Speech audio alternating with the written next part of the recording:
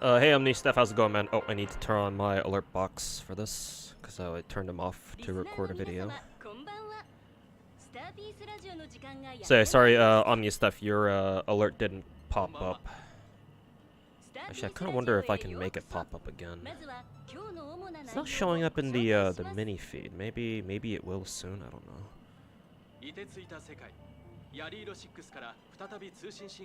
I wonder if there's a way to refresh my mini feed. That was for an old one from 4 days ago.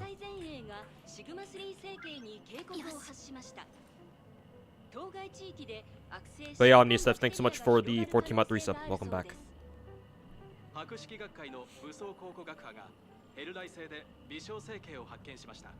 No worry about the lack of alerts. Thanks, man.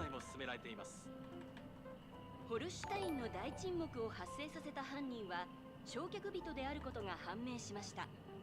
重海レンジャーが盗まれた記憶の行方を追っているとのことです。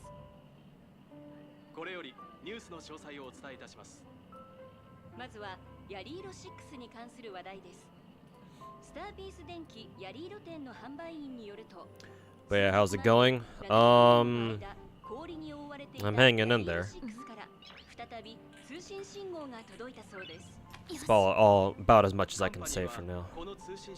I guess the one sort of good news is that my gacha addiction video that I put up last week at this point is doing okay.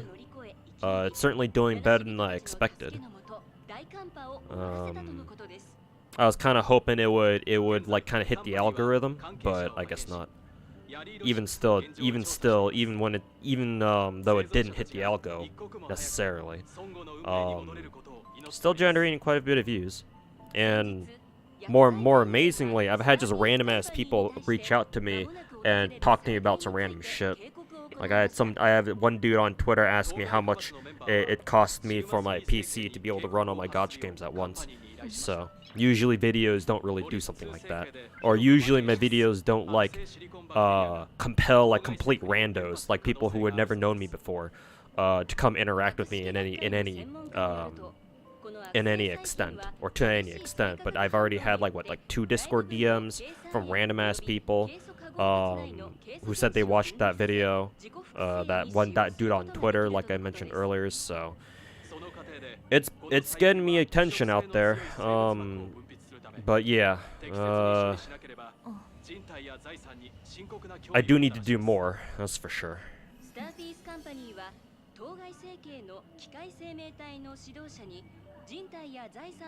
Also, this guy rules. Thanks so much for the 45 months.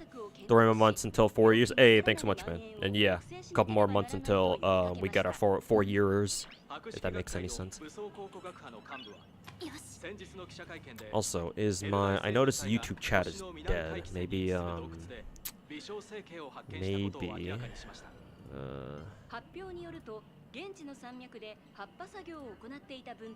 me check my YouTube chat again, make sure it's the right one.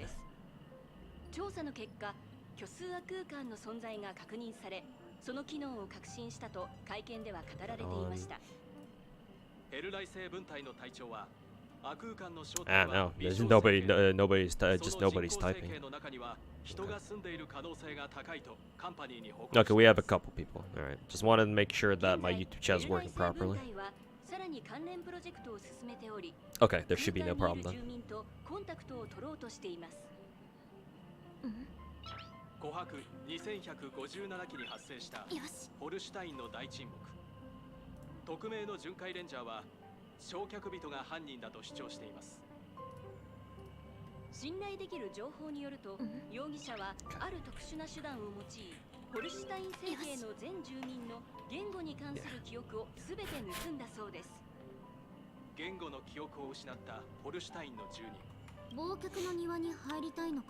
It's positive at least, yeah.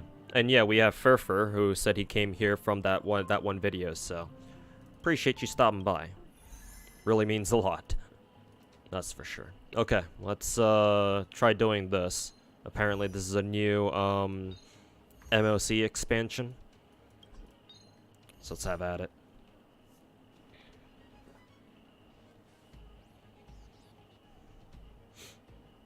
Nexon is cooking with that new Akko. Oh yeah, y'all probably watched the either watched the JP stream live or you guys have seen the news. Just got off some shenanigans involving gum inflammation that gave you a massive fever for the last few days. Wow, that sounds rough. Hopefully, at least hopefully you're feeling a little better now.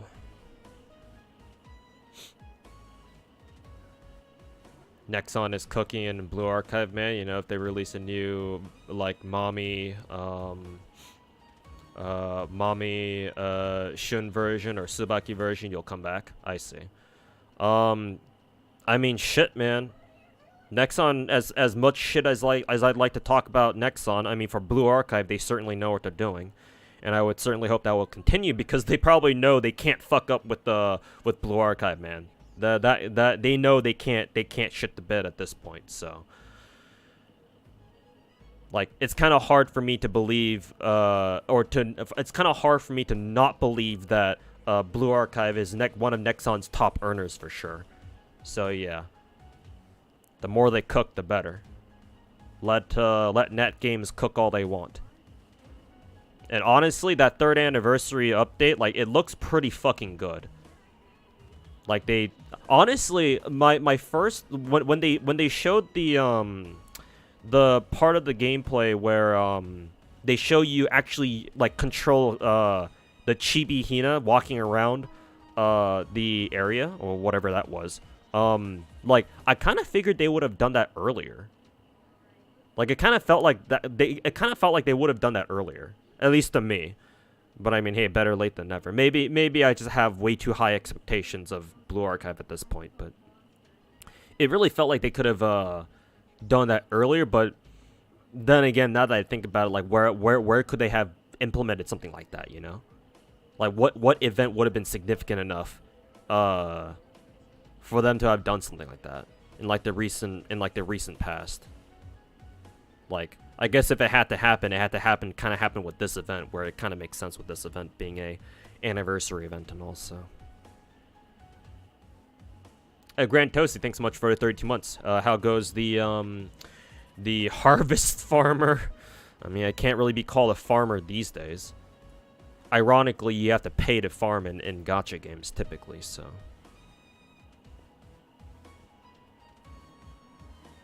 But thanks so much for 32, man.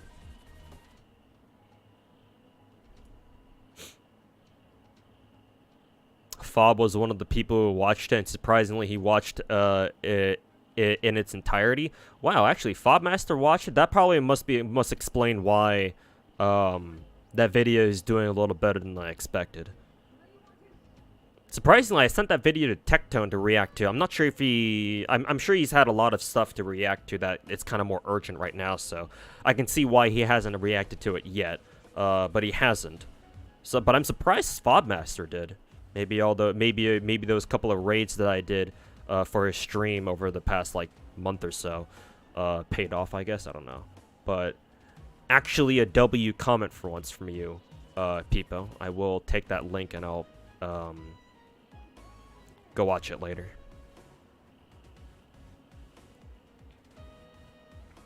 Timestamp you said was like at the 3:11 mark. Okay. Yeah, I'll take a look at that later. Thanks, Peepo.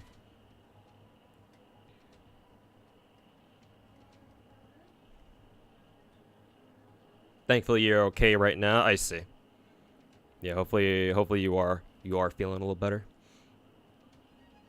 Favorite background noise. I came here just in time, huh? CN Genshin is a bit of a shitstorm. I saw on Twitter, Hannah, yeah. It's a repeat of Global Genshin Year 1. Or first anniversary Global Genshin.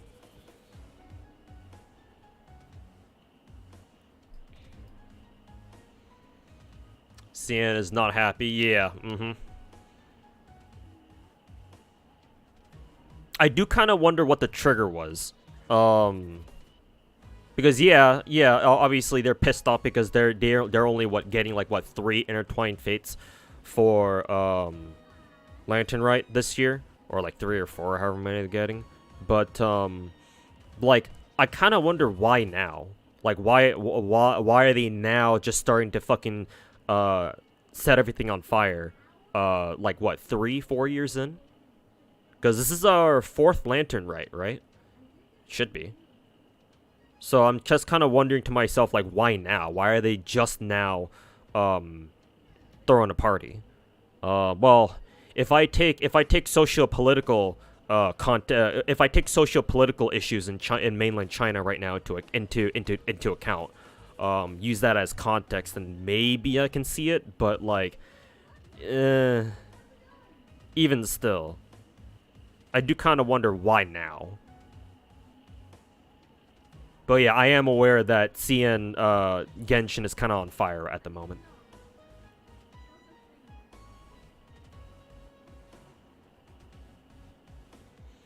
Tectone has drama with Doro. I don't know who Doro is. I know who Braxphone is because I actually managed to talk to him the other day when we were playing FGO. That one raid, during what is it? Case Files raids. He called Doro a Genshin drone while Doro just likes playing the game, all from Zizix posting a meme. I did see that. I wouldn't really call it drama. That's just who Tectone is. That's just who Mr. Techie is. I wouldn't really consider a lot of the things that he does like actual drama. I don't know. Maybe that's just me being desensitized from years of being on the internet and seeing seeing actual drama go down. So anything that's not like that, like anything that's not on the level of like Selen getting shadow banned by Niji Sanji is yeah, it's kind of like Resident Sleeper, you know? Especially when it's from Mr. Tectone. Like, nothing against him, but like, you know, he makes his money off of drama, clickbait, stuff like that. That's just kind of how his content goes. I mean, personally, I don't know how to feel about that. I mean, personally, I wouldn't do it, but if it makes money, then, you know, who am I to judge? Again, Tectone is sitting there with however many subs on YouTube he has, and I'm just a fucking sub 100 viewer Andy on here on Twitch, so. But yeah, I doubt it's like actual fucking drama.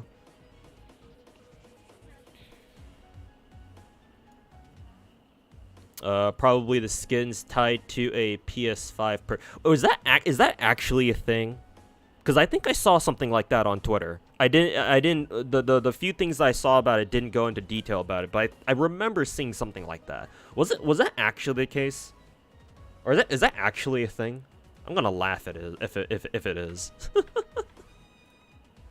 Holy fuck, that shit is retarded. But then again, you know, gacha games, you know.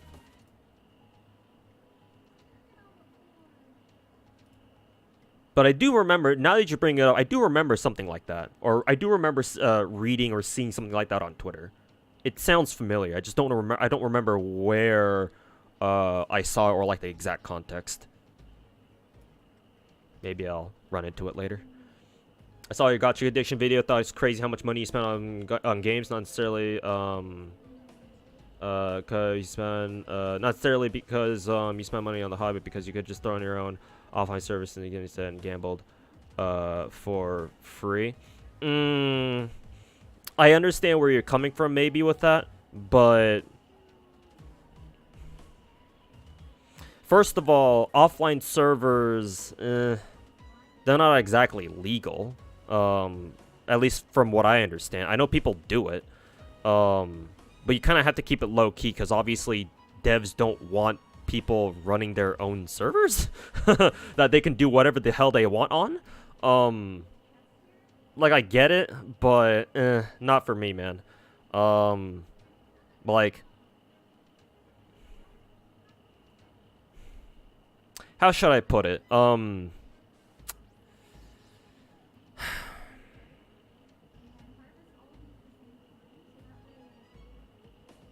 to think of a good way to put it because I'm not very good with words.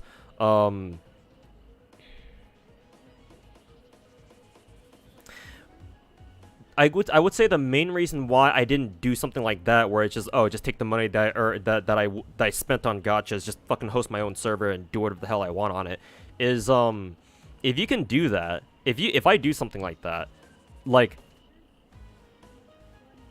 all the effort you put into something like that, or doing something like that, doesn't really mean anything. At least not to me. Cause yeah, if you can just host your own server and you have absolute control over, cause it's a private server, right? You're literally the admin, and you get to do whatever the fuck you want on it. That doesn't really mean anything to me. Then again, you could easily, I concede that you could easily just say the same thing about whatever the fuck I'm doing now. Like, oh, it's just a gacha games. Like, you know, who the fuck cares about all this work and effort you put into, you know,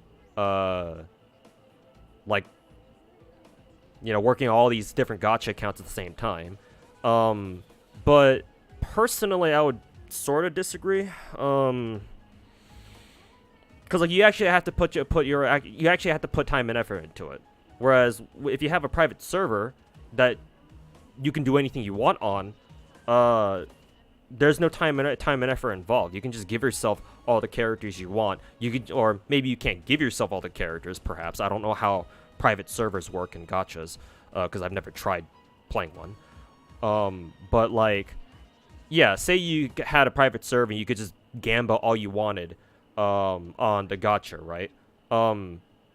Yeah, no, that still doesn't really mean anything, because like you didn't have to spend anything to get all those characters, right? Because I assume you could just roll infinitely on a private server gacha.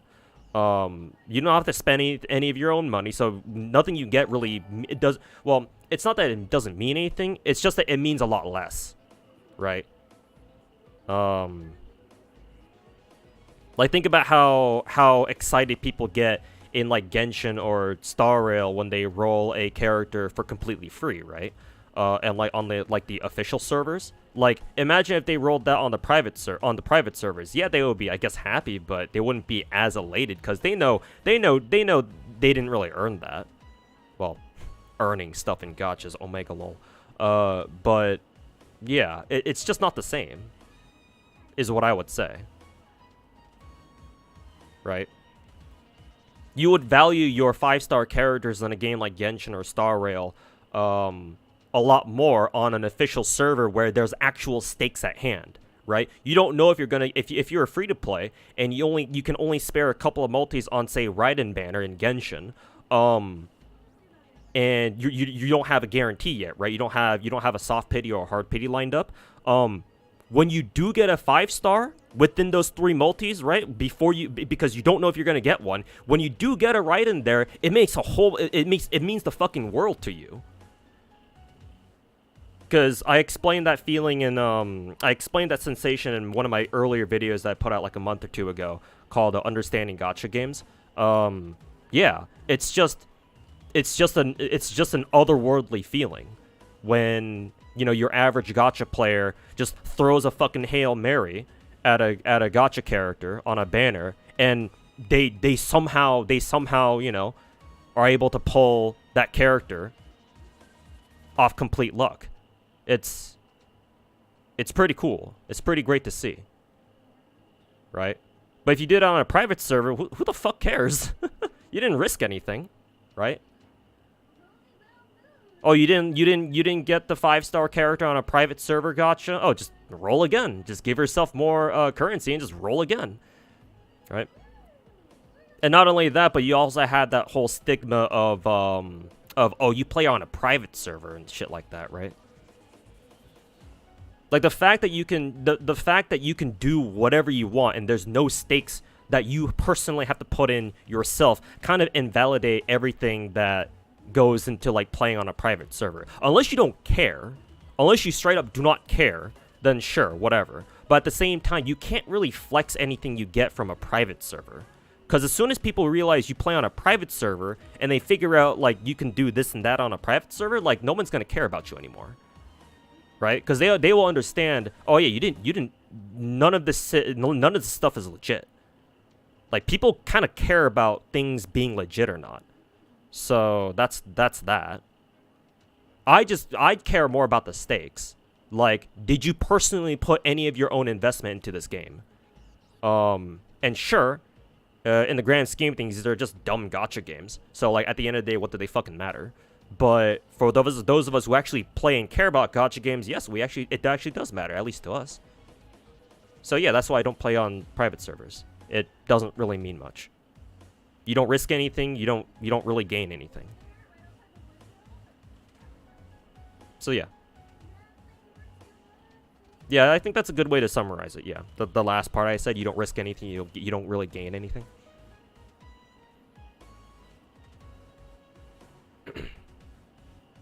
I guess that would be how I would answer it. Okay, that was a long-ass tangent, so I missed a lot of chat here. Okay, I answered Mabel's question, blah, blah, blah. Tectone's just like gacha Keemstar. Actually, that's not a bad way to put it, but, I mean, he does have good points every now and then. Have you seen any Palworld streams? Let's see. Have you seen any Palworld streams? Game blew up overnight. Yeah, a lot of people, I mean, obviously a lot of the VTubers that I watch are playing it. They're fucking obsessed with it. But yeah, I mean, as soon as I saw like the early access streams that people were doing for Palworld, I was like, oh yeah, this game's gonna blow up. Yeah, because just from the early access streams alone, like people are already having a ton of fun. And so yeah, that was a good little like sneak peek into the near future of how people would receive Palworld. Yeah, it was gonna do well. Yeah. Like people love Pokemon. Like, let's not beat around the bush. Palworld is a fucking straight ripoff of Pokemon, but it at least does it in a way where you know, people find it fun. You know. It's kind of a cool concept of, you know, take Pokemon, throw guns into it, allow you to literally practice human slavery and other cool and perhaps morally questionable things. And yeah.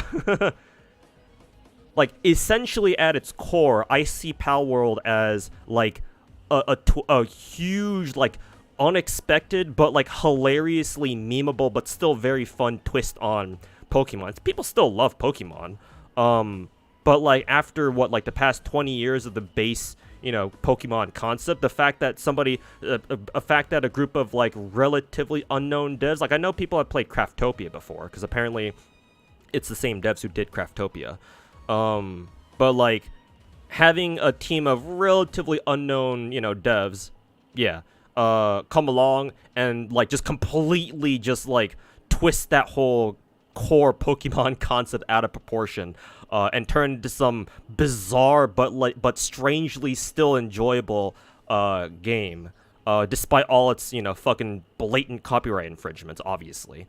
Yeah, like at that point, who the fuck cares? Pokemon fans and fucking Nintendo can stay molding, I guess. Honestly, the most surprising part about Palworld, personally, is the fact that these are apparently JP devs, like they're Japanese devs. I thought these were like American devs or like Western devs, or at least not Japanese. But then no, apparently these are Japanese devs, and I'm amazed that a group of Japanese devs had the balls to fucking try this shit. Like, oh yeah, no, let's actually just rip off Pokemon, but like throw like combine it with like Minecraft or something. Oh, and let's throw in guns in there just for good measure. See what happens. Hire some dude from 7-Eleven to work on animations. Yeah, that'll go well. And apparently, shit, it did. Only thing that matters is a good fucking, yeah, exactly. I know. Yeah, Asmongold had said before that the most important thing that he derives from video games is like, is it fun to play? Because if it's not, like, it can do everything else right, and like it can do everything else amazingly. But if the game itself isn't fun to play, then what the fuck is the point? Yeah. Like, sure, Palworld has obviously ripped off Pokemon, and you know, maybe they shouldn't have done that, but you know, fuck it, it's fun. Who cares? People will play. So yeah, that's what I feel. And so yeah, I'll continue watching all the VTubers that I like, continue to play definitely not Pokemon with guns. It's a blast. Anyways, Rags No Rocks. Thanks so much. Thanks so much for the brand new Twitch Prime sub, man. Greatly appreciated. Sorry for missing it. Sorry for doing a resub for a while, or not resub. Your brand new sub for a while. Sorry, I was catching up with chat. I'm sure. Hopefully your sub notification kept popped up on stream at least. It's like, this is not the real way. I understand that feeling, but the money you save, you find it worth it. You may also be inclined to cheat more, of course. Yeah. Don't take this the wrong way, maybe, if you're still in chat, but that tells me that you are you're either a free to play or you spend only a little bit of money. Because yes, objectively speaking, no, I would argue that no normal person would look at somebody spending $85,000 or 80 grand plus on like gacha games in general and think that's okay. But to be fair, usually when people see like somebody spending a huge amount of money on something that they enjoy doing, usually they only focus on the money part. They don't also focus. They don't really take the time part into consideration too. But I think that's just another tangent though. Let me just address the actual money spent in the first place. Like that, sure, if you value your money and you feel that, you know, it's not worth spending like 80 grand on gacha games, that's fine. That's up to you. And sure, yeah, I get where you're coming from, where like if you were in my shoes and you knew that you were going to drop 80k on gachas, you would have just, you know, just spent that, you would have done things differently. Either not spend that money at all or spend it on just a private server and just do whatever the hell you want on it. But yeah, no. The whole like legitimacy slash like personal stakes in these sorts of things still trump that in my opinion, in my experience. Like if you're okay with like playing on a private server for gacha games and never showing whatever, like anything, never showing your account to anybody else, because you know that obviously if the moment people realize your account is on a private server, then yeah, it's gonna be fake no matter how you look at it. Yeah, as long as you're okay with never showing people what your account looks like, as long as you are okay with just being part of the community, which is fine, I guess. Yeah, then I guess there's nothing wrong with that other than you playing on a private server. Which, obviously, I don't know if that's exactly I'm pretty sure that's TOS. But, I mean, hey, if you never get caught, then, you know, whatever. Nothing that I can say about it. But, yeah, at that point, it's probably just difference of opinion. Again, like, I feel it's worth it spending a whole bunch of money on these stupid fucking gacha games. And, yes, given my current IRL situation, it would be nice if, in hindsight, I didn't spend that much money on these things. So that I could use that money in better ways, like paying mortgage.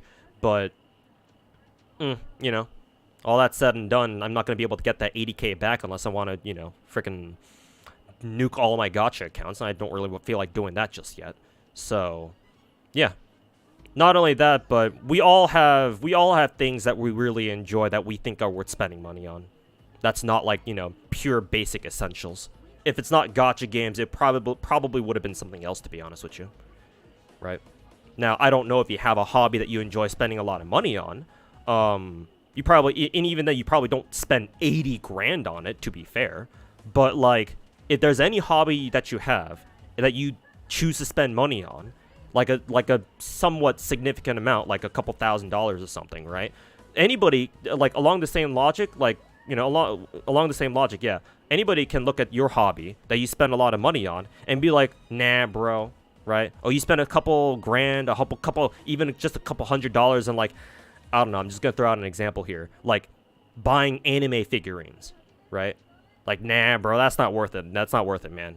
Like, people could say the same thing to you, right? What you're saying to me right now. Like, oh, I would, if I'd known that I would spend 80 grand on gachas, I would have done something else. Well, shit, man, you could take that, like, that goes both ways, man. Like, that, anybody could walk up to you, like, ask you, hey, what do you spend a lot of money on? That's not, like, you know, food, you know, house, like, rent, whatever, bills, and, you know, you give them an answer, and then they ask you, okay, so how much do you spend on it? You tell them, you know, anywhere from like a couple hundred to a couple grand or however much, you know, you're gonna find somebody out there who's gonna tell you straight to your face, yeah, no, I don't think that's worth it. Like, you should have spent your money on something else. So it's like, like, if that's your concern, then I'm not really too worried about it, personally. I get it that, you know, $80,000 is a lot of money. But yeah, no. Like, I care a little bit too much about my gachas to really, you know, feel that playing on private servers is worth it. Hurts now, especially, again, considering my IRL position, but no. I stick to my guns on that one.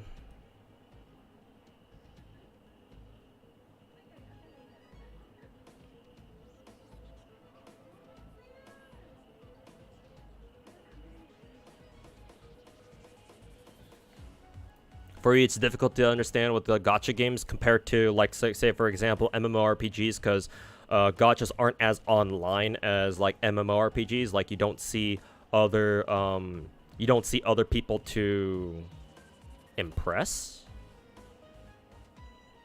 As in, like, you're saying that gacha players don't really like flex their shit? Is that what you're talking about? Because no, gacha players absolutely flex their shit. They absolutely do, man. Unless you're saying that the MMO players are the ones who don't do that. Which I'm sure that's not true either. I'm sure MMO players definitely flex their shit. Like, rare drops they've gotten and stuff like that. Well, to be fair, with MMOs, if you flex like rare drops, it's I'm not sure if I can compare those two. Again, I've never played any MMOs, so I can't really say. Can't really judge MMOs accurately, because again, I've never played them. But I think I'm gonna need you to clarify what you mean by that.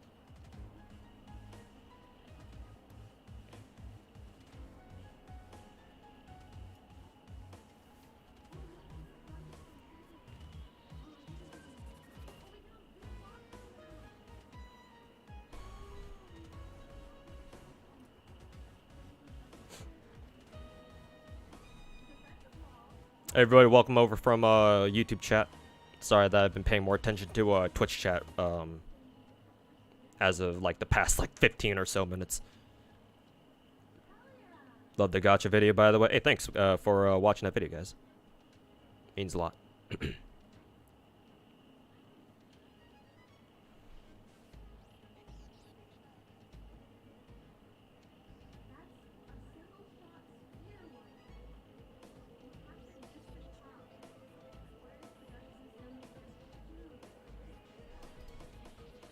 Am I also streaming Girls Round 1 rankings too? No, hell no, Chaos Lord. Unfortunately, as of like a week or two ago, I've more or less dropped Girls Frontline. I still log on every now and then, but like these days I've stopped like doing like regular ass dailies as well. So you can consider me having like basically fully dropped Girls Frontline. Like, I'll always have access to my account. I'll always be able to log back on whenever I want. I actually still do it because I'm trying for one last attempt at getting that new Taurus coalition girl. So if I'm gonna try to get her. It's not gonna bother me too much if I can't though. But I'm gonna try getting her. Actually, does her banner end tonight? Probably won't be able to get her then. But, yeah. You can consider my Girls Frontline 1 account to be inactive from now on, unless it's, you know, just to flex skins or whatever. So, no, I'm not going to be streaming Girls Frontline 1 rankings.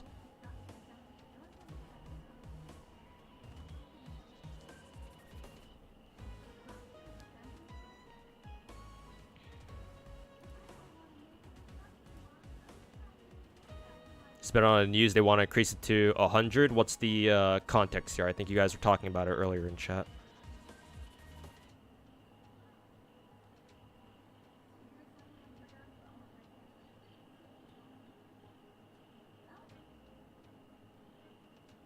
Can't find it.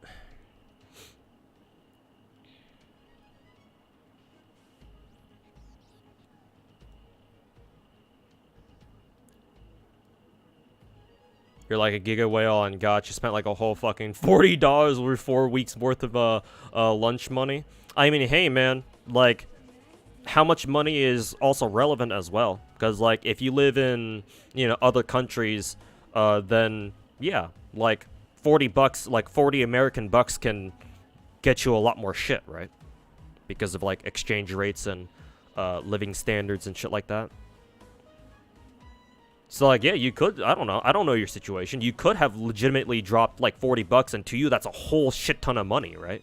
Because yeah, in some parts of the world, yeah, 40 American dollars can certainly last you an entire month worth of like groceries or whatever.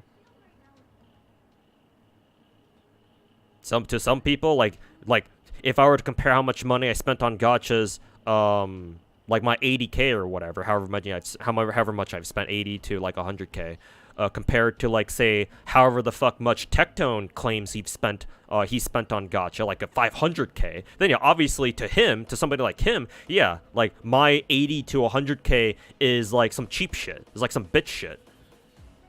Barely spent like a fifth of what he spent on gacha, assuming his estimate is correct, or assuming both of our estimates are correct.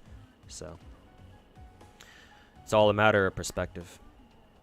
Nico, Taurus will end tonight. Yeah, that's what I figured. Gonna have to let her go then. Here's the context. Let's see. Publishers already thinking about charging 80 to 100 bucks for games. Oh, I thought that was just a JP thing. But yeah, no, if that spreads to like if that catches on like globally, then not sure about that one. It's always gonna be bitter iron. Like, you know exactly why publishers are doing that, right? It's because they're seeing all these gacha games that charge 100 fucking bucks for packs, and people somehow think that's okay, which it's not, but we do it anyway because we're all fucking gacha addicts. And yeah, like, no wonder fucking AAA devs are like kind of eyeing with fucking salivating while they're fucking salivating out of the corners of their mouth. They're eyeing, you know, raising their game prices up to fucking $100 a pop instead of just 80. Like, you wonder why they do that, and you look at gacha games, and suddenly you understand. Because you got retards like me willing to dish out $100 per pop for fucking, what, a handful of gems that don't even guarantee you a fucking 5-star character? Like, huh, how did we get here? I fucking wonder.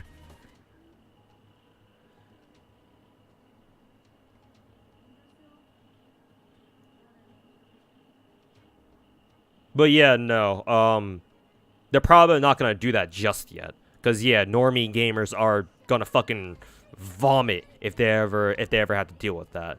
Like $70 per $70 a AAA game is about, you know, that was already controversial enough, I think. Yeah, like gacha gamers like us, like we've been so gacha pilled that like we can handle it, but like regular ass gamers, yeah, hell no. They're gonna fucking riot in the streets. Assuming that, you know, they can get out of their houses.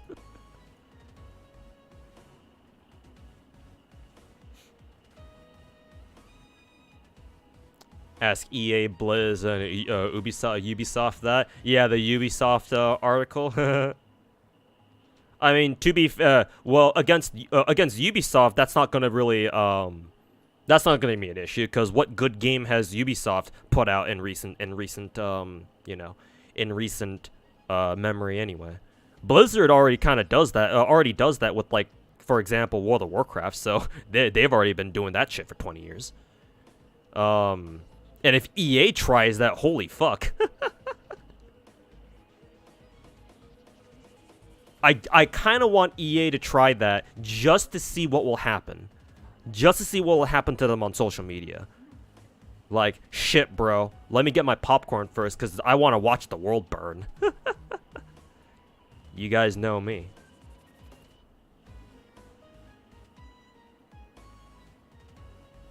Is there a new gacha I'm waiting for? Currently, I have my eyes on 5 different gacha games. Arknight's Enfield, the closed beta for that should be going on right now. Wuthering Waves, the next closed beta should be in like late February. I need to sign up for that actually. Let me look it up real quick. Wuthering Waves CBT sign up. So yeah, I'll try to remember to do that after I'm done streaming today. So yeah, Enfield, Wuthering Waves, or WUWA for short. Girls Frontline 2, which is now out in China. I'm not gonna play the Chinese server because fuck that shit. But I will wait for a global server. But knowing Mika, they're probably gonna wait like a whole fucking year before, a year or two before, setting up overseas servers. Knowing them, because that's exactly what they did with Girls Frontline 1, and I kind of hope that they would have a global release for Girls Frontline 2, but for some reason they didn't do that. So, okay, whatever. So whenever they decide to launch a, you know, global server, I guess. What's the fourth one again? Oh yeah, Z3, Zenless Zone Zero. Z3 for sure. And then the fifth one is Project Mugen. But Project Mugen is probably like at least another year or so out from release. Like, not even just release, probably another year out from, like, for example, closed beta. Like their very first playable closed beta. So those 5 I've got my eyes on currently. There is another gacha game that I think I might have tried out, would have been willing to try out, and that's Reverse 1999. If I wasn't worrying so much about like my IRL situation, I probably would have picked up that game just to see how that game is like, cause it's got the most unique aesthetic I've seen out of any gacha game I've seen in like basically all the time I've been playing gachas. So just for its aesthetic alone, I would have probably picked up 1999, but unfortunately I can't do that right now. Got a little bit too much mental baggage on me at the moment.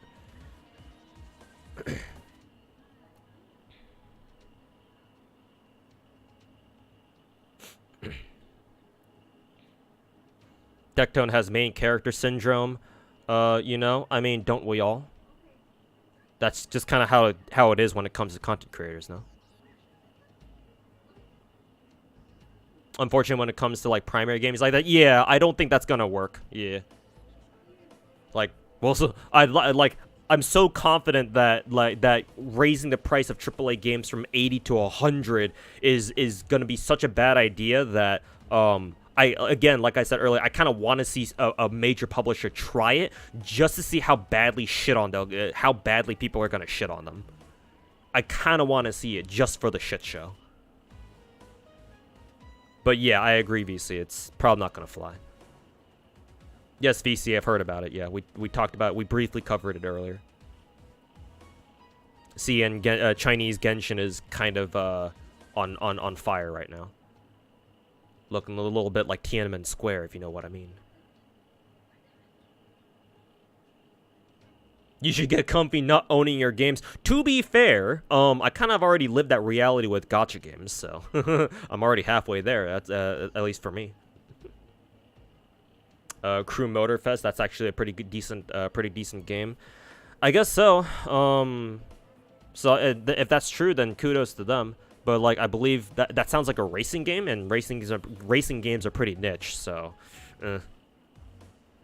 like, if Ubisoft could like actually make like decent games, if not even decent, if they make great games, then yeah, people won't mind paying subscriptions for them. Obviously, like look at World of Warcraft. People have been okay with paying a subscription to play WoW for the past 20 years, and nobody's really. I guess some people I'm sure some people have complained about it, but it's not clearly it wasn't enough to stop World of Warcraft from using operating on a subsystem for the past 20 years.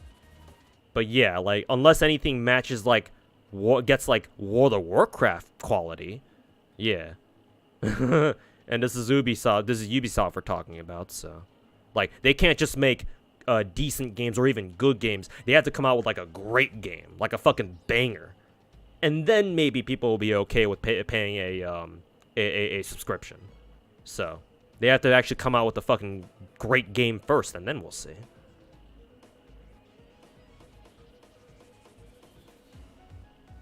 FIFA, obviously. Oh yeah, EA already does FIFA. Yeah, I keep forgetting. FIFA is an EA IP. I mean, technically speaking, think because EA has FIFA, and that's basically a gacha game, right? Or that basically has a gacha system. I mean, honestly, they don't even need to do a they don't even need to do a subsystem for any of their games because they can just have FIFA pay for everything. So, honestly. What are your thoughts on Toho Lost Word? I actually played Lost Word a little bit. I think back when it first came out, I forget how long this was ago. Like I think at least 3 years ago. Because yeah, my name, right, Toho Sniper. Like yeah, obviously, like I've actually had a couple of comments. I've gotten a couple of comments several times about how like, oh yeah, like I'm surprised you don't play Toho Lost Word when like you literally have Toho in your name. I have tried Lost Word. I played it for about a month as a free-to-play. I almost spent on the game, but I wanted to hold off paying like anything for the game, until like I actually kind of wanted to commit to it. Unfortunately, like the game didn't really capture my attention. Like I like now how they have like different variations, like can we even call them fan-made? Like basically different variations of like the Toho characters. Like they're cool and all. But at the time, we didn't have too many of those, because again, I played back when the English server first went live, first launched. Just the gameplay didn't really capture me, like it didn't really, like I never got super invested into it, like say a lot of like all the other gacha games that I currently play.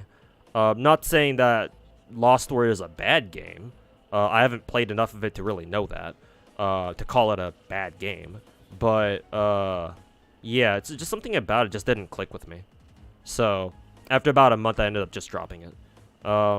Maybe when I'm in a better financial situation and I have the time to, I have some spare time to screw around with other gacha games, maybe I'll go back to Lost Word and give it another chance. But something about it just didn't click with me, like I said.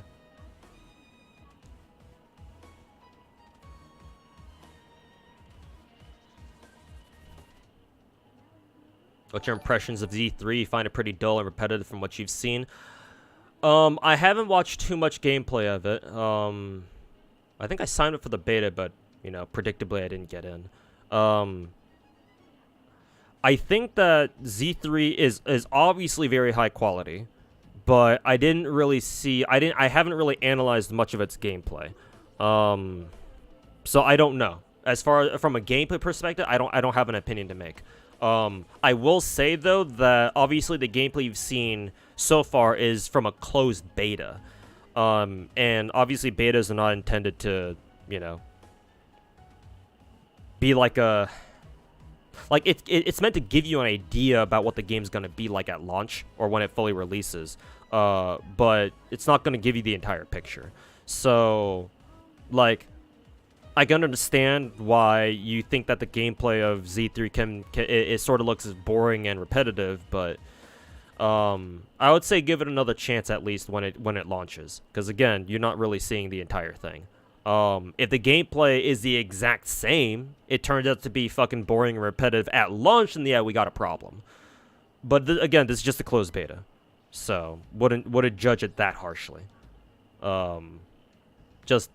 I would say keep those thoughts in the back of your head when you go try out Z3 when it fully launches, though.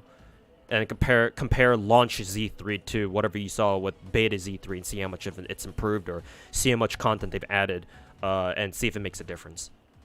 But, yeah. Personally, aside from gameplay, I do think that Z3 is hella high quality. The animations they put into that game, from what we've seen so far, are like they hit harder than like any animation I've seen from like Star Rail or Genshin. So clearly there was a lot of work put into that. We would have gotten better animations, Nicole, had it were it not for Chinese censorship, but oh well. But those are my thoughts.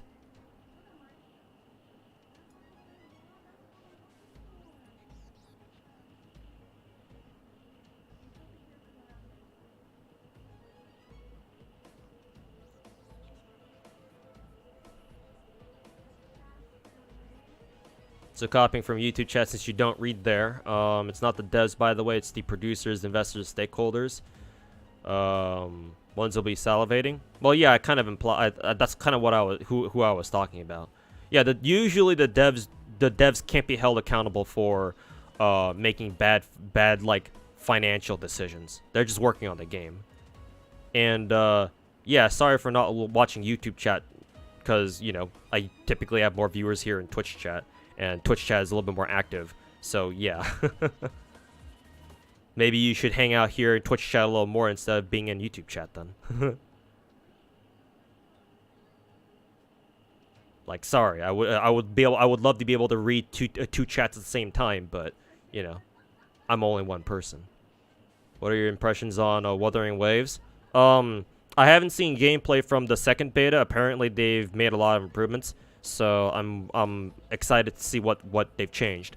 But so all the thoughts I have on WUWA are from their first beta, and my only real complaint about CBT1 WUWA was the fact that it looked super drab.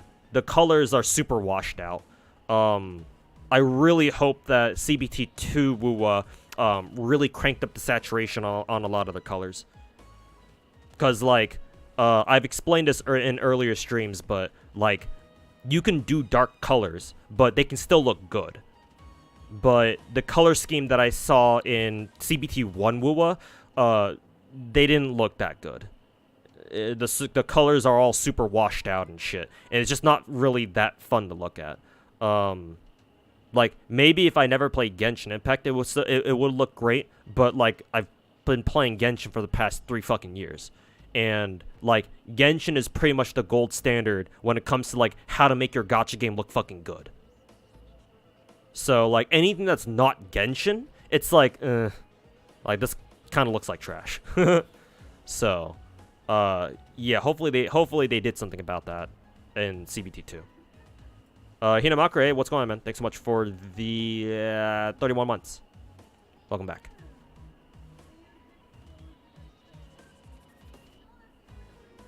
Is Guardian Tales part of your gacha games that you plan to play? No. I have seen other people play it, but I don't think it's my cup of tea. Nothing against the game. I tend to be pretty selective about the gacha games that I play. Your Gacha Addict video seems to be doing a pretty good job. Yeah, it's doing a little bit better than I thought. I think I have Fobmaster to thank because Peepo in chat informed me that Mr. Fobmaster watched that video in its entirety actually on stream, which I'm sure we got some viewers from over on his stream too, so to watch that. So thank you, Mr. Fobmaster. Hopefully the video continues to do well. Want to ask about Magia Record? You said he picked up, never got around to playing it. Yeah, Peepo, I unfortunately kind of lost interest in it. Same thing that happened with Lost Word. Something just didn't click with me gameplay-wise, which is a shame because again, I like the Magia characters. Like I watched all the animes, including the Rebellion movie. And I plan to watch the 4th movie that's in production right now. It's probably going to come out either later this year or maybe even next year with my buddies.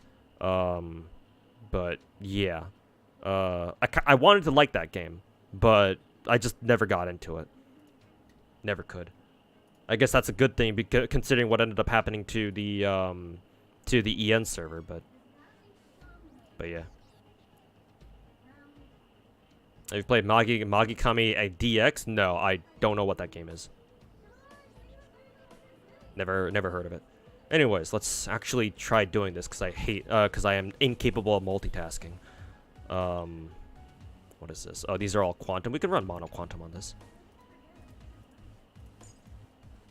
We are mono quantum pilled. Quantum bros. Our time is here.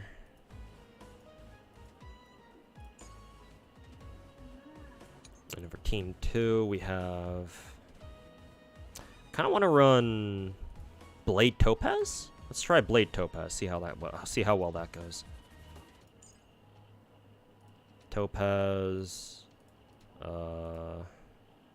Branya... Actually, we'll have Bronny on the right side. Blade.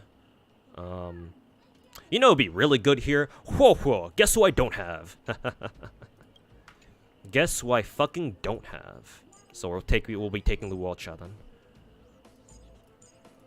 Let's try this.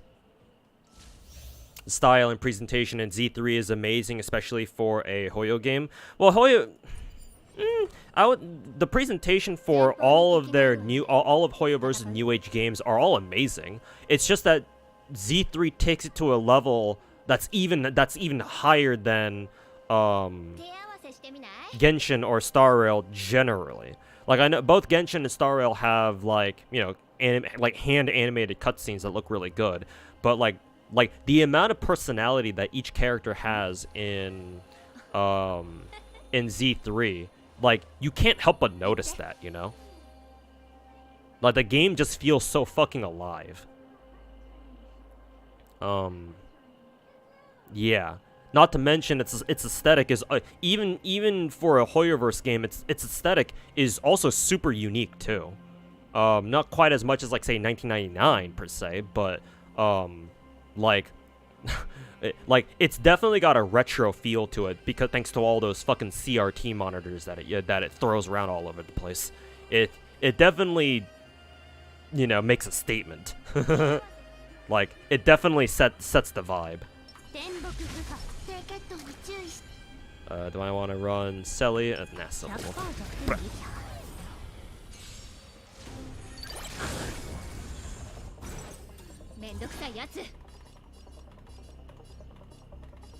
Let's see here. We can do double.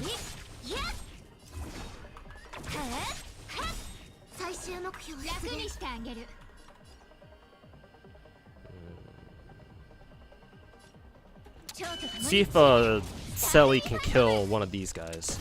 Yes, she can.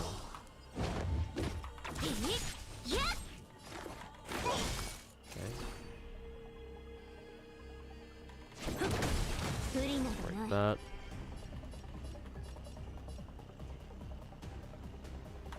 We'll do a little bit of damage on the ad on the right.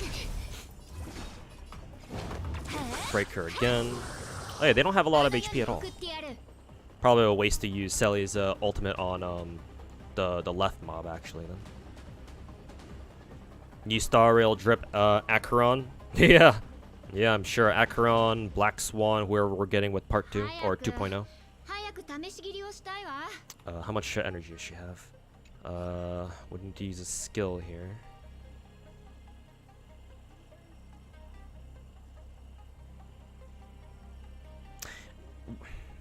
Actually, only need to use the solo, because this dude should attack as a second attack, and we should be able to get enough ult charge for Selly. Yep, on the last one. So we can do this. This guy should die. There we go.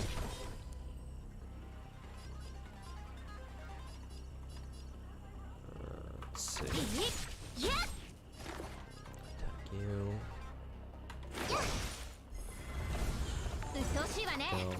Skill should kill this dude. There we go. Skill again. Solo. Do this. Boom. Fuck. And hey Seth, how's it going, man? Thanks so much for the raid, and thanks so much for the 21 months. Really appreciate it, man. Thanks for the raid. Welcome everybody. We're playing some Star Rail tonight. Let's see if a skill can finish this dude off. Yep. Alright, part 2. Let's see. Who do we want to go after first? We'll go after this dude. Yeah, welcome everybody. We just did a MOC as well. Hey, congrats. Hopefully MOC treated you guys well, or treated you well. Hopefully you were able to clear it.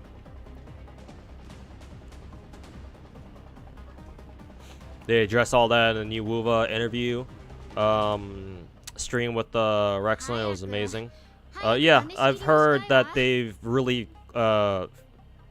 worked on the game in like the past year since our last CBT. So I'm pretty excited to see what they got on offer or what they got in store. Is there an Android emulator that doesn't require turning off core isolation? I don't know. That's like an issue that's a little bit too specific for me to know about. For what it's worth, I do use LD Player. That's my emulator of choice. I don't know if you used it before yourself, or maybe if it still gives you that issue that you say you have, but yeah. Let's see, we can do this. This.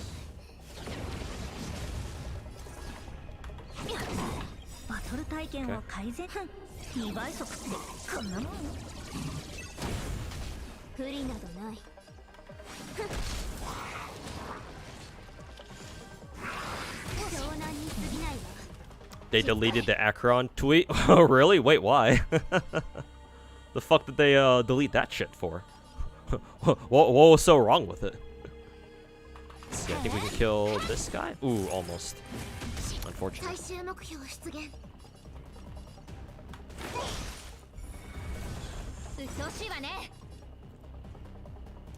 Let's see. She should have. Yeah, she's almost there.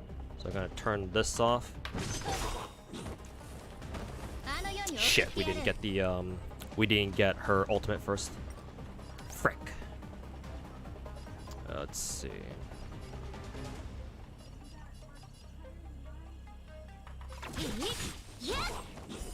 Kill that one then.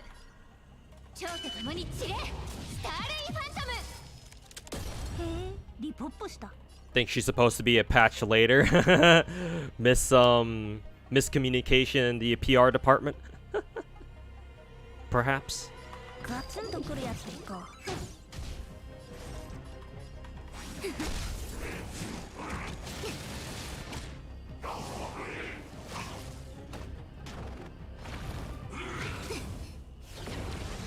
They took down the Acheron drip marketing. Ah, I see. Oops, a little too early. Little bit too early.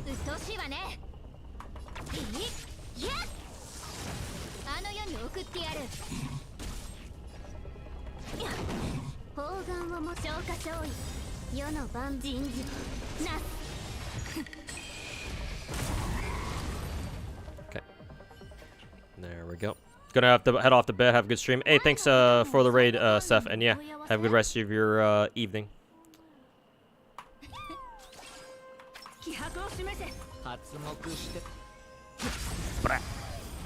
Yeah, they dripped too early. They dripped too early, bros. Let's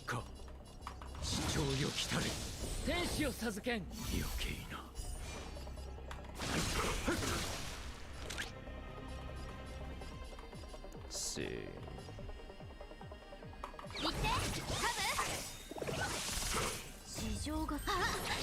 It's odd because Black Swan ain't drip marketed. No, Black Swan was drip marketed.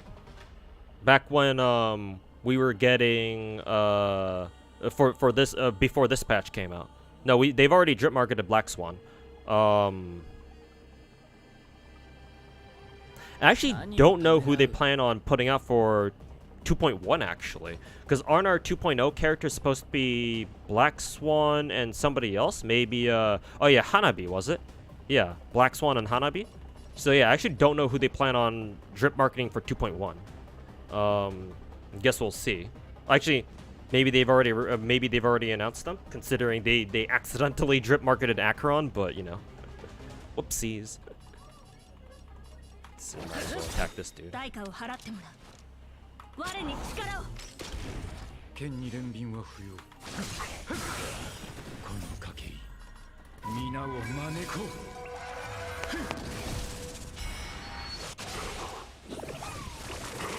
They should be dripping Aventurine, if that's how I say his name, their name, and Sam. Gotcha.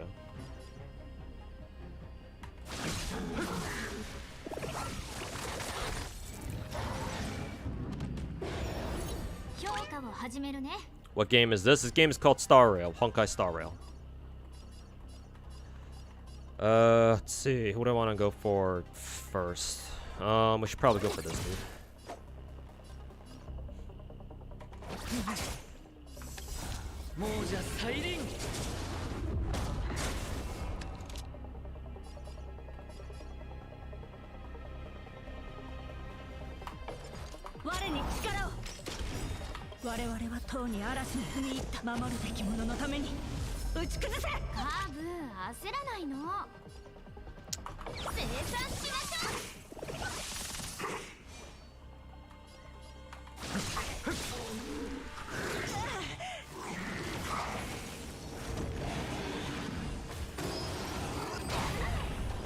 Ooh, not quite. Let's see, who do I want to pull up this time? Probably Blade.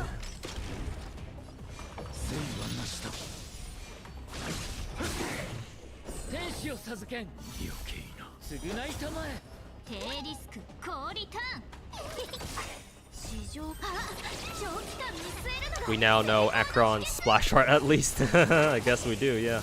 Good point.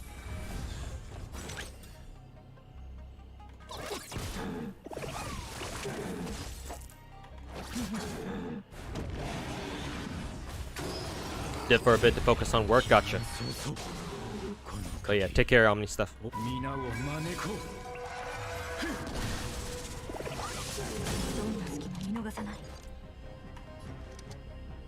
Let's see.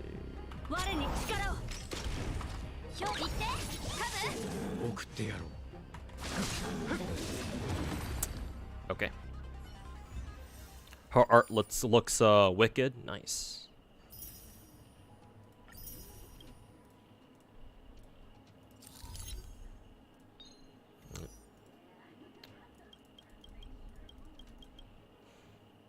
Okay, so we've got these guys. Imaginary. Let's use our good friend here, Dr. Ratio. We shall see how this goes. Oops.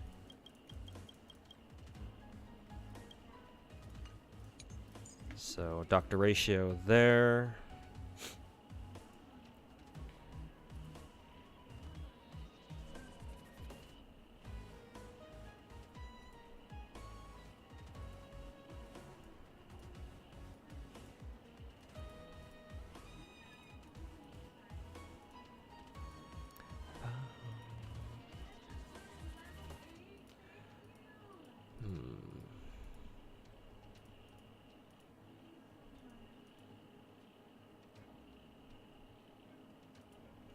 I kind of want to bring a secondary buffer, but I don't know. Oh yeah, of course, I know what to bring.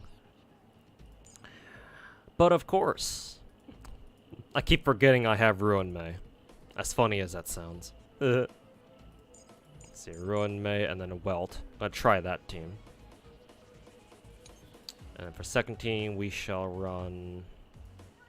Kind of want to run a Kafka team here. So, what kind of team would I be running here? Kafka, Bailu,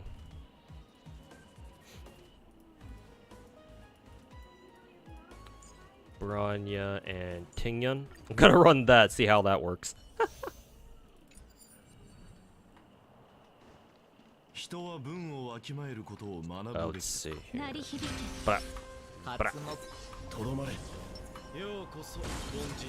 Bonk.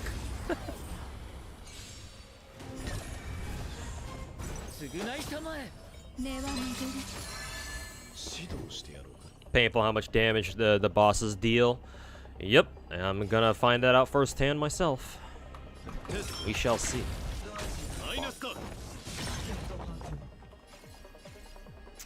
Oh, let's see. We will break you.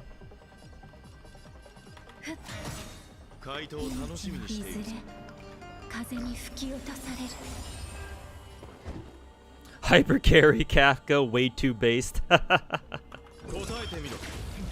Hey man, Kafka is one of the most versatile characters in the game. Or, she's probably the most versatile DPS in the game, to be honest with you. Bomba bonk. お別れの時だ。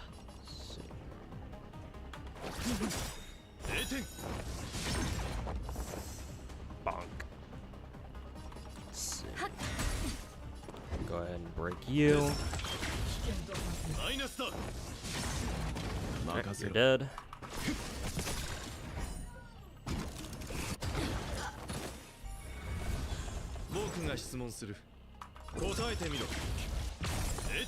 Whee!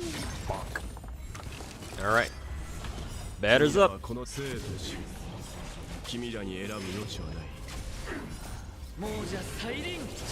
You love how simplistic Dr. Ratio's kit and animations are? Mm-hmm. Yep. I agree. Ironic because he's supposed to be like some sort of genius, but you know, it also makes sense at the same time because, you know, geniuses typically are solo tracked into getting one job done. So it's actually quite in character for him, I would argue. But yeah, Dr. Ratio is just good old turn your brain off, keep pressing E on the same target until they die. Here, have some free crits. What do you mean they're not dead yet? What makes Kafka versatile? Kafka is one of the only DPSs in Star Rail that you can use in any role that you would feasibly use a DPS character in. So for a DPS, you can either run them as sub DPS or main DPS. Kafka can do both. Specifically because Kafka's main mechanic is DOTs. The quote-unquote issue with DOTs in Star Rail is that they don't crit, but functionally what that means is you don't need to worry about building Kafka with crits. You can, it's an option, but given how much of a bitch it is to build characters with crits, which is basically almost every DPS character anyway, and I don't need to remind you all of the absolute fucking hell that is trying to build the, you know, actually decent artifacts and relics in either Genshin or Star Rail for that matter. A DPS like Kafka, where you don't have to roll crits, is like, holy fucking shit. All you need to care about are, for subsets anyway, are attack percent, speed, maybe break effect, and maybe a little bit of HP to make her a little tankier. That's it. And like those subsets are generally speaking a lot easier to fucking roll than crit stats, for God's sake. Well, with the exception of speed, of course, but at least you only need to worry about speed as opposed to speed double crit. So yeah, Kafka not needing to be built with crits is such a godsend. Because you just need to worry about, okay, speed boots unless she has her gacha light cone, in which case you give her attack boots. Attack percent body, lightning or attack percent planar, and then attack percent rope. Easy. You're done. No crits, no nothing. Because she doesn't need them. Or at least in most cases she's not going to need them. Because her DOTs don't crit, so why do you care?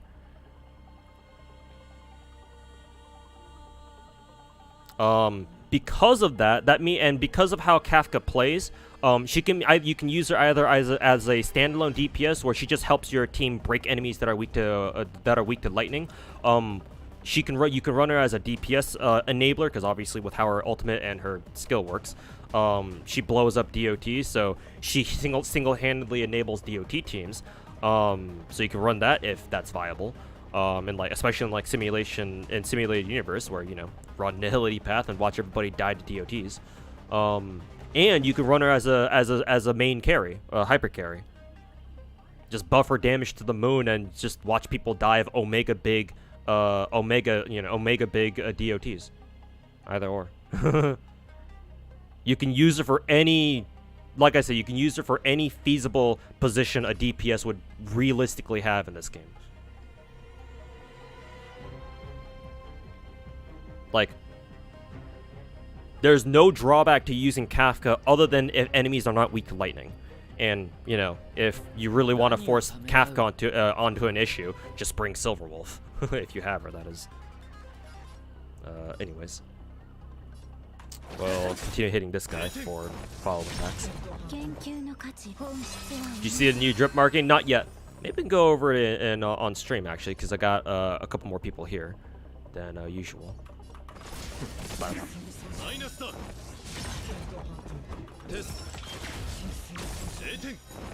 Bonk.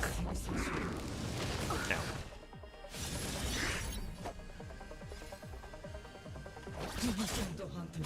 Not quite. Sick. Nice. Ruin May whenever she gets to break somebody. She does a shit ton of damage because how much break effect she has, which is kind of funny. They should die from that. Yep.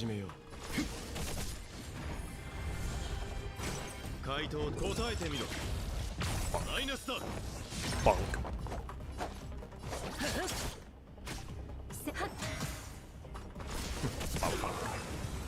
Very good.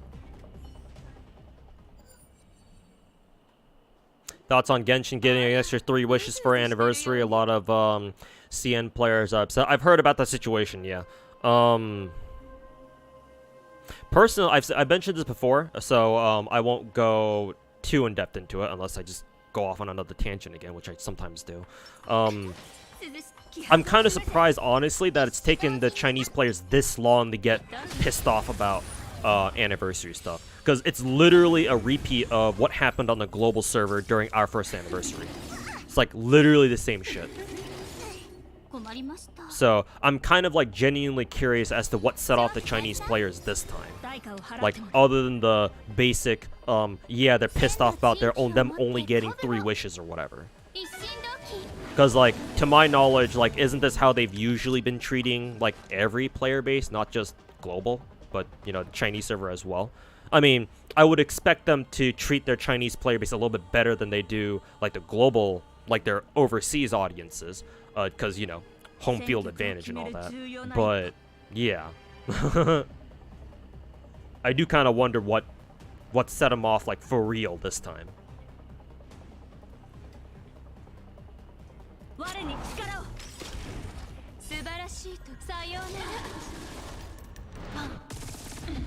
As long as revenue doesn't drop, they won't give a fuck. Are you saying that in response to the whole Genshin giving extra 3 wishes?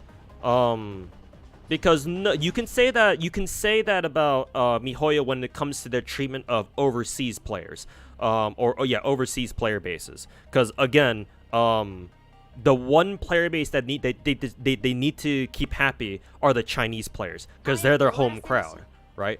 They're the ones that are at home playing their game and supporting their game domestically. They're the ones that they should not piss off. They can afford to piss off the overseas players like us, right? The Westerners and whoever else.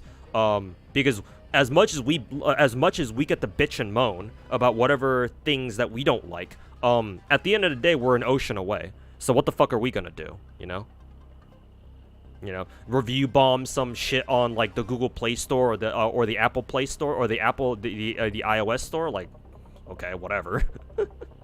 But the Chinese players, they're a different story. They should not piss off the Chinese players, and so I kind of expected them to get better treatment, but apparently they didn't. So MiHoYo gets to fuck around and find out, or they fucked around and now they get to find out.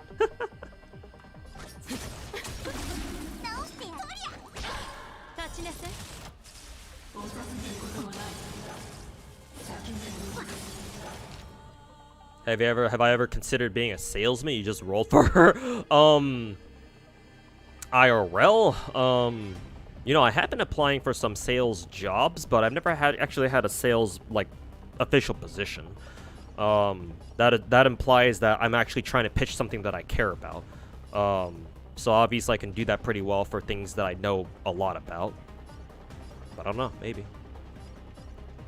Who should I go for here? Maybe I can hit this bitch. I can hit her with Kafka's AoE next time.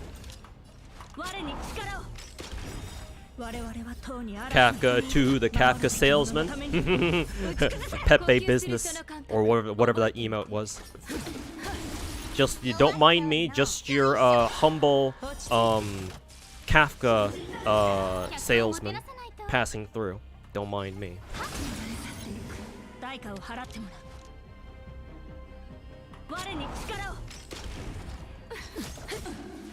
Oh, I thought that Kafka's basic would actually just straight up kill her, but I guess not. Oops. Probably should have used Tingyan's thingy. Actually, I could just do this. It's kind of funny, but yeah, that should work. Alright, batter up.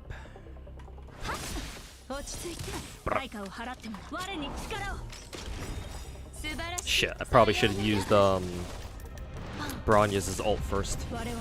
Didn't realize we were so close. Forgot that we were so close to it. Ow. How do I find out what VTubers to watch? Do you just check out some of their funny moments compilations on YouTube? I don't like actively go out of my way to look for new VTubers to watch. They just kind of like show up, I guess. My YouTube account is so what is it? It's so VTuber pilled that what is it? Yeah, my gacha account is so gacha account. My YouTube account is so VTuber pilled that my recommended section will occasionally recommend me like VTubers to watch every now and then, like new ones that I haven't seen before. Sometimes if I'm feeling bored or if I'm you know out of things to watch on YouTube for fun, I'll go check them out a little bit. Recently, however, in the past like month or two, I've been super digging all the Face Connect girls. Face Connect is kind of like my new corpo VTuber obsession at the moment. So I've been watching a ton of their shit as of late.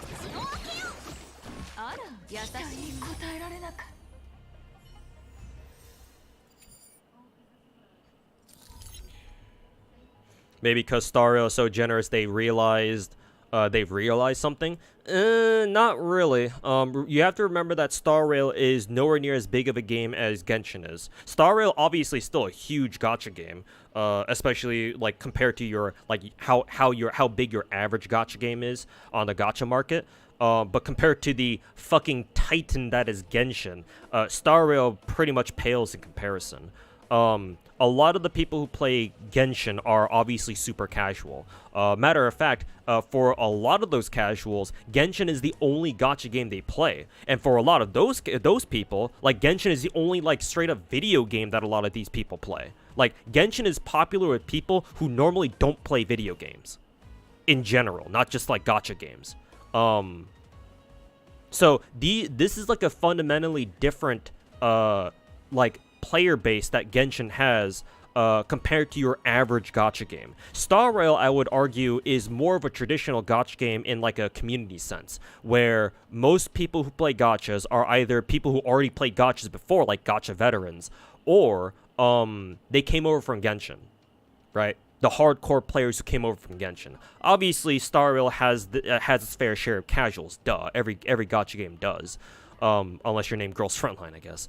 But yeah, the Genshin players, I would wager a guess. Obviously, I don't know for sure, but I would wager a guess that the Chinese Genshin players are how I've described them. Most of them are very casual, right? They only play Genshin as their only gacha game, or just their only video game in general. So yeah, I don't think the likelihood of them getting pissed off about you know, oh, Star Rail gets all this better shit, why don't we get some of this stuff too, some of this cool stuff too? I don't think that's really the case here. At least it's gonna be hard for me to believe that's what's going on here. Like Genshin players are fundamentally concerned about different things than a lot of other gacha players are. Well, that's a lie. They still care about freebies and shit. But what it takes to trigger them is different from what it takes to trigger most normal gacha communities. So I don't think it's because of Star Rail. I think it's actually because of what Luce Abelard is saying down here. If I can find his comment. I imagine it's the free skin selector if you have a PS5 only promo. Ah, so yeah, somebody mentioned it earlier in chat. I just didn't really, I didn't know what the full context for that was. But yeah, I remember now because I saw it on Twitter. I just didn't read into it very hard. Yeah, that might be it. Might be. I don't know for sure though, but it could be. Yeah, that's pretty lame. If You have if you get a free skin selector if you only if you have a PS5. Yeah, that's pretty low. That's pretty shitty. Not gonna lie. If that's actually if MiHoYo actually decides to go through with that. Somebody might try to poke Dawe with some sharp objects. Yeah, hopefully that doesn't happen. But yeah, people have tried it before. They might try it again, unfortunately. I mean, shit, man. Y'all saw Dawe in our last Genshin stream, right? Dude has fucking gray ass hair coming out in fucking tufts, man. Like, I still remember Dawe with a full set of black hair a couple years back. Like, back when, you know, Genshin first came out. Past couple of years have not been treating him very well, man. Can't imagine.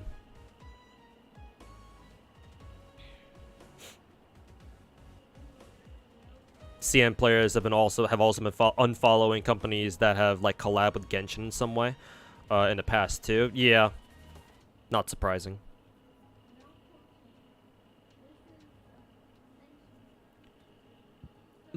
You seen on YouTube, they say their dailies are like 1,500 to 150 to 200. Like, they get like 150 to 200 primos. Yeah, somehow that doesn't really surprise me.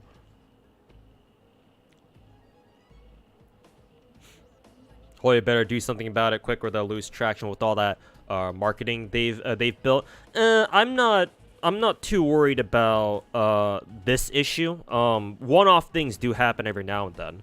Right, remember that the global Genshin community going fucking ballistic, and review bombing everything and setting everything they touched on fire, during our first anniversary shit.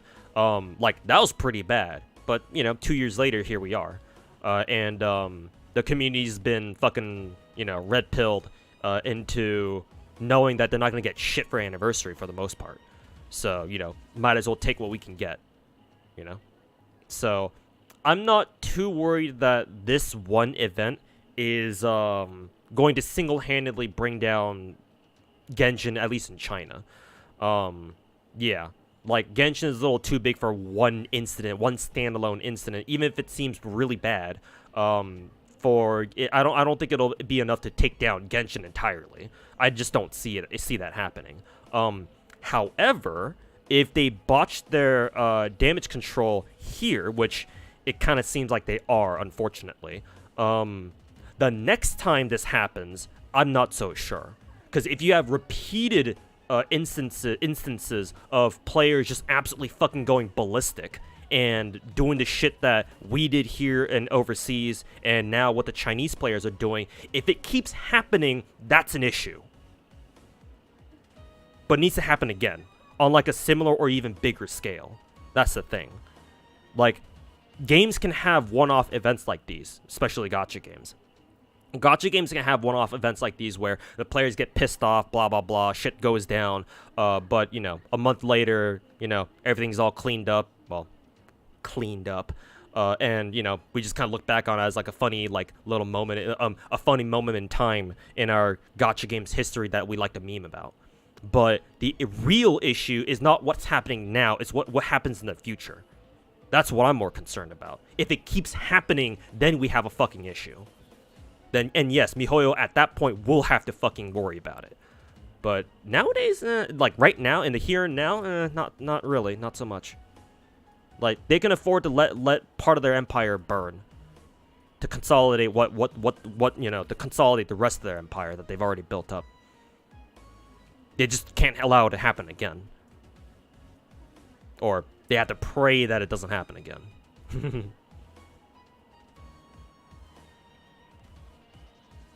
Can you look up my Mona review? Actually, sure, Naruto, but not right now. I want to go through some Star Rail stuff. I do have Genshin open right now, so I actually can take a look at your account, Naruto. But remind me to do that after I'm done with Star Rail stuff. So either stick around or come back in about, like, maybe an hour. Or maybe even maybe less, I don't know. But yeah, I will look at it, just not right now. Saw my YouTube gacha addiction video, really enjoyed it. It's popping up quite hard. Yeah, actually, it's doing a little bit better than I thought. I'm pretty happy about it. Hopefully it keeps doing well. But thanks for stopping by, man. Appreciate it. Neurosama's clips are that are the ones that you keep up with. Yeah, Neurosama is a gold mine of content for sure. Yeah, I agree. You see that one Genshin video by a YouTuber named Visual Adventure? No, I did not. Maybe you could link it so I can maybe take a look at it so we can do some React Andy shit or React Andy stuff. I mean, React Andy stuff is the meta these days, right? So gotta throw in my lot, you know. Oh, let's see. Wind. So, let's see. Oh, not this team. Tingyan,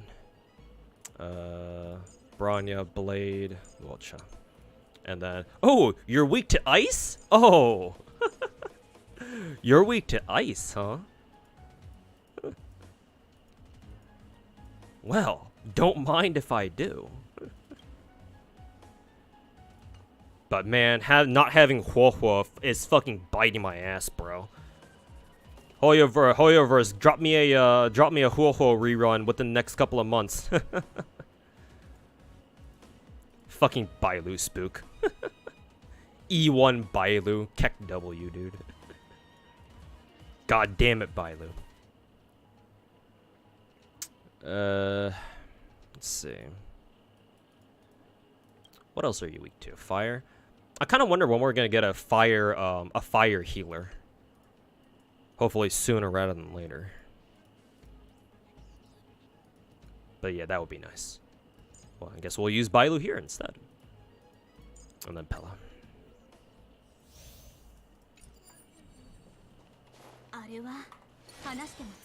Bronk. Is it twice? Wilcha first, and then Blood. Bra!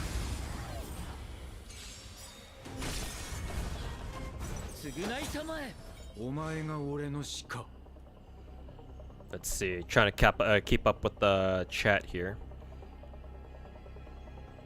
Your E2 Kafka looks weird. He has big white shoulders and a big shield. Oh no. Look at Pard Spook. Which is why Genshin community gobbles up everything Hoyo puts out, because they have no perspective. Yeah, exactly. Because Genshin is the only gacha game they play. So they have absolutely no perspective, so they just kind of eat up whatever Hoyoverse gives them. Which is exactly why Hoyoverse is not generous with a game like Genshin, or at least not as generous as they are with like something like say for example Star Rail, or at least one of the main reasons why. Yeah, because they just don't have any other clue. That way every night Genshin was a mistake. Not really. Genshin paid for them to be able to overhaul Honkai Impact 3rd. We all know MiHoYo loves their Honkai Impact. It's their baby, so yeah. If it weren't for Genshin being their cash cow, they couldn't have overhauled Honkai Impact's engine or whatever the hell they did over the past year or so. You've also heard that Genshin's stinginess is also due to the director of Genshin's project. Apparently he used to lead Honkai Impact 3rd and people hated him. You know that if that's true, then that's understandable, because FGO had the exact same situation, if you remember, Pompinator. Remember that initially for part 1 of JP FGO, Shiokawa used to be the head director, right? And then when he got replaced by Kano Yoshiki for part 2, for the Lost Belts onwards, Shiokawa then headed the NA team, right? The NA project, or he was the lead director for NA. And we didn't really like him that much either. We didn't hate him, I don't think, but like things definitely improved when they fully kicked out Shiokawa, and then Kano Yoshiki just took over all of FGO, or at least JP and NA together, right? People we like Kano Yoshiki way better than we did Shiokawa, because like I mean, for those of us who are old enough to fucking remember, like we only really remember Shiokawa for that single Rider Gem meme, right? Whereas with Kano Yoshiki, we associate him with early 120, early servant coins, and whatever else he's been able to bring, or what we think he's been able to bring FGO during it over his, you know, however many years of tenure. So that's actually there's some truth to that. Assuming that's understandable then, if that's true. But I guess we'll see. We'll definitely see. You're relatively new to the game. You're faced with a boss stage which you have no DPS built for their weaknesses. Are you stuck? Any tips? If you're okay with stalling your ass off and eventually getting the job done, you can do that, assuming you can keep your entire team alive for long enough. Usually, if it's a story boss fight, or like a simulated universe fight, there's not really any time limit, so you can stall your way out. You can stall your way out of it. But effectively, yes, you're stuck.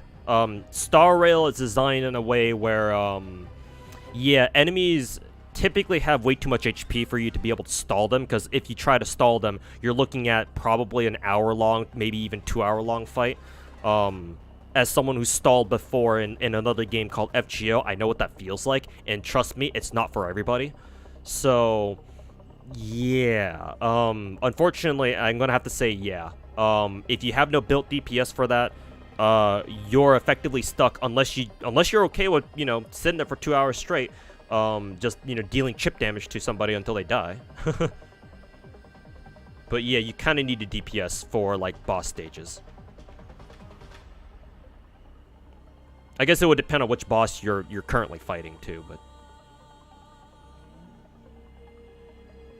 have I tried the new Grand Blue fighting game? I've seen people play it, but no, I haven't tried it myself. Seems fun. People seem to be enjoying it a lot on Twitter, so it seems like it's doing pretty well. You dropped Ho, but you hate her? Why? Well, I mean, everybody's got gacha characters that they don't like, I guess. You still don't understand why every MOC is weak to ice? How long do they want people to use Jingliu? I mean, even if they didn't want people to use Jingliu, man, Jingliu is basically the best destruction character. Is the best DPS character alongside Daniel Alter, in my opinion. Like probably a close second behind Daniel Alter. Like, even if they didn't want you to use her anymore, people would still find a way to use her.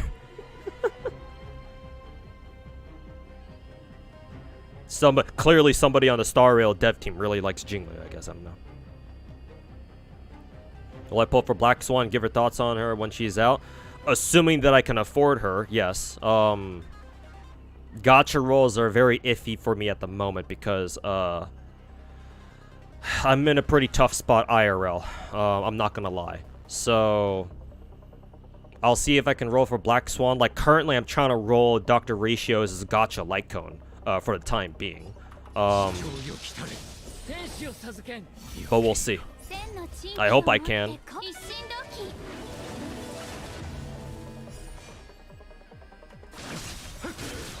But again, I will know when the time comes. Like, I can look up her kit online right now and tell you, tell you, like, give you my initial thoughts on her, if you're okay with that. But yeah, gonna have to see if I can even pull for her to begin with. Or even have a chance to. I'll probably try to roll for her anyway, but as for getting her, I don't know. Also, Jerry from accounting, thanks so much for the 100 bits. Sorry for the late notice there, or the late call out there, but appreciate it, man. Hopefully you've been doing well. We can kill. I think Tingyun can kill a mob on the left. Nah, we'll just keep hitting this dude. Because we'll do this, and then Uocha will get rid of the revive on the two guys on the right. This, pop Bronya ult, and then we try to kill the guys on the right. Jingliu kind of has no free-to-play option. Honestly, you're not wrong. Probably, you're not really wrong. Ow, ow. I'll give you this. Sure, kind of a waste of damage on the middle guy, but whatever.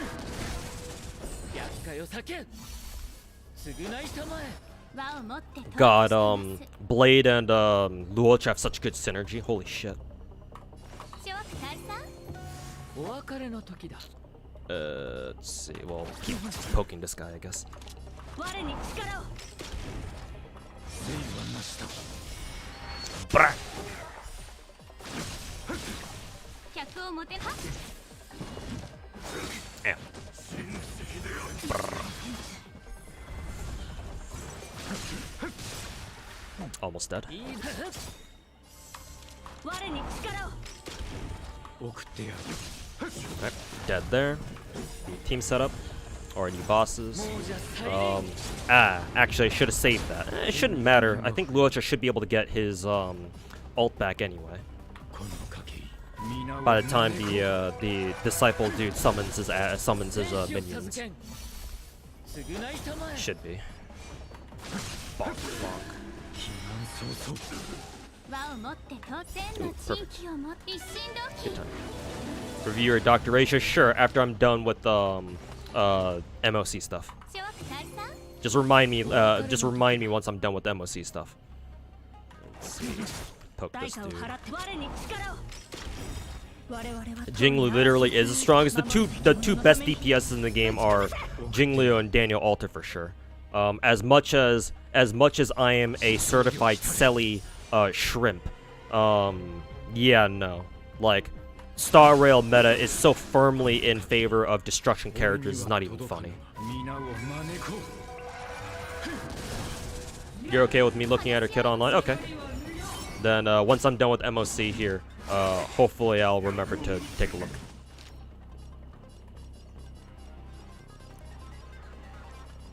Let's see here. Yeah, Luocha's ultimate would be pretty good right about now. Ow, ow, ow. いい度胸だね Let's see here. How much energy is he with? Yeah, even if I use a skill, it's not gonna be enough, I don't think. Let's see. Let's attack you. Yeah, that way follow-up attack will break her. There we go. Easy. 我に力を Okay, good. Blade can still has one more use of his enhanced basic, so that way we can have Tingyun use her skill on these. Oh, you had another one. Excellent. Ow. Fuck you. Bonk. 天使を授けん There we go. And we use Luocha's ultimate here. There we go. And none of those guys have their revives. 期大 Perfect. さん千の地域を持一心同期お別れの時だ Let's see. Oh, we can break this. どんな隙も見逃さない Let's see here. I think Blade doesn't have his enhanced basic anymore. I think you can check to see if he has his enhanced basics. Yeah, I don't think he has it anymore. So, I think what I will do, I'll shoot this dude. Should die. There we go. 我々はとうに Yeah, he didn't have his enhanced basics, so のために打ち崩せ pop it here. Blah. Let's see. Hopefully this will kill. Yes. 客をもてなさなは我に力を There we go. And this should kill right here. If it didn't, his ult will kill. There we go. 鳴り響け情熱天使一同人にな Blah. They just now reposted the Acheron tweet. Okay, so it was intentional then. They probably just made a mistake with their original drip marketing post. It's either that or enough people saw it and bitched about it, so they put it back up again. Oh, I would love to hear an explanation out of that. Trying to get Kafka here free to play wise. Hopefully you can get her hominid, because yeah, she is worth it. She's absolutely fucking worth it. 全てを照らさん Kafka, the kind of woman who's worth ruining your life over. 優美な身構えですね Let's see. 敵データ Let's 捕 just 獲マ pop ーク起 Pella 動 ult 愉 here. 快な反撃の時間ですはっ命のいずれ風に吹き落とされる死ぬがいい Wonk. Chop, chop, chop, chop. してやろうかとりゃ支援開始いたしますおや No, stay down. Dead. Next wave. 引けば見逃そう。 Let's see. I would actually consider. Actually, I'll go after the performance robot here. I think I'm gonna consider him a bigger threat here. Here we go. 月光を剣とす。敵ターゲットを確認。 Let's see. I'm gonna hit this dude because Pell will probably break the performance robot with her ultimate here. Even if she doesn't, I got Jinglu's ult right after. Actually, no, I should have used Ruin Mei's skill first. Forgot about that. Oh well, whatever. 全てを照らさん。根は戻れ。重傷よいしょ。楽しいですか。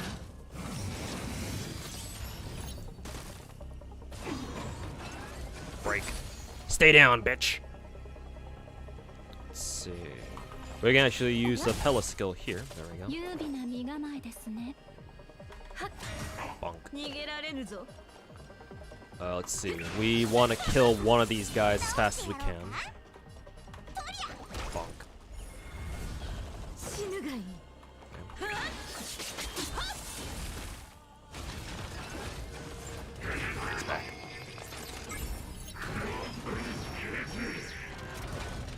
Should break. Yep. There we go. Let's see. Do this. Pop ult. Everybody. We should be able to take everybody's performance points here. There we go.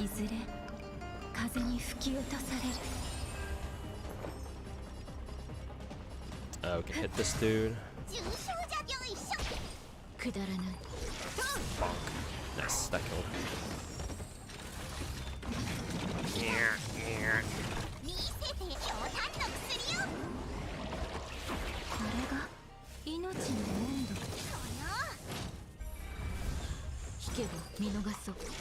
Bonk.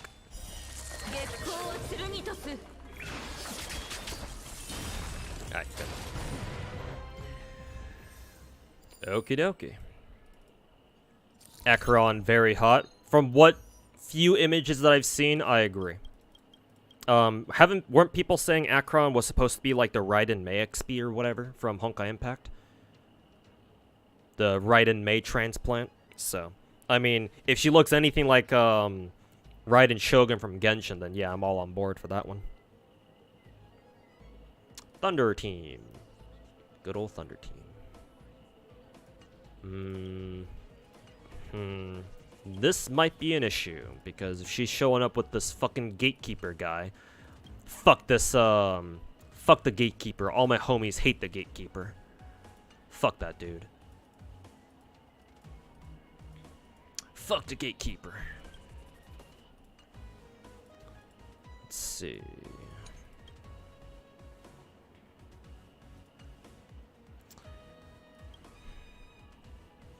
Normally, I think I'll run Kafka hypercarry here. I'm almost a little. I'm tempted to run Jingyuan. I know a lot of you guys are new here in stream, and I'm sure I'm aware that the popular opinion of Jingyuan at the moment is that he blows dick, but I actually respect the man. He carried me back in the first. I think he was one of the first characters who allowed me to full clear MOC. So I don't give a fuck what the community says about him being mid. I think they call him mid UN or something. Fuck everybody. I love Jingyuan. Dude's a fucking homie. And I've unironically used them for MOC clears before. So a part of me does kind of want to run Jingyuan. The issue is that using him against the gatekeeper is kind of a bro moment, because the gatekeeper fucking procs his syncdom off of ult and skills. So considering I want to run Kafka here, that's not a great idea. If we didn't have to deal with the gatekeeper, I would seriously consider running him, or actually I probably would consider running him. But yeah, fuck the gatekeeper. That guy a bitch. So I think I'll settle for hypercarry Kafka, I think. I do want a way to deal with the debuffs though. So I think I'll run Bronya actually. Bronya and then Luocha? We could try this. Yeah, let's run that. I think that's kind of a weird team, but oh well. Let's see, Ruin Mei, Jing Yuan, or Jing Yuan, Jingliu. Let's see here. Fushuan, and we need a healer somewhere. Actually, we can run Fushuan.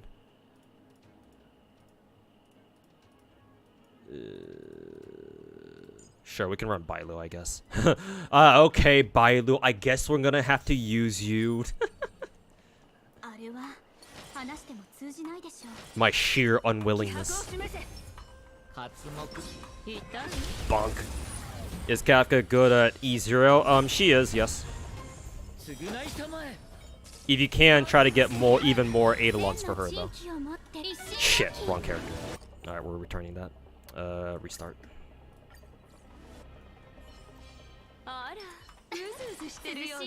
But Kafka is still perfectly fine at E0. She obviously just gets a lot better with the first two Eidolons, though. But yeah, like Kafka's Eidolons don't fundamentally change hers. That is the thing. At least not the first couple. So you're good.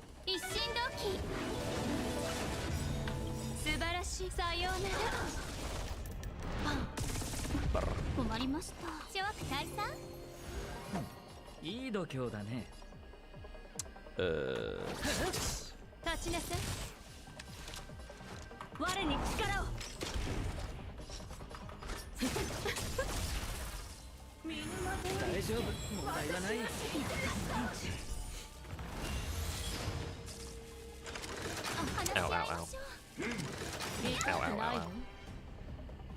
Let's see. I'm actually going to use Lucha's ult now, because somebody's going to drop below 50% HP, so we'll at least get the bonus charge off that.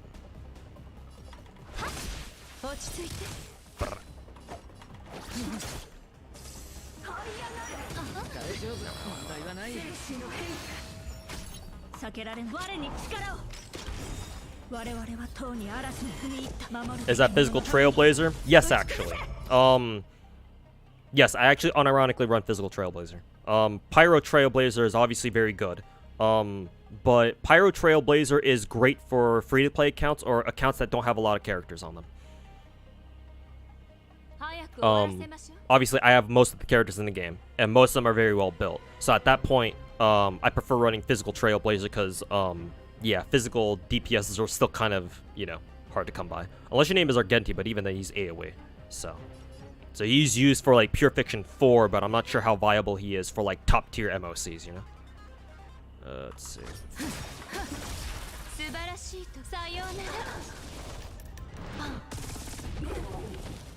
Brr. Nice, good break.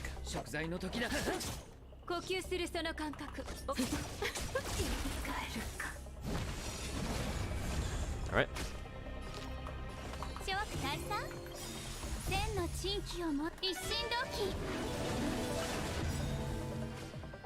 Very good.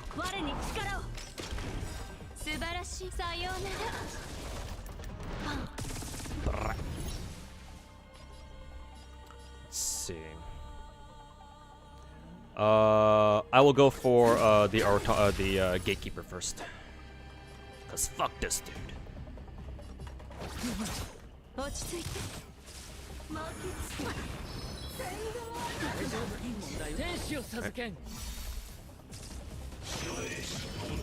Ow.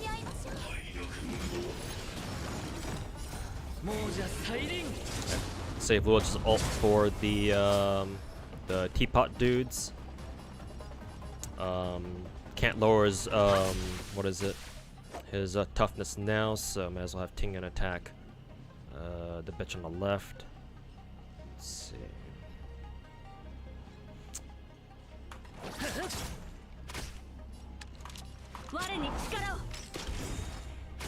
我々は塔に嵐に踏み入った守るべき者のために打ち崩せ全員死刑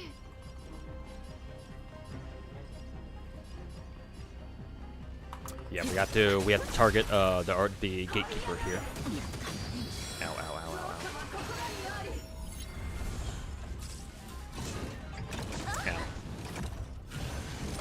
Ow. Ow. Let's see who's next. Tingyun is next. We will heal Tingyun. There we go. Smack you. There we go. Brr.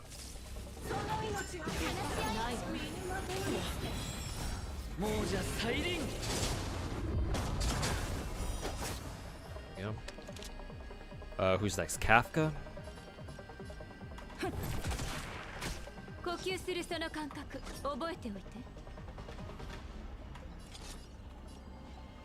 No, we want damage. 素晴らしいさようなら Kill these sons of bitches.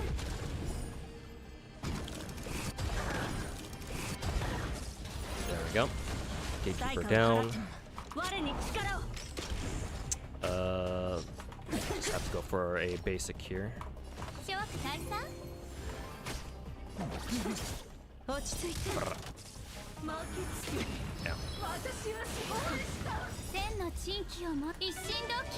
Alright, that should be it.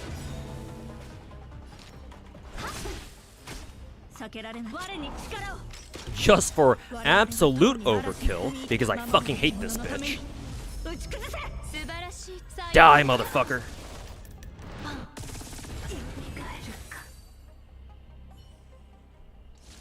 Alrighty. Next team. Bonk.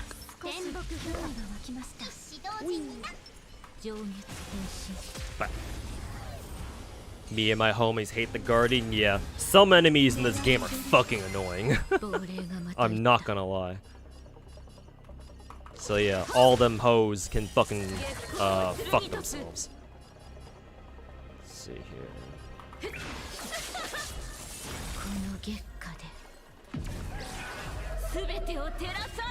Brr.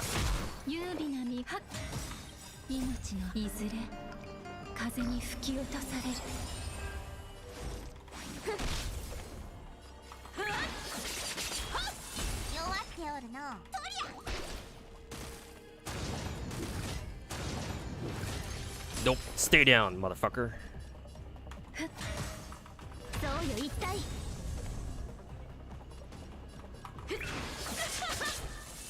Nice.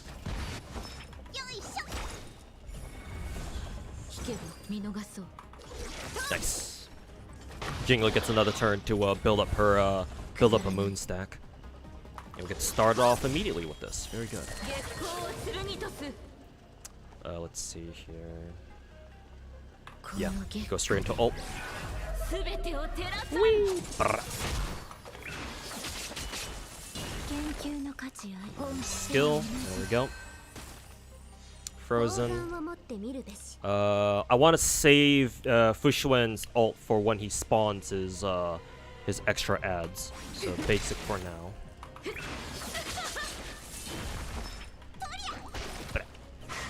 Alright, there we go.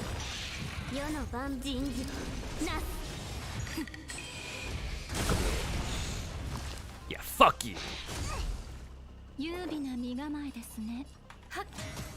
Continue bullying the bug.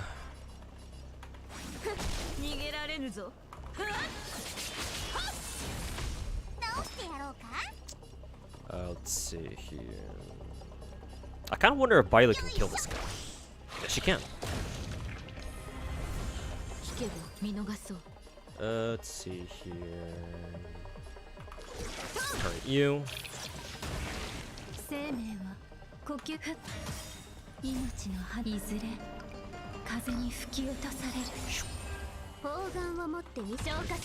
Skill. There we go. Almost died for break. Oh, no, it did. Thanks, Ruin May. Thanks for bringing the most busted character in the game alongside Braun. Do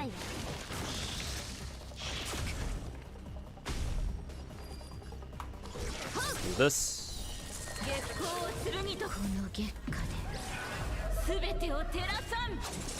Do you spend money on Navia? For her weapon, yes. Did I spend money for a character? Yeah, I had to have. I'm gonna assume that yes, I did. I probably didn't spend that much. I probably spent like just $100, just a single pack. But I want to say that yeah, I did. I probably did spend money, probably. I don't remember exactly how though. Her weapon, however, I know for a fact I had to spend money. So weapon, yes. Character, probably. Probably. Ow. I don't know, can you kill this dude? No, not quite.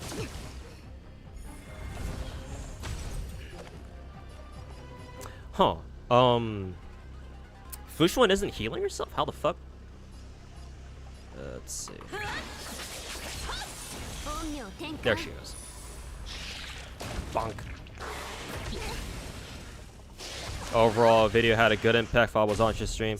Most people called me base. Good to know. Cause yeah, what if this video, if that video that I made was gonna like pop off, I kind of anticipated most people's reaction being like, bro, what a fucking, you know, what a fucking dweeb spending 80k on fucking gacha games and going this hard on them, Keck W. Usually that's the kind of reaction you'd get out of like places like Reddit, I guess, but maybe I've been too Reddit pilled. Anticipating a reaction like that. So glad to see some people appreciate it, I guess. Feels good, man. Get this guy first.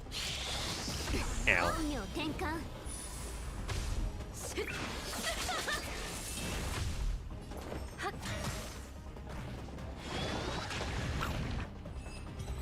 Here's the Enka link. Okay, I'll pull this up then.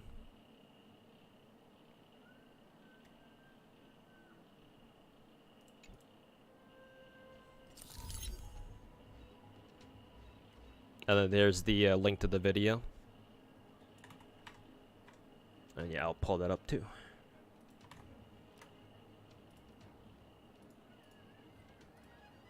Let's see. Oh, yeah. I recognize this video. I think I was watching somebody watch this. Who was it again? Excuse me. Probably should go grab some water.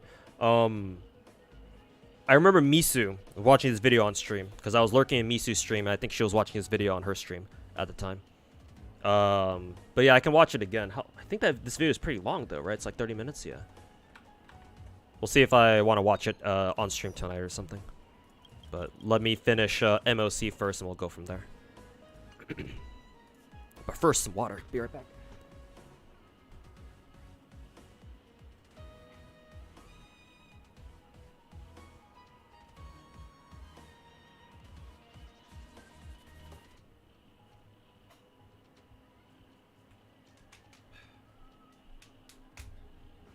All right, in and out. Okay. What is this again? Is it MOC 11? All right. MOC 11 time. Things are starting to get real serious here. Yeah.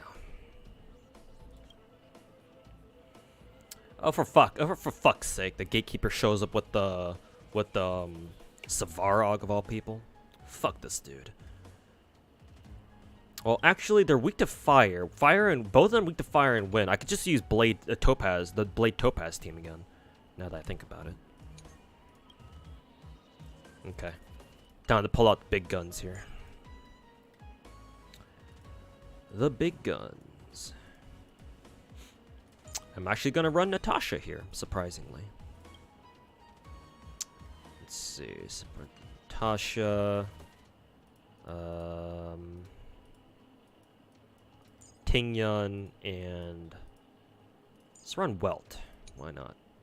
And then here we'll run the let's see, Topaz, Blade,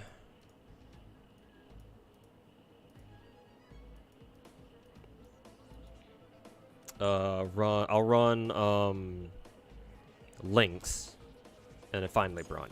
Try these teams.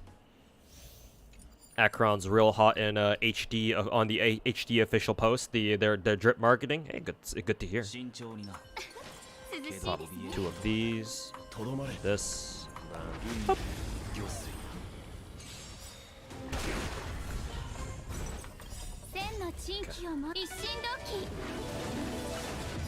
Daniel time. We're gonna go for the bitch on the left because she's fucking annoying.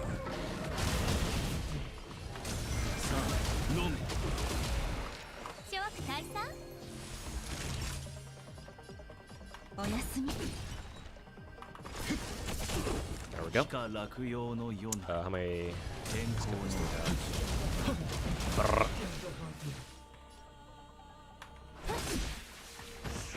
Ow.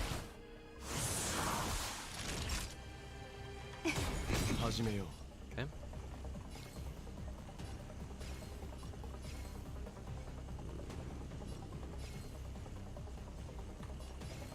Let's do a single right here.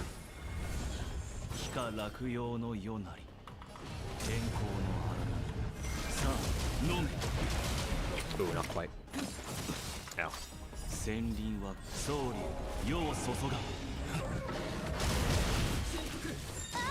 Ow. Let's see here.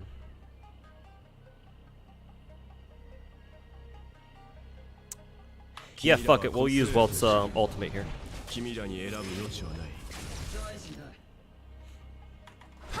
Smack you. Let's see. Take a risk here. Only one hit. Doesn't matter. Don't have a skill point. Probably shouldn't have used Daniel's full charge basic. Should have left at least one for Tingyan there. Take this time to regen some skill points at least. Boom. Right.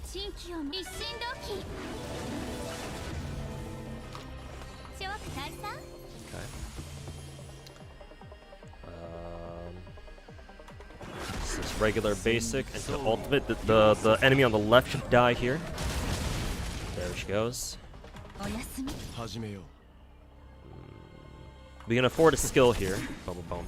Decent damage. This might kill. Oh yeah, this will definitely kill. There it goes. Ult time.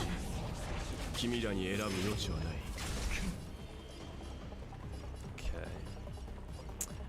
Oh, we can't break Bronya yet, so we gotta go for this. Gotta go for her.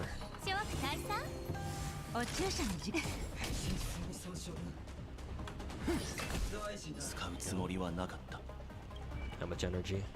35. Double charge ult should do the trick, like this. There we go. Ultimate and then break this bitch. There we go. Ow. Ow. Ow.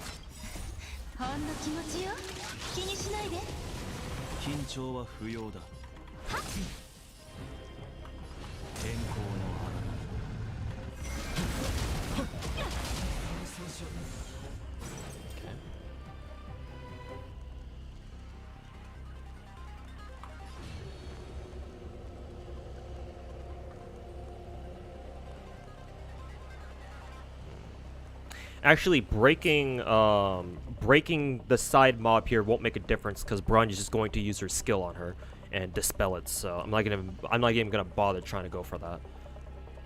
Not really worth it here. So let's see. I will cleanse Natasha's stun. We'll just build skill points for now.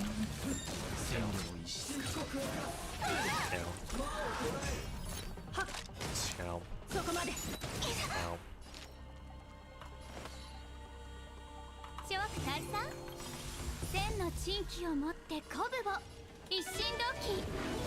Hopefully, this will, yes, shuffle the reshuffle the order there.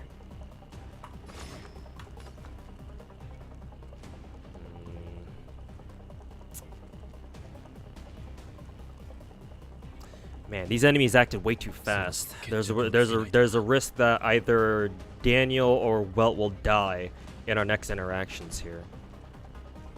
Actually, yeah, they're definitely gonna die here because the enemy's gonna go for the what's his name? What's the name of this enemy again? The envoy is gonna act first, and then Brian's just gonna pull her turn back up again. So I'm not sure if we're gonna survive this interaction. Yeah, I would need to use Welt's skill to get his ultimate, but again, that doesn't matter. But it's better than letting the envoy act twice in a row, so we have to go for it.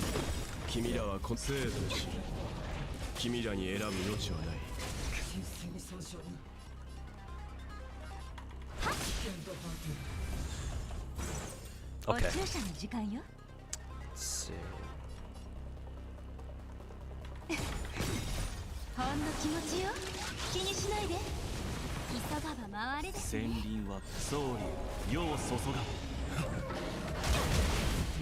Okay. Yeah, so she pulls her turn back up, but again, better than letting her act twice in a row, though. Whoa, did Tingyun really dispel or resist the stun there? Holy shit, I don't think I've ever seen her do that before. Let's see. No, I can't use Welt's skill here because I'm gonna full charge with this, do some damage, and then heal Tingyun by doing that. Okay, there we go. She's stunned now. Oh, cool. She's aiming. She went straight for Tingyun. Cool. Thanks, bitch. So yeah, return that. So unfortunately, Natasha is not the way to go. I'm actually kind of curious why I didn't think of using Luocha before. It's like, why didn't I use Luocha? What is the meaning of this? Let's see. Actually, let's drop Dr. Ratio, considering that this is supposed to be Dr. Ratio's patch. So instead of Daniel Alta, let's run Ratio.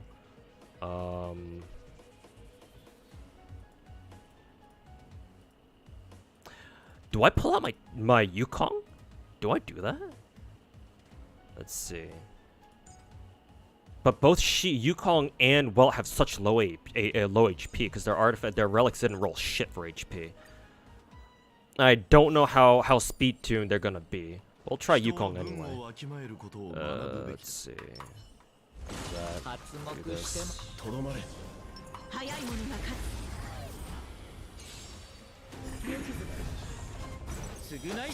So what's the order? Not looking too good. Why is Yukong the slowest? Is my Yukong speed really that fucking slow? I guess it must be. I mean, she's not even that slow. She's 137. Huh. Well, whatever. Give it a shot.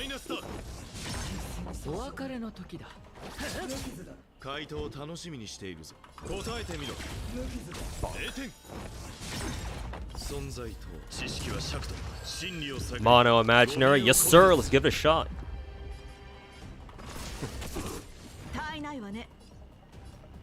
Let's see, skill. Yes. Skill. Okay, Dr. Ratio will get the second hit at least. Go for that. Bonk. Skill or actually yes, skill. We can go for that. There we go. Bonk. Who's he aiming at? Welt. I think at max HP, Welt can tank one hit of this dude. I want to say. About to find out though.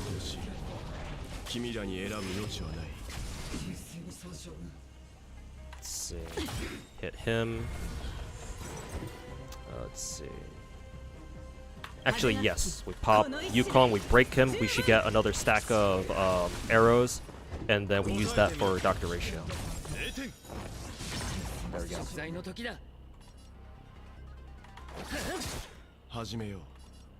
Let's see. Bounce that. There we go.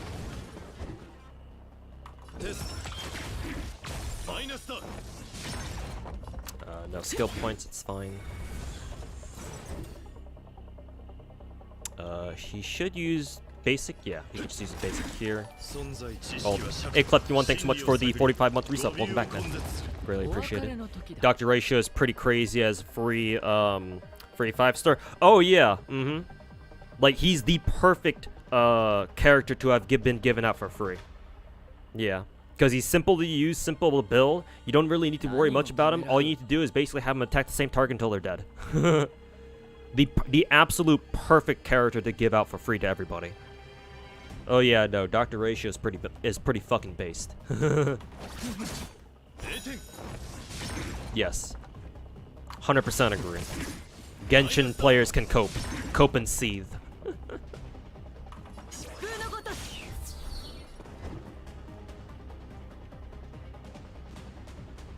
Let's see here. Let's go for a basic attack there.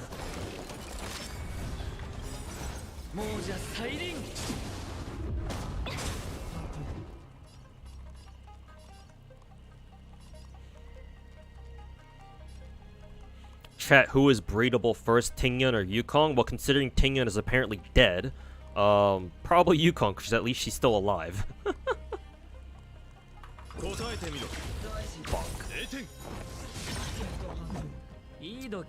see. Keep attacking her.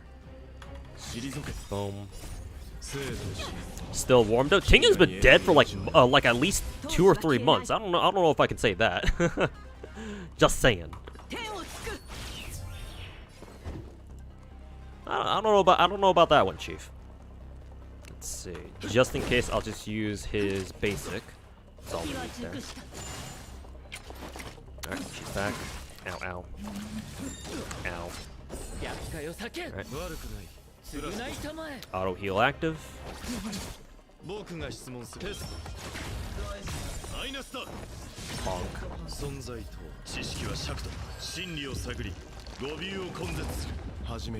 Alright. Let's see. Use a skill here? We do have the skill points for it. Sure, let's risk it. Bonk. Dr. Ratio time. Let's see. Bonk. Yukong should get her ultimate here regardless? Yeah. Basic into... Let's see. Skill... Yeah, skill here. Oh, that's surprising. They didn't, Bronny didn't use her attack. Oh, Tingyan's dead. Or not Tingyan. Yukong's dead, so I could do that again. But at least it's nice to know that Yukong is perfectly... she just happens to be speed tuned for Dr. Ratio, so that's nice at least. However, this is gonna be pretty RNG, I feel. Unfortunately. Oh, I need to attack with Dr. Ratio, unfortunately.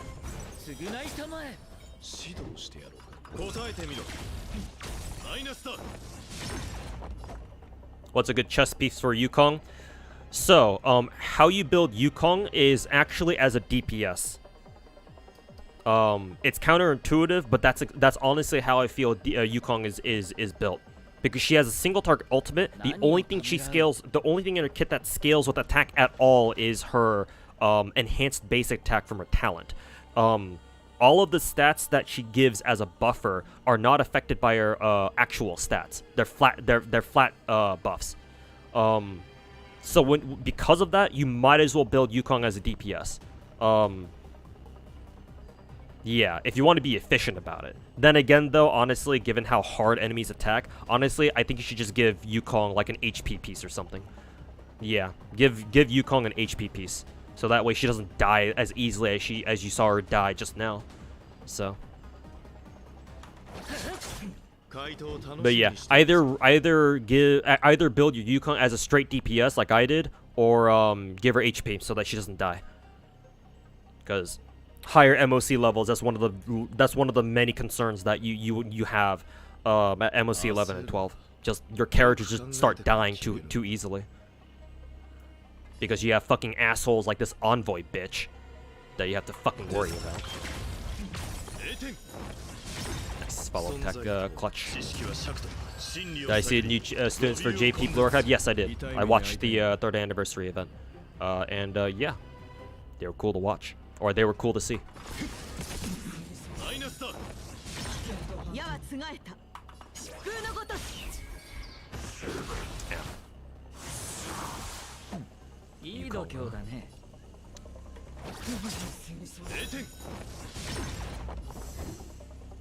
Who's next? Does Welt have enough for his ultimate? Ooh, one off. Unfortunate.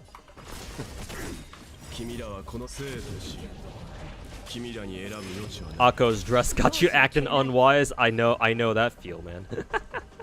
I know that feel. We'll break this bitch too. With Yukong's ultimate there. There we go. I should have used ratios as skill there. Wrong play.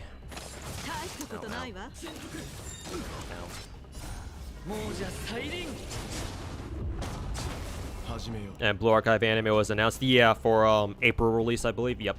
Lots of good news. Lots of good stuff out of the anniversary event so far.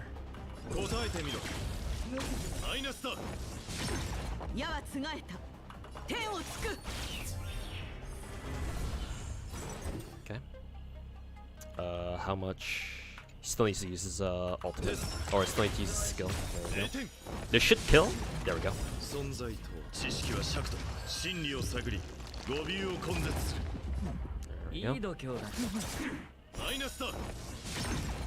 Let's see. We'll just go for a solo. And we can buff again. Ow.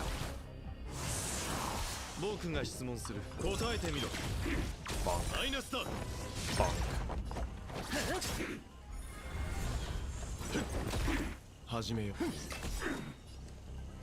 And this should kill. Yep, there we go. Which would be better for general farming? Double coin, no Oberon system. Both are MP1. Level 100 and 1000 fode. Coin Dark or Mao Nobu? For general farming, no Oberon. Mao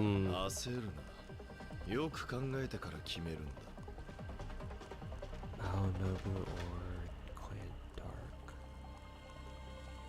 I actually would say Mao Nobu. Actually, give me 1 second here. Let me actually compare their self buffs.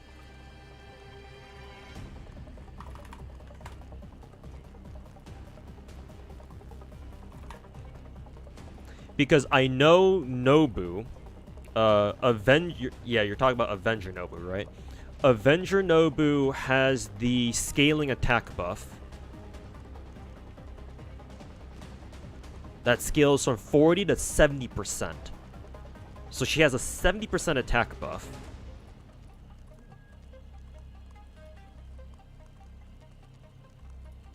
Let's see.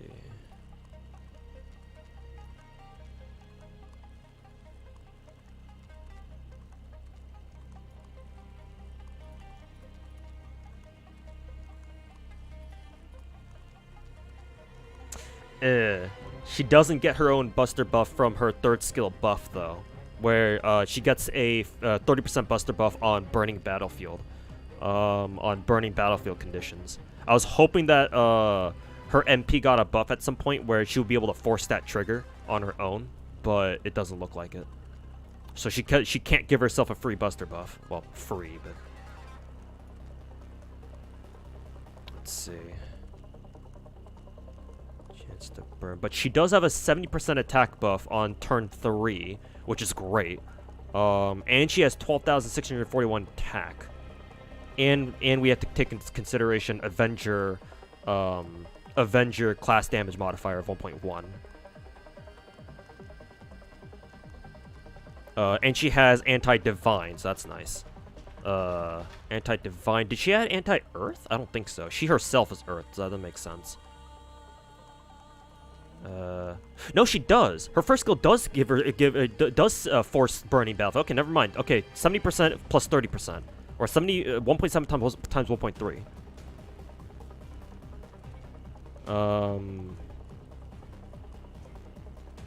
She has 50% power mod against Sky, and she has her anti-divine super effective mod. That's a lot of perks. Not gonna lie. Compared to whatever the fuck Koi and Dark has, who has. Oh yeah, right. Koi and Dark is a fucking Avenger. I was looking at the Avenger tab. I mean, to be fair, Koi and Dark could be an Avenger, given how she is. Koi and Dark has only 11,000 attack. Only 11,000 attack. She gets a 30% buster buff, a 30% attack buff because her second skill gives herself her own attack buff. Anything on her NP? Her NP does give her a free 20% attack buff on top of that, so effectively she's working with a 50% attack buff, 50% plus 30, with extra damage against Earth. No, Nobu wins that hands down. Nobu has better buffs, higher attack stat, 1.1x Avenger mod, and better both a power mod and a super effective mod. So no, Nobu Avenger is better for general farming.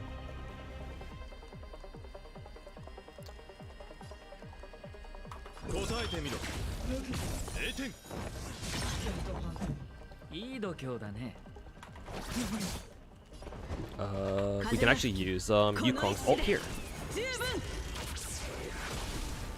There we go. Bonk.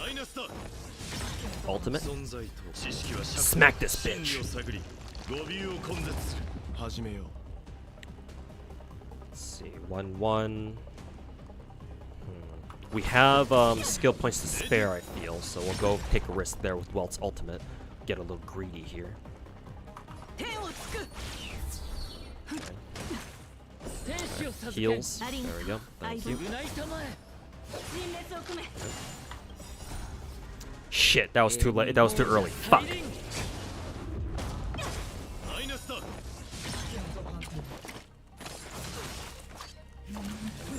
Elbow strike there. Ooh, Yukong actually resisted the stun, or the stage 1 stun, I should say. Still did a lot of damage though.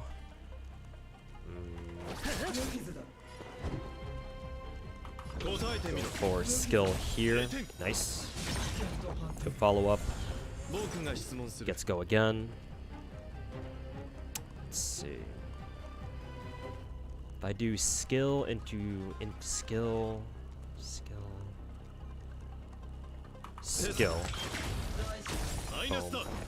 Boom. Basic here. And then let's see. Yeah, basic here.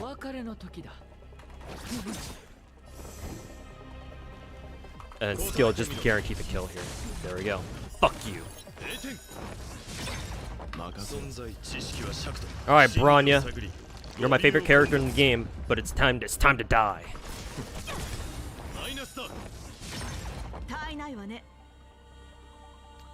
Let's see here. Basic.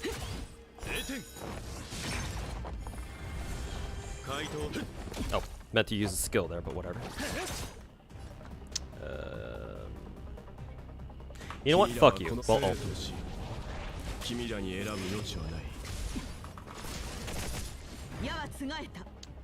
Let's see.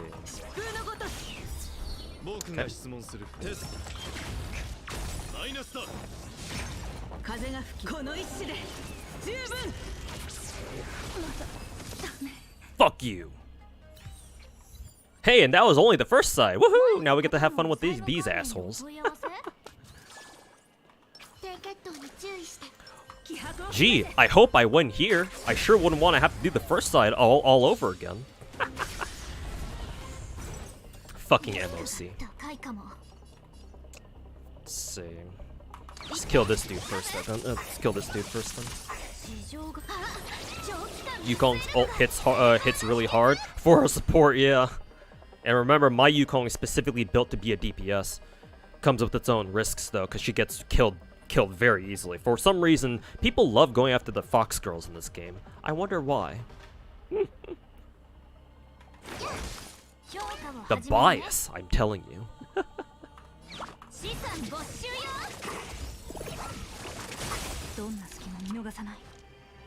Let's see here. Honestly, I probably should have just brought up Topaz just to loop her fucking shit, but whatever.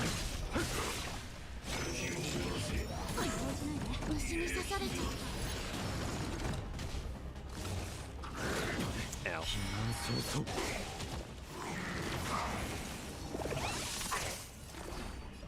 Let's see. Ooh, no skill points. That's kind of bad. Bonk.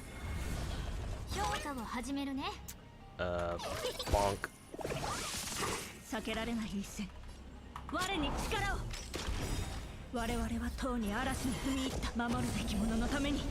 You don't need to do first side again? Oh, thank God. Thanks for letting me know. Otherwise, I would have been sitting there mauling forever. But yeah, thanks for letting me know. That's definitely a relief. That they don't make you do that whole shit. They don't make you do that shit all over again. Crunch. Ow. Who are we going for? Blade or Blade? Ow. Ow.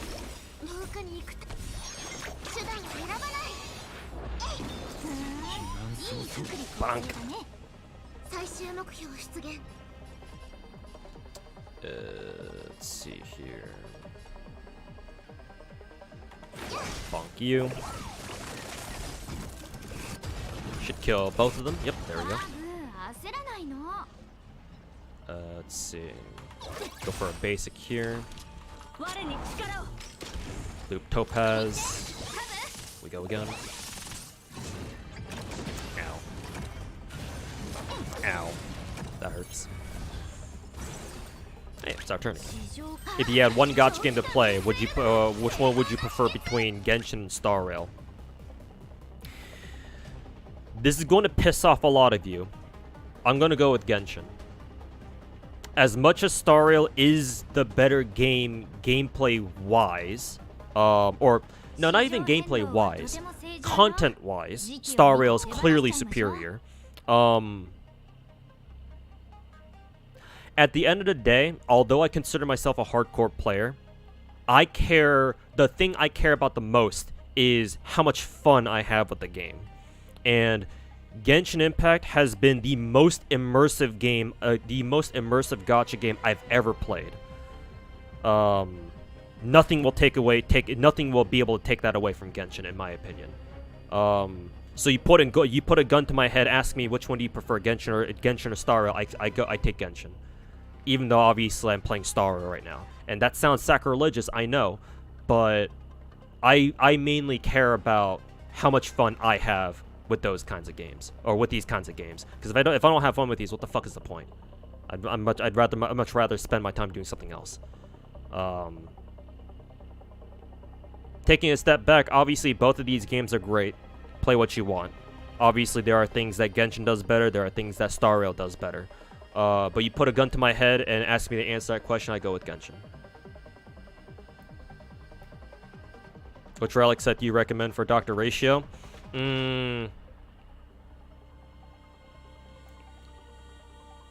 Not Imaginary. I'm running Dr. Ratio with Imaginary at the moment. But run him with the follow-up attack set.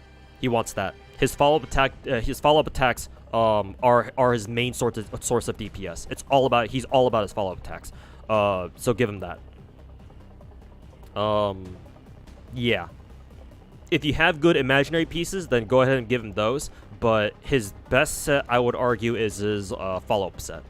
Yeah.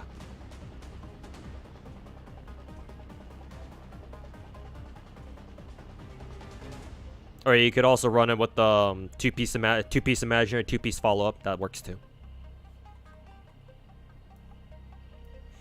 2.0 has his best. Will have his best. Okay, then hopefully you have a placeholder for him until 2.0 hits.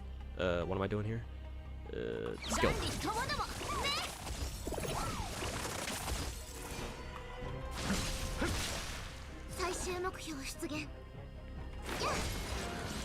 Nice. All right, Mr. Savarog, I'm here to bargain.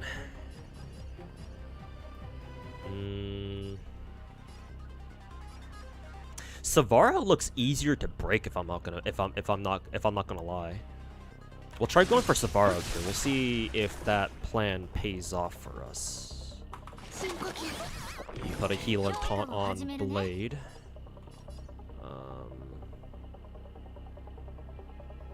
Do I use a skill here?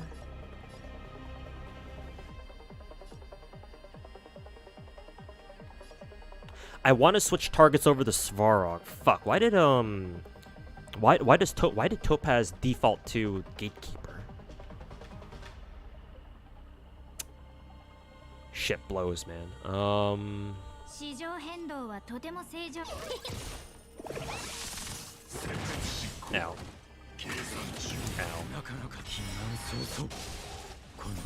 Ow. Maybe I shouldn't have used his ultimate. Whatever. Fuck it. We ball.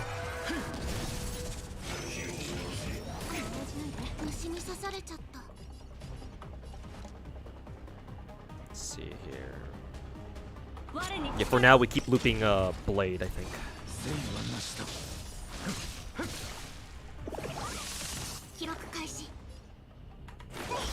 Do that, and then immediately use the ultimate to keep Blade alive here.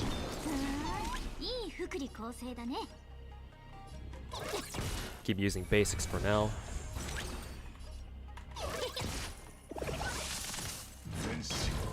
Oh, got the hand.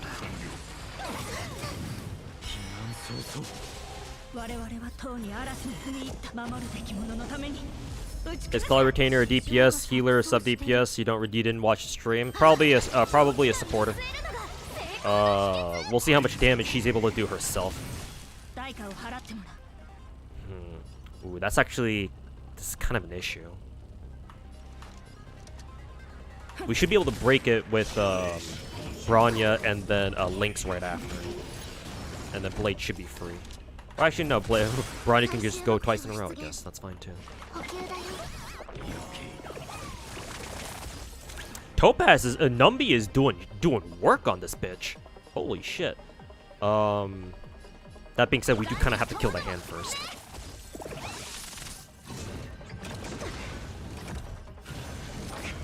Nice effect res.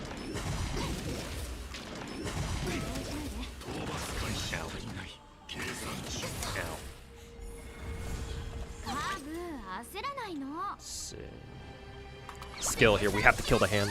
Let's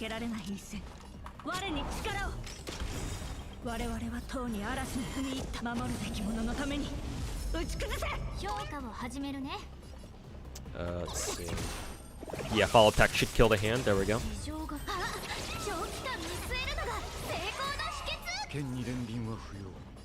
Let's see here.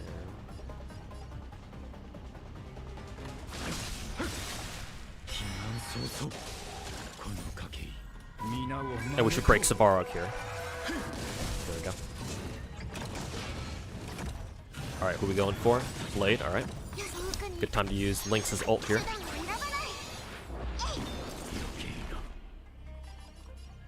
Let's see.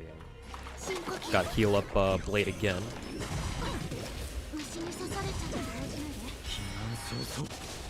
Double turtle. Alright, kill the gatekeeper. These bitches are dead.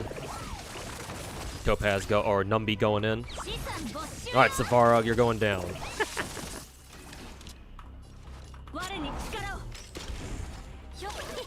Bitch! Hell yeah. Full follow-up attack set requires multiple hits of damage. Oh, okay, I see. That's why people were recommending only 2-piece follow-up with another set. Gotcha. Let me, so that I know for the future, let me take a look. Let's see. When user wears follow-up attacks, increases wears attack by 6% every time it deals it deals damage. Okay, yeah. So that's where it is. So yeah, and then two-piece gives him the follow-up attack bonus, a bonus damage anyway. So he doesn't need a full four-piece. Gotcha. Yeah, and if you can run double two-piece, then it's gonna be a lot easier to gear in general. So yeah, Doctor Ratio, two-piece imaginary, two-piece follow-up set for sure. Either two-piece imaginary or two-piece musketeer, whatever's most comfortable. Alright, almost done with this last bit. We got MOC 12 now. Or whatever 12 this is. Alright. Dear boss. Hello, dear boss. I have come to bargain once again.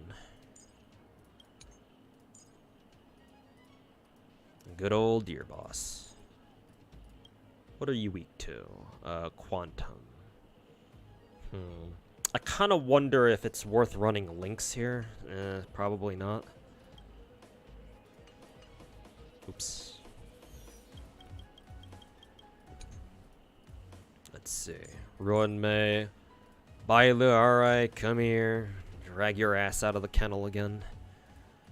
And then Pella. We'll run Pella here. Let's see if she can work. If not, I do have Gepard if I need some more defensive options.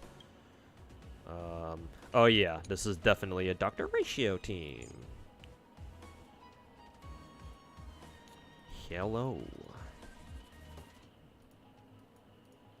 Dr. Ratio, Branya, Luocha, and Tingyun. This is gonna be kind of a dangerous team to run because Tingyun is probably gonna get fucking DPS down, but like it's no one's business. Alright.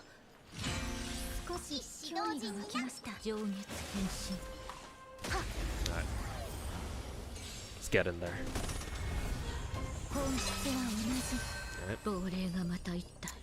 Alright. Let's see. I'm gonna go for this bitch first. That bitch annoying.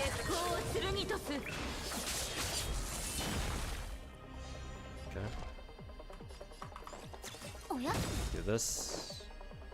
Let's see here. Use this, and then use Pella's ult, and then Jingu's buff. Or Jingu's ult. Crunch. And we hit the monkey boss. There we go. And we get to do this. You're dead. Goodbye.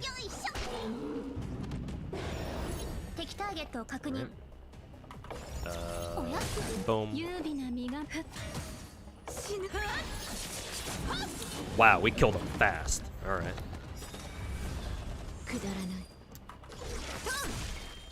No. Go again. Thank you. Thank you, and fuck you. Will I pull for Cloud Retainer and Weapon? I'll see. I don't know as of right now. Things are very uncertain for me IRL. But I hope so, man.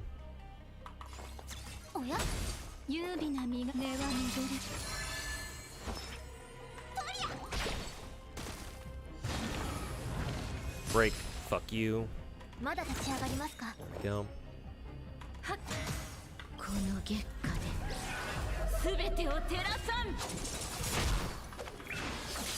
Nice. We were able to one cycle this asshole. Alright. Summon some plants. There we go. 4-piece Imaginary is still free 10% crit rate. True. But I believe 4-piece Imaginary's extra crit damage only applies when only when you've broken enemies. Which is why I don't think Imaginary 4-piece Imaginary set is as good as other sets. Because yeah, that means that you have to focus on killing, or you have to focus on hitting enemies who are already broken, and that's not terrible. That's not very efficient. Because ideally, you want to hit other enemies who still have some toughness left. While you leave alone the enemies who are like broken already. But I have my thoughts on 4-piece Imaginary, but yes, it does give you some extra stats, so it is nice. But yeah, I sort of wish it worked a little differently though. What game have I spent the most on? FGO, either FGO or Genshin. FGO probably, because I've been playing that game for a lot longer. Let's see. This. 支援開始いたします。おや？ There we go. 命のいずれ風に吹き落とされる。 More plants. There we go. 直してやろうか？ None of these are weak to electric, I don't think, unfortunately. We'll just smack the deer a little bit then. Nice, kill that one. Shit. 引けば見逃そう。月光を剣とす。 Do this, we should get Jinglu's ult here. Alright, good, we killed the flowers. Or the stupid dumb plants or whatever they're called.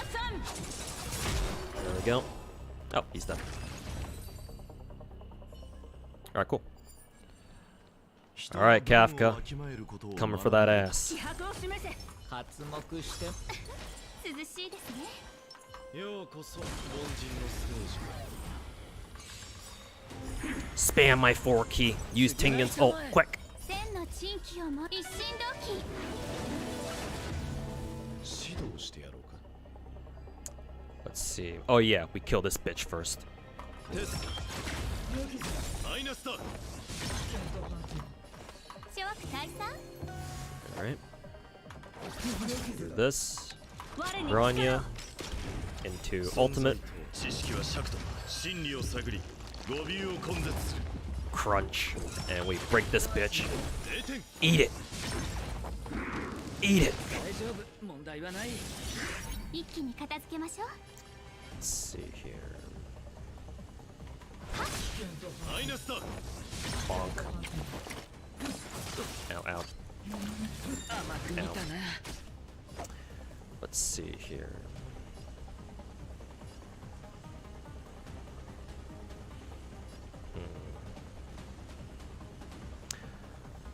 Bronya will clear Dr. Ratio's wind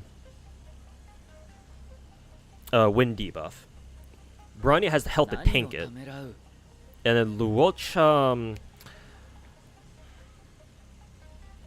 I think Luocha should still be able to tank this. I think he'll barely survive. I don't think this dude should be able to one-shot or do 2600 damage or 2700 damage. I'm gonna take a risk here and gamble that Luocha will not get one-shot. Because as long as he doesn't, he'll just auto-heal himself, I think.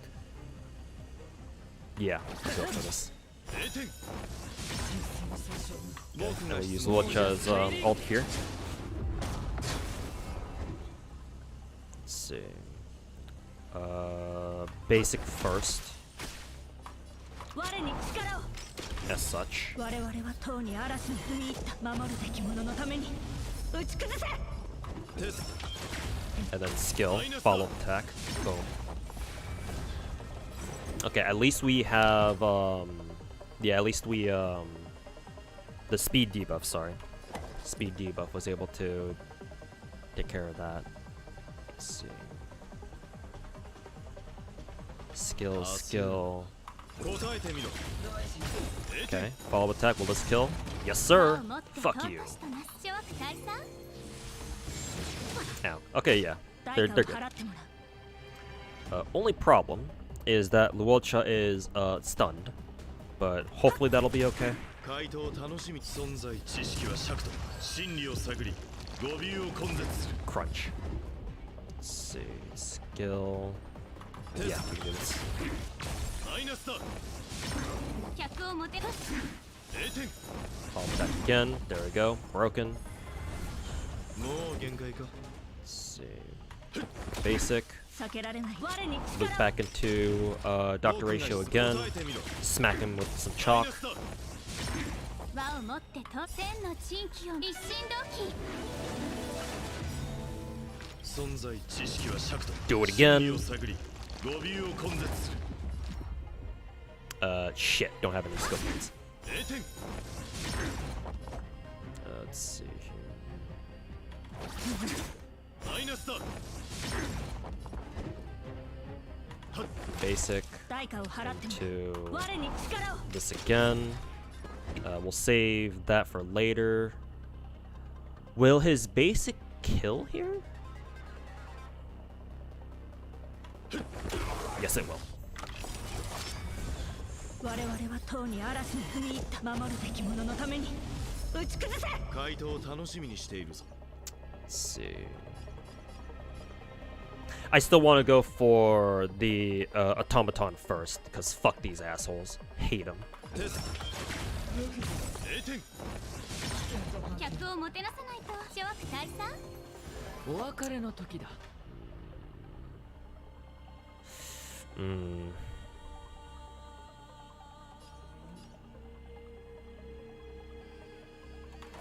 Gotta take a risk here. 避けられない一戦。我に力を。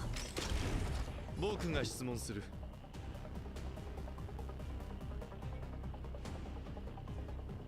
答えてみろ。マイナスだ。準備はいい。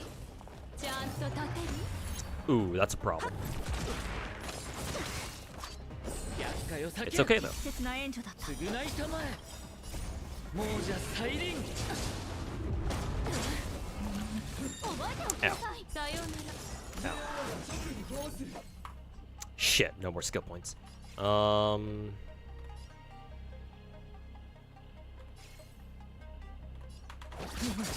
回答を楽しみにしているぞ。 Break 代価 you. を払って我に力を。 Move back. 存在と Ratio 知 alt. 識は尺と真理を探り L plus ratio. Hold this shit. Skill. Eat this fucking piece of chalk. 回答を楽しみにしている。 Basic. And then skill. Catfister. 見たな。 Ow, ow.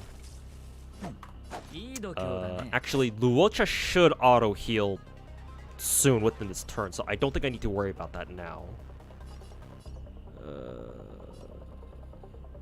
Yeah. Basic. This one, follow up attack. Hit him once.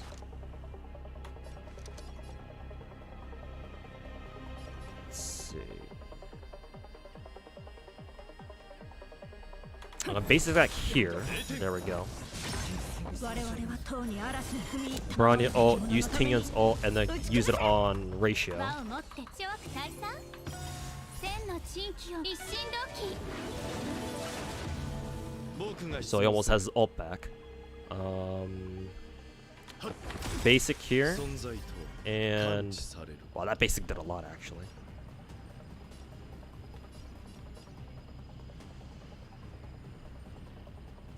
I'm actually going to target Kafka with this because I think the automaton is weak enough is low enough HP where my supports can actually just kill her straight up. 我に力を。 回答を So we can target switch faster here. マイナスだ。 Get our stacks up on Kafka because my ratio is running sword play, S5 sword play. Let's see, skill. I think we can use skill here. There we go. お別れの時だ。 Then tap tap. 客をもてなさないと。 This. Do I use skill or try to kill this motherfucker? Maybe I got a little. There's a chance I got a little too greedy here. Let's see, Kafka. I think her next extra action is the big fucking bomb attack. If she doesn't hit Tingyan, I think Tingyan will die. I think.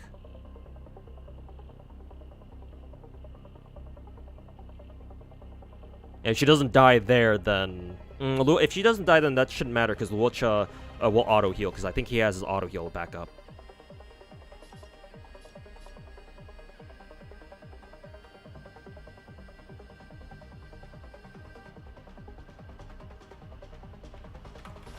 Fuck it. I'll be greedy. Yeah, there we go. 厄介を避け。 So yeah, auto heal. We go into Luocha ultimate. This might actually kill the automaton on the right. Yep, she's dead. マイナスだ。 Fuck you. 一気に片付けましょう。 0点。僕が答えてみろ。マイナスだ。避けられん我に力を。 回答 Basic into 存 ultimate. 在知識は尺と真理を探り語尾を根絶する。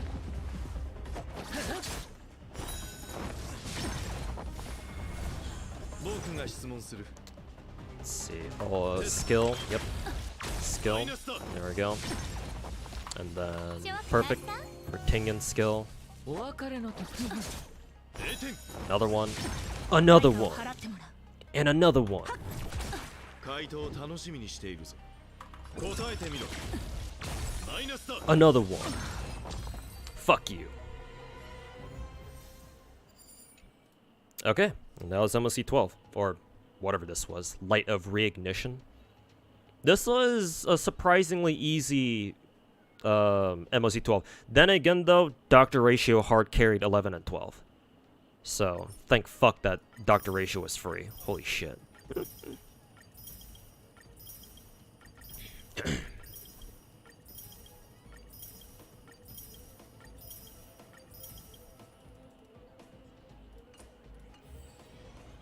Alright.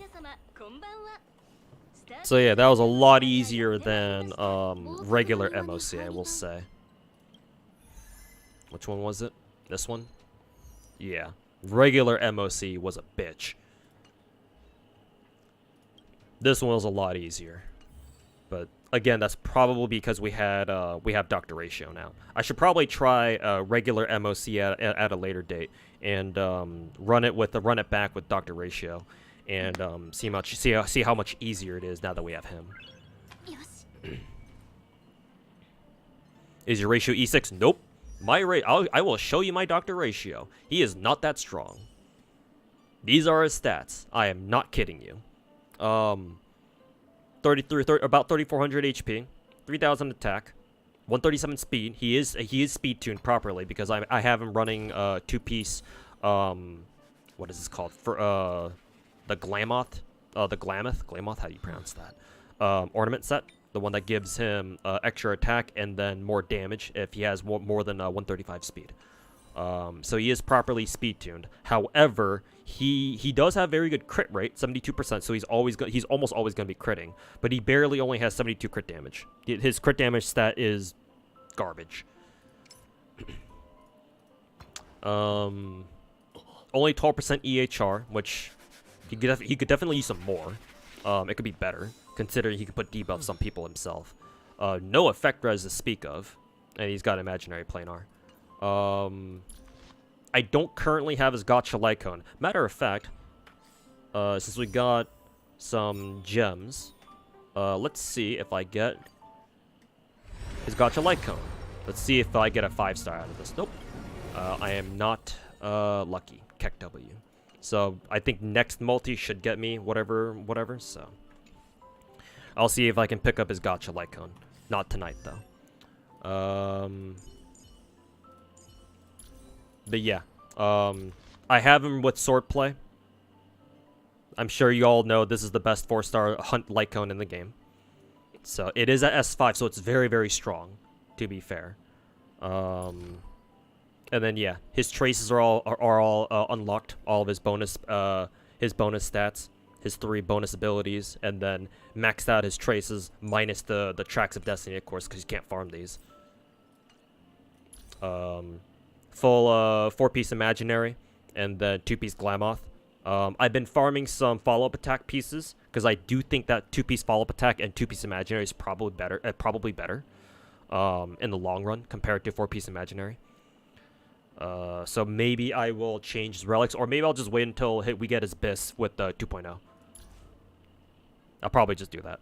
And then E0 ratio. So my Dr. Ratio is hella basic. Well, I shouldn't say hella basic. He has fucking S5 swordplay, but he's decent. He's decently geared, I would say. The only thing that I'm really pissed off about his build, that I'm kind of kicking myself over, is that since I've focused so much on getting him speed tuned to have at least 135 speed, so that Glamoth would work for him, I've had to sacrifice a lot of crit damage stats. Yeah, that's the one thing that kind of sucks about his build, is that he doesn't have great crit damage. But then again, as you could see, he doesn't really need to have a really good crit damage stat, because he still does a ton of damage already. Not only that, but he's getting a bit of a bailout from his, I believe, one of his bonus abilities. Bonus abilities. His first one, yeah, that it gives him 30% extra crit damage, or up to rather. So realistically, he has what, like 100% crit damage, which is better than nothing at least. So his stats are more like what, 87 crit rate and a 100% crit damage. When his first bonus ability is at its peak, or it's fully active. So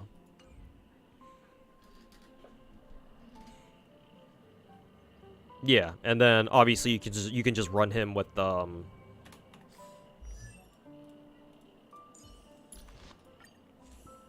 cruising in the Stellar Sea. Actually, I could just give him cruising in Stellar Sea. It's because it's not like my regular Daniel's using at the moment, but I gotta level it up too, so.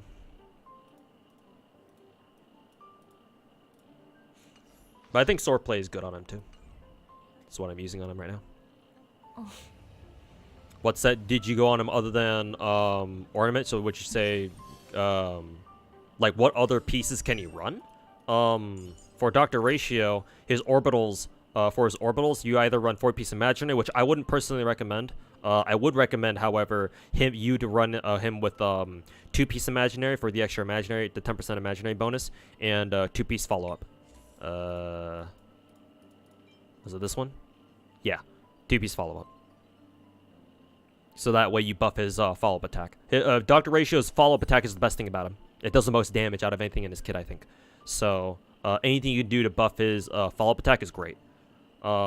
His ornaments, however, he has a good variety of ornament sets. So either you can run 2-piece Glamoth on him, like I'm doing right now, or you can run him with Inert Salsoto. That's the other really good one.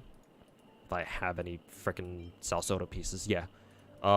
This is great because even more crit rate, and then Dr. Ratio should easily reach 50% crit rate, so this should not be a problem.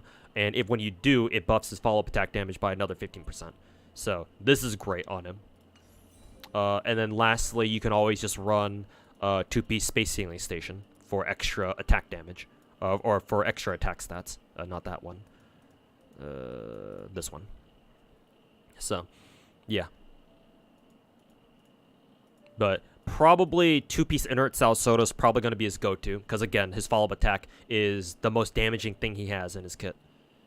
So anything you can do to buff his follow-up attack is great.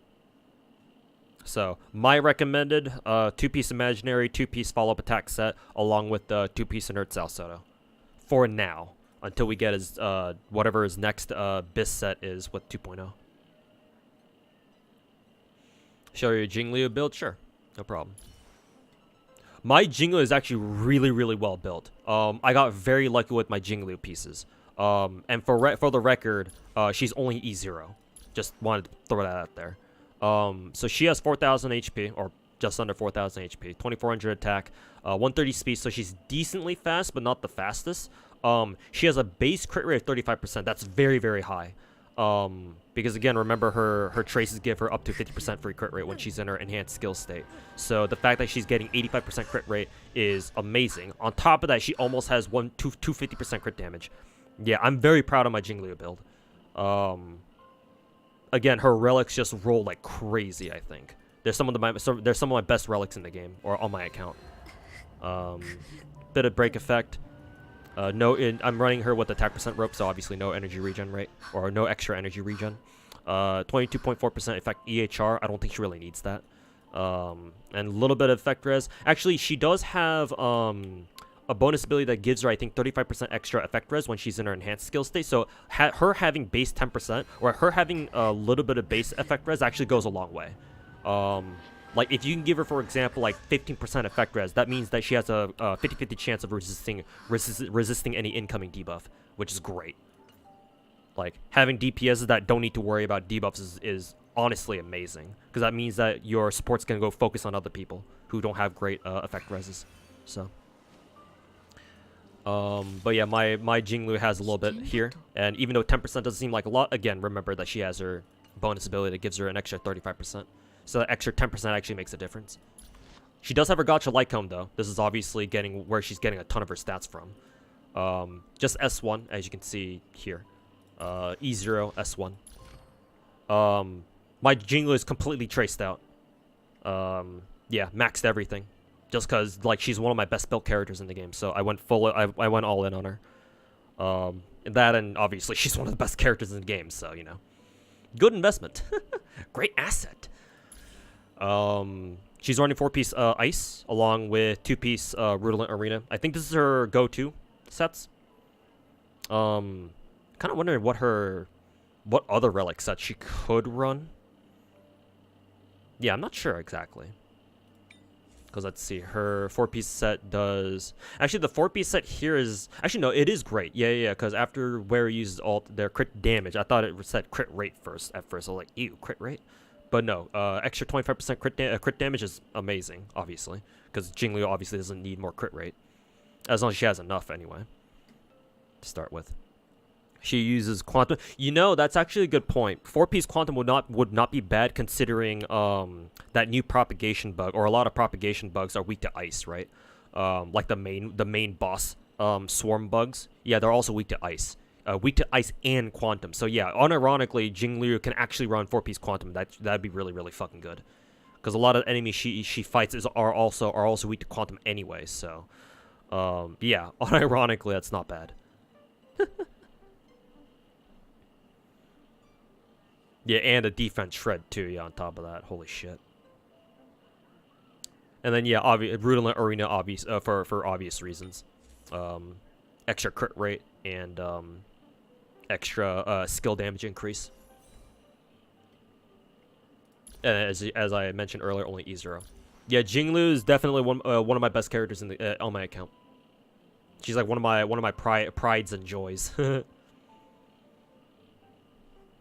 Like her along with... Actually, her along with, like, Yukong, honestly.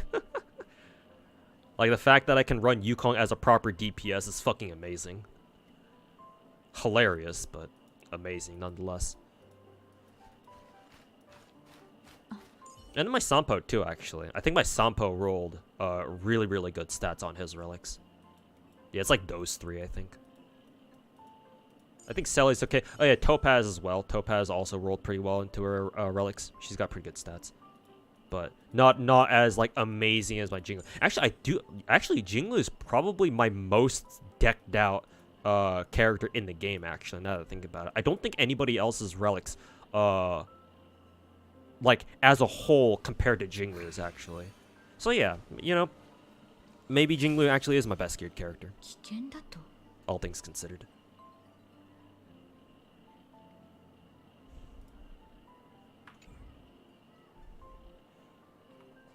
Eurasia has 40 crit rate and 230 crit damage. She changed the crit rate body form for crits, or would that only hurt him? Typically speaking, I would say so. However, his first bonus ability gives him 15%, right? So 55%.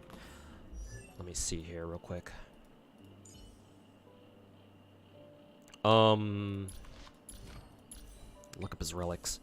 Increase imaginary damage when attacking debuffed enemies.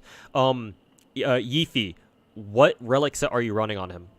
Because if you're running 4-piece imaginary, then actually you don't need to change anything. Because between his first bonus ability and then 4-piece imaginary, he should get enough crit rate where it's still acceptable. Because I would argue 60% crit rate is good enough.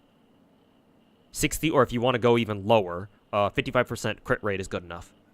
So because on paper, if you have 55%, it should be a slightly higher than a coin flip chance for him to crit compared to not critting.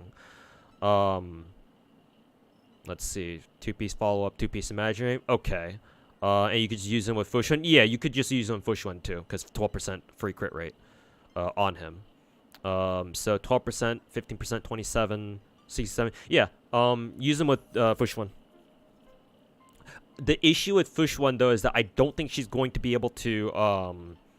I don't think there's a lot of enemies out there that are weak to both Quantum and Imaginary. Actually, well, no, the propagation bugs. Yeah, duh. So there's one. But then again, you're not really going to be using... You're not really going to be using ratio against the propagation bugs, because he's single target. Ideally, you'd like AoEs for that. If you only care about the... If you only care about the extra crit rate, then yeah, Fushuan should be fine.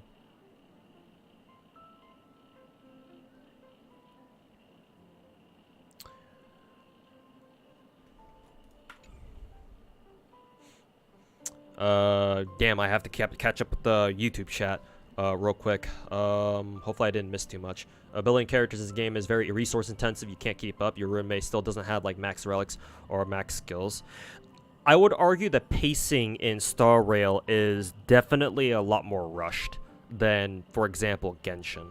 Like, I know Tectone on stream recently was responding to this one dude who put out like a pretty viral tweet saying that like Star Rail is a lot more pay to win basically than Genshin is. I don't know how Tectone responded to that. I would imagine, you know, Genshin bad, Star Rail good, blah blah blah. But the dude who made that tweet does, like, there are a couple points that I do agree with actually, because Star Rail does seem, for now anyway, Star Rail does seem to be putting out a lot more like essential characters quicker than Genshin did. Now this could be due to like early game shenanigans, because obviously Genshin's been out for way longer, and so the need for us to get like the top tier meta characters is not as high.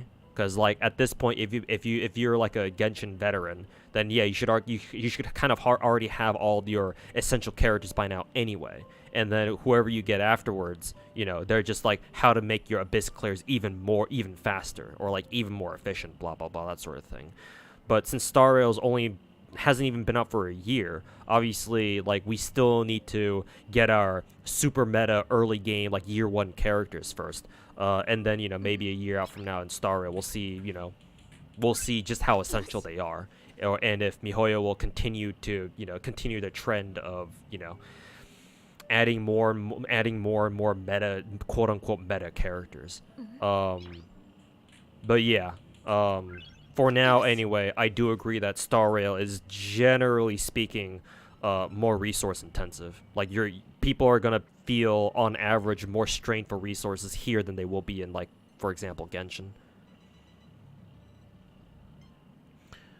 Do you think FGO will improve? Minus story and characters feels we're getting less and less stuff to do and feels like we'll never get better. That foolish monkey, I will tell you right now that lessggoooooooo, the devs of FGO, they have a very big problem right now that they haven't been able to address so far. And they've been having this problem for like the past year, almost 2 years basically, where they are short on staff. Like, they are pretty understaffed. Like, the reason why they've switched over to only three-week events, or yeah, only 3-week events with no reruns up until recently, when they put out that poll of, you know, asking people, you know, oh, if we were to rerun an event, which one would you like? Stuff like that. Yeah, it's because lessggoooooooo is super understaffed. They're not paying their employees shit. Because fucking Sony is taking most of FGO's revenue. That, and obviously Type Moon needs to get their proceeds as well for, you know, IP stuff. So it's not that they can't change it. They can. I'm sure they probably want to, but they just don't have the staff. They don't have enough manpower to actually get out all the content that they want, or as much as they used to. I think they had those resources back when they were still Delightworks, but remember, the original FGO team broke away from lessggoooooooo, or the original team that we now know as lessggoooooooo broke away from Delightworks and became their own thing. So now they don't have access to whatever resources that Delightworks used to have. And so they probably, I would imagine, from the transition from Delightworks to lessggoooooooo, they probably lost access to a lot of the resources that they used to have. I actually don't know how true that is, though. That's what I imagine would have happened. Obviously, I don't know all the you know, exact details about that, but just to answer your question, they can change. They can go back to how things used to be, but the problem is that they don't have the money to, you know, make the content first in the first place.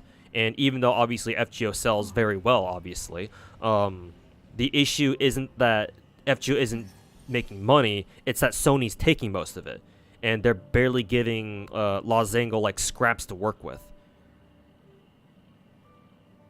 So that's kind of an issue.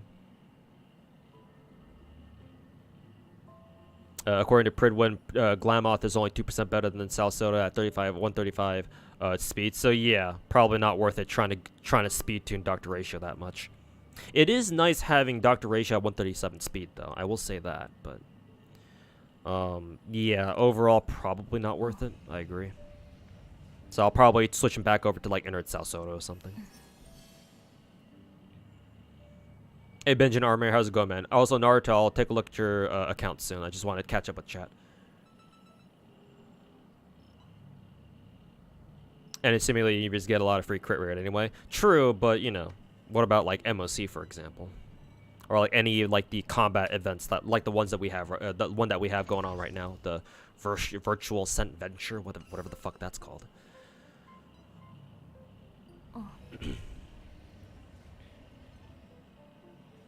You're still on unmaxed relics clearing all content. Damn, that's what's up. Star Rail requires more characters too for different game modes, sustains, and weakness counter being required. Yeah, exactly. And now we have Pure Fiction 4 where it's like, oh, did you level your Herta? Herta check, Herta check. Kuru kuru.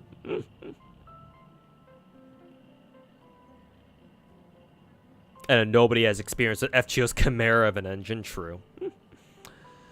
Spaghetti code at its finest. Or perhaps at its worst. Keck. FGO doesn't make all their money? No, Sony owns FGO. Like, as in, yeah, that Sony. The super mega conglomerate Sony. Sony fucking owns FGO. So yeah, they sap most of its profits.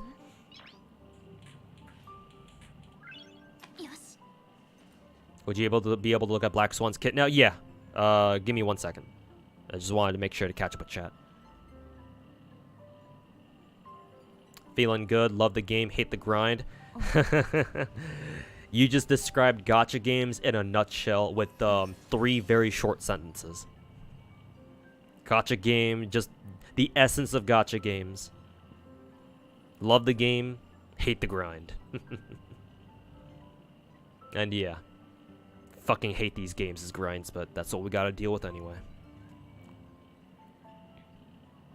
You dropped FGO 4 years ago, and you got your mental sanity back? Nice. Nice. You managed to escape hell. Okay, first things first, because Naruto's been patiently waiting. Let me go over here.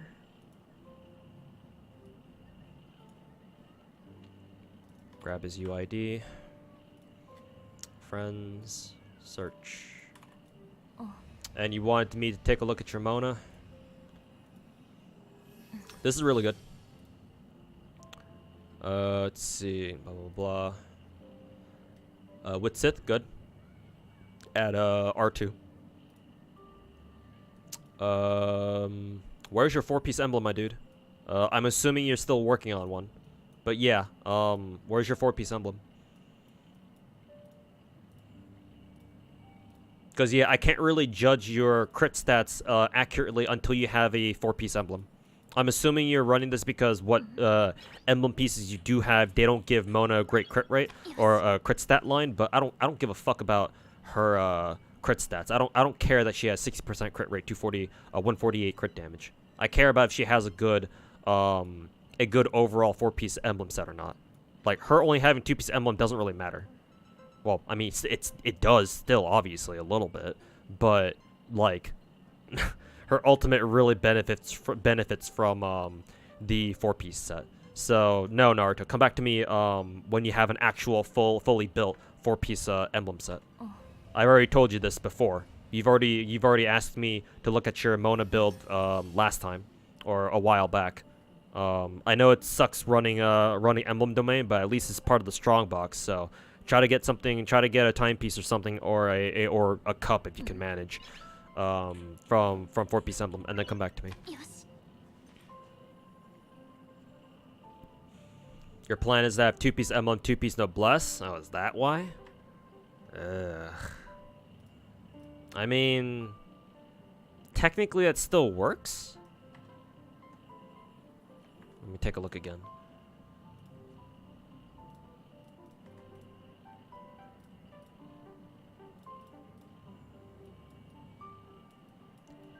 Technically that still works. How good is your timepiece then? Your timepiece is shit though. Your cup is actually pretty good. So unless you find a better one, yeah, you're keeping this as your off piece. But yeah, your timepiece is ass. Excuse me. Grab some water.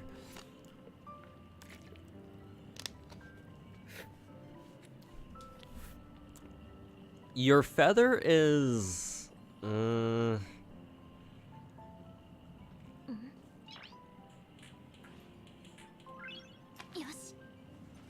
not too sure how I feel about your feather.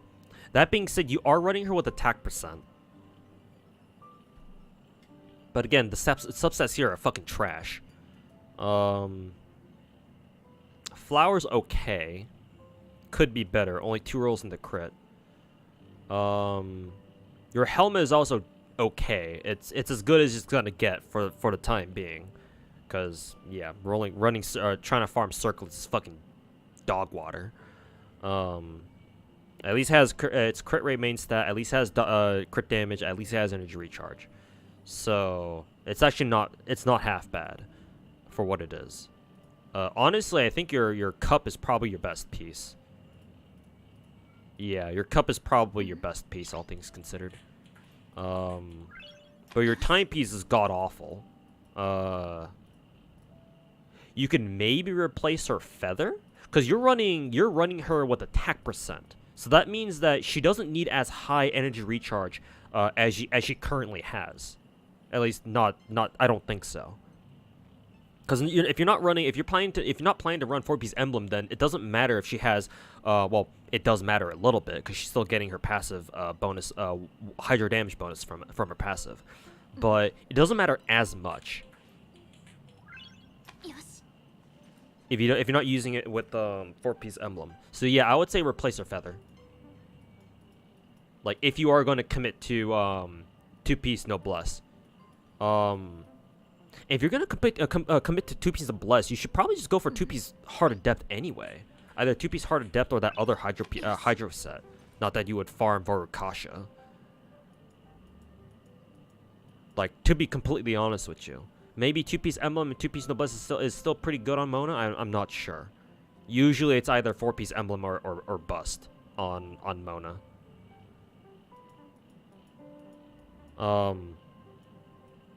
But I would say try to go for a energy recharge timepiece on either energy recharge or at least attack percent timepiece on emblem. Because remember, you can strongbox emblem now, so you might as well.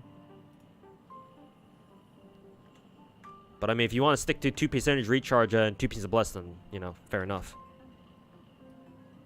But come back to me when you actually have those sets, yeah.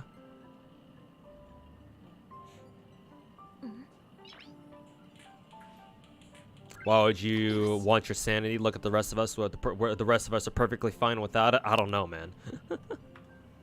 I don't know about that one, Chief. Are we really okay?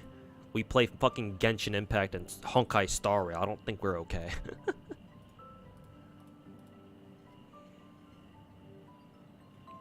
Refresh, you change your artifacts. They seem the same to me, my dude.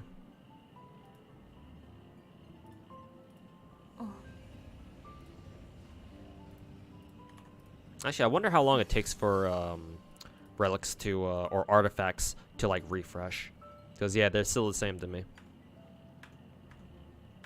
It takes time. Well, I'm gonna take a look at Black Swan's kit then while I'm waiting. Let's see. Go to the not so super secret Honey Hunter website. New 2.0, Black Swan. All right, let's take a look.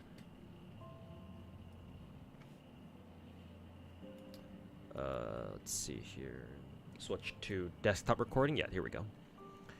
Okay, let's take a look. Black Swan, Nihility Wind. Alright. She is 120 energy. Okay. It's about average. How much energy does Kafka have? 120. Okay, they're comparable. Oops. Back up again. Black Swan looks fucking hot. Very important. 102 speed. That's pretty average. I'm not gonna say slow. I'm gonna go with average. So average speed. Basic deals 1 damage. Okay, with a 74% base chance. Well, put this down to level 9 or level 6. Level 6 or level 7? I forget which one was the max level for basics. Just keep it at 6 for now. 65% base chance of inflicting 1 stack of Arcana on on target, and if target currently has Wind Shear, Bleed, Burn, basically any DOT applied on them, each respectively has a 65% base chance of inflicting 1 extra stack of Arcana. Okay, so she has a stack mechanic. Skill deals 1 damage equal to Black Swan's attack to a single target enemy and any adjacent target. Okay, so she's splash, or she has a splash skill. At the same time, there's a 100% base chance of inflicting another stack of Arcana on enemy target and adjacent targets. Okay, cool. And 100% base chance of reducing defense on target, enemy, and adjacent targets lasts for 3. She gets a free defense debuff? What? Okay. Interesting. I like where this is going. Okay. Alt. Let's see.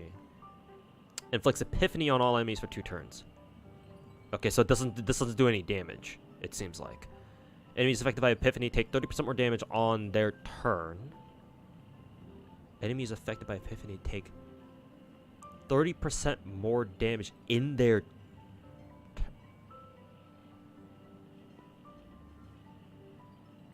I'm blue screening right now. What the? In their turn. So is it just on DOTs? The fuck does this mean? On their turn. So yeah, it has to be DOTs. Specifically against DOTs. Unless this means just like a general 30% defense debuff, but I don't think that's I don't think that's what it means. Because if it's a defense debuff, they would say so. So I'm assuming this is solely for DOT damage? And their sacrament effect is regarded as wind shear bubble. Okay, on any DOT. In addition, when their sacrament effect is triggered, I assume sacrament has something to do with her talent or something. In addition, when their sacrament effect is triggered at the beginning of the next turn, their sacrament stacks are not reset. Did they mention her sacrament mechanic anywhere? Where the fuck did they mention that? Are not reset. The stack non-reset effect can be triggered up to 1 time with Epiphany's duration. Charges replenished when Epiphany is applied again. Words. And deals wind deal. Okay, no, it still deals damage to them. After all that.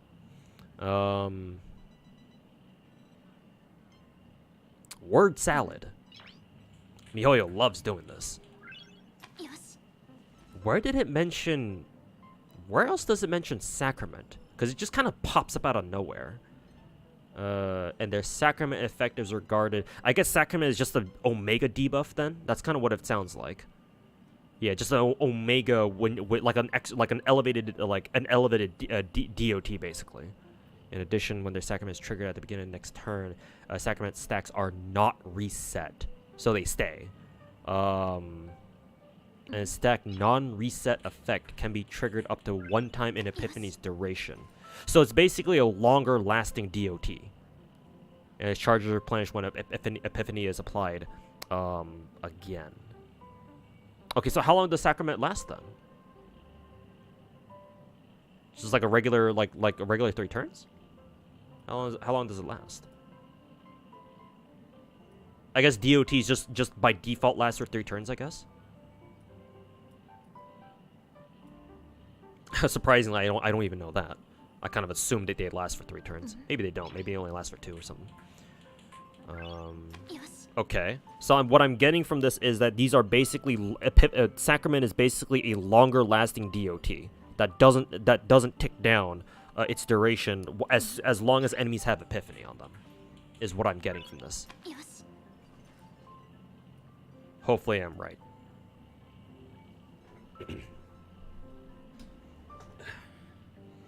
I'm a newbie. You ever stream Nikke? I have, yes. I do play Nikke. Sometimes I stream it, but I haven't streamed it in a while because Nikke is actually not that. For a hardcore gacha gamer like me, Nikke is actually not that great of a stream game. To be honest with you, it's a great casual game, but not necessarily a great stream game. Because like Nikke is meant to be like an idle game. IDLE, like as in you log on, do some stuff, and log up, log back off. Like there's no real farming or grind in Nikke, so like you just kind of hop on, do your dailies, and just get the fuck off, and like log back in like 12 hours later to like clear your defense outpost, whatever, and then fuck off until daily reset. But I have streamed it a couple times before, yeah. Well, especially whenever I do like rolls on them. Non-stack. Yeah. So yeah, I'm guessing that's how her ultimate works. Okay. I think I have a good idea of that. And then her talent is every time an enemy receives a DOT at the start of each turn, there's a 72... Let me scale this down a little bit. Realistically, let's go for level 12. Actually, no, not even that. Level 10. Yeah. There's a 67% base chance, again, just like her basic. Basic and skill, I think. To be inflicted with Arcana. Okay. When inflicted with Arcana, enemy targets receive wind damage, wind DOT equal to 240% of her attack at the start of each turn, right? Each stack of Arcana increases DOT damage multiplied by 12. Okay. That's crazy, I think. Arcana then resets to 1 stack. Okay. Each stack of Arcana... Afflicted with Arcana. Afflicted with Arcana. Enemy... And then it resets to just 1. And Arcana can stack up to 50 times. Okay, and then what somebody said in Twitch chat, basically Arcana becomes Sacrament when Black Swan uses her ultimate, is what I'm getting at. And that's what prevents Arcana stacks from resetting, because they turn into Sacrament. Only when Arcana causes damage at the start of enemy's turn, Black Swan triggers additional effects based on the number of Arcana stacks inflicted on a target. When they have 3 or more, deals wind damage equal to this much on targets, so even more wind damage, with another 67% base chance of putting even more Arcana. And when there's 7 or more, enables current DOT dealt in its time to ignore 20% of targets and adjacent targets' defense. Okay. Alright, dude.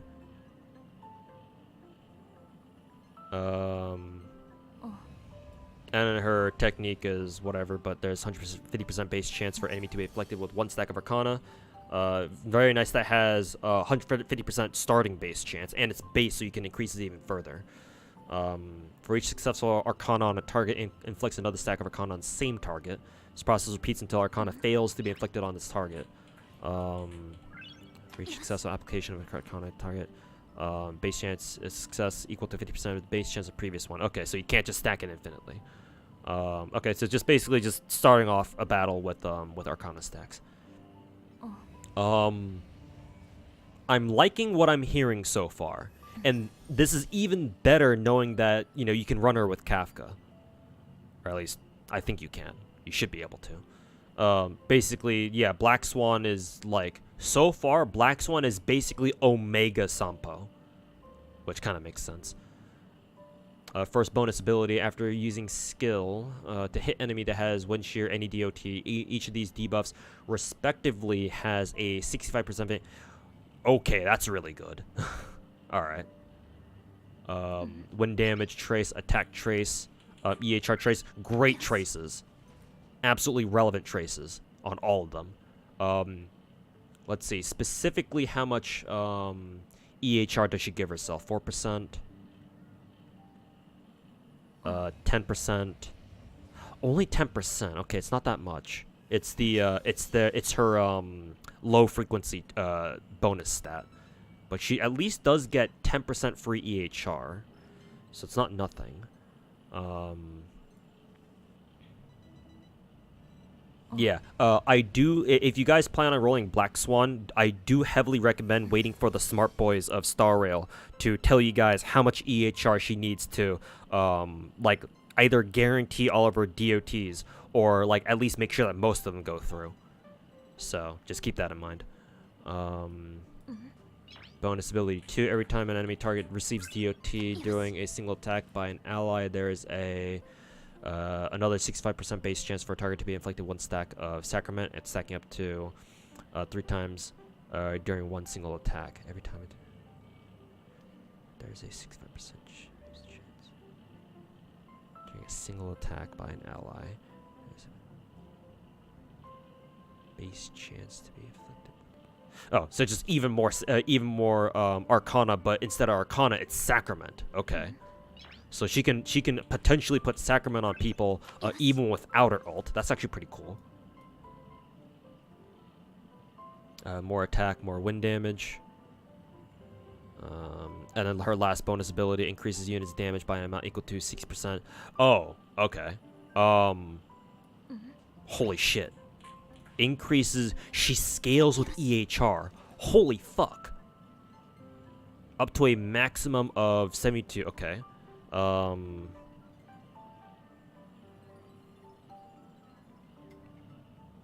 Give me 1 second. Back to desktop recording. Here's my calculator. Up to 72%.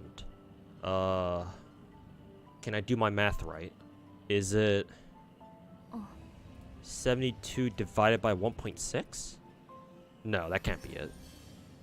Is it though? Streamers, remember chat, streamers can't do math. How would you calculate how much EHR Black Swan would need for in order to hit her maximum damage cap? Let me try to figure this out. Because streamers keck W trying to do math. Is it 72 divided by 0.6? Yeah, I think this is how it works, right? Because yeah, 120 EHR times 0.6 is that. Yeah, so 120 EHR. That's a shit ton of EHR. Holy fuck. Yeah, 72 divided by 0.6. So yeah, it makes sense.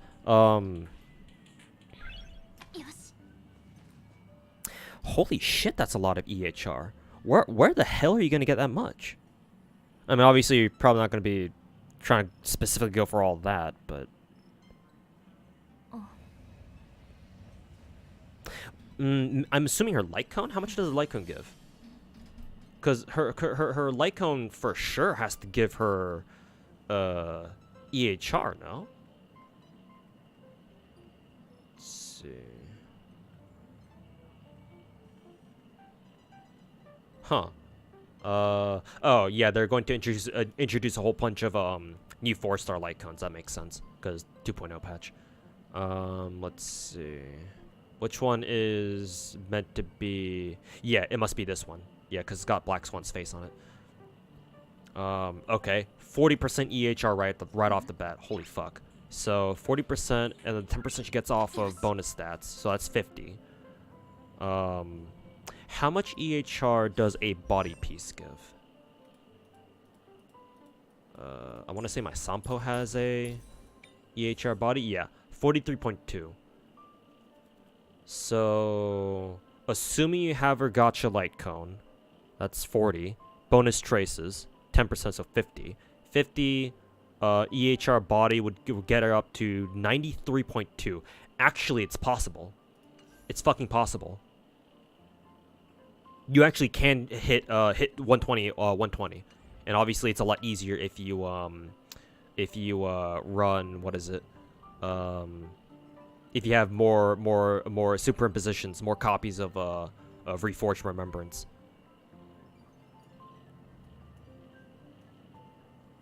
So 40 and up to 60%, yeah.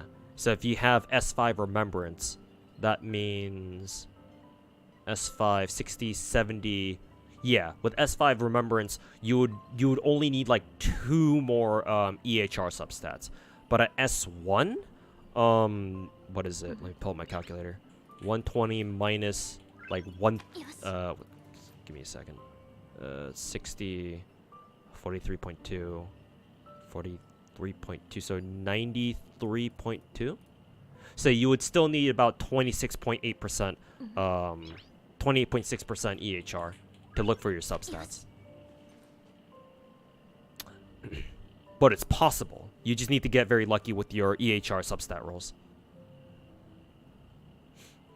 And the tutorial mission, yeah, true. The issue with tutorial mission though is that it's so good, but the problem, it's really good, but the problem is that like if you run Pella, Pella's probably running that already. Or if you have a free-to-play Silverwolf, like bro, tutorial mission. Everybody wants tutorial mission, man.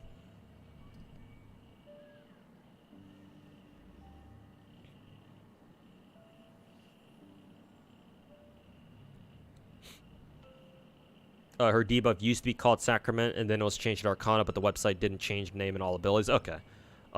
Even still, I think I get the... I think I still understand, like, the general, like, gist of, like, what Black Swan is supposed to do. But yeah, like, she definitely sounds like she's meant to be, like, Omega Sampo, essentially. Kind of reminds me of Kafka's kit, where, like, she has a similar mechanic to Kafka, where instead of blowing them up directly, she stacks even more Arcana on them, depending on how many other DOTs they have. Honestly, Black Swan kind of feels like Kafka 2.0. Am I crazy for thinking that? Like, knowing how good Kafka is here, or is in the game already, knowing how she works, Black Swan might be like a Kafka side grade.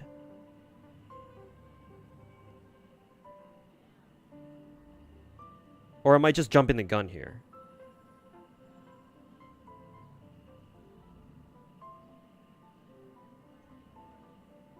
It has a little bit of anti-synergy though with Kafka because she'll prematurely blow up her Sacrament DOTs. I guess, but don't her Sacrament stacks like not like they don't what is it? They don't reset apparently.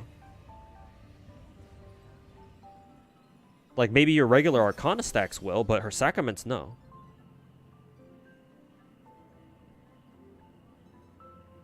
But yeah, if that's how her synergy works with Kafka, where Kafka prematurely detonates her her Arcana stacks, and yeah, that's definitely anti-synergy. And we don't want that.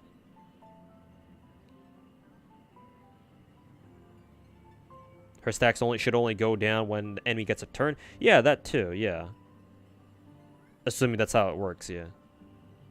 So it's like, does it really matter?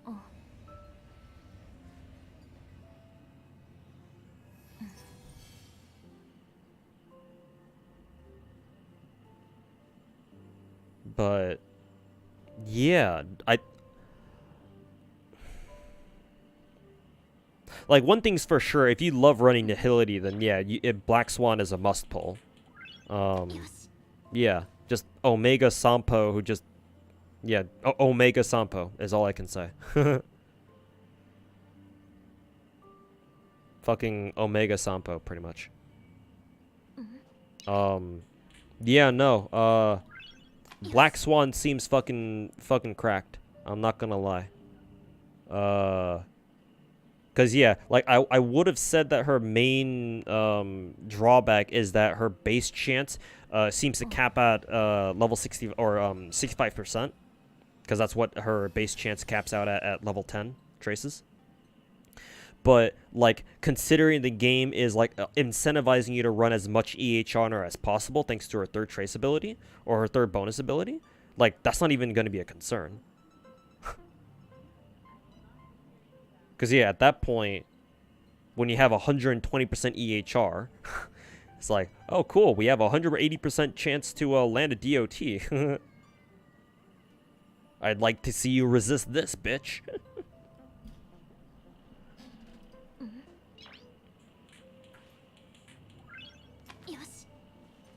First stream. Hey, welcome to the stream, man. Thanks for checking it out.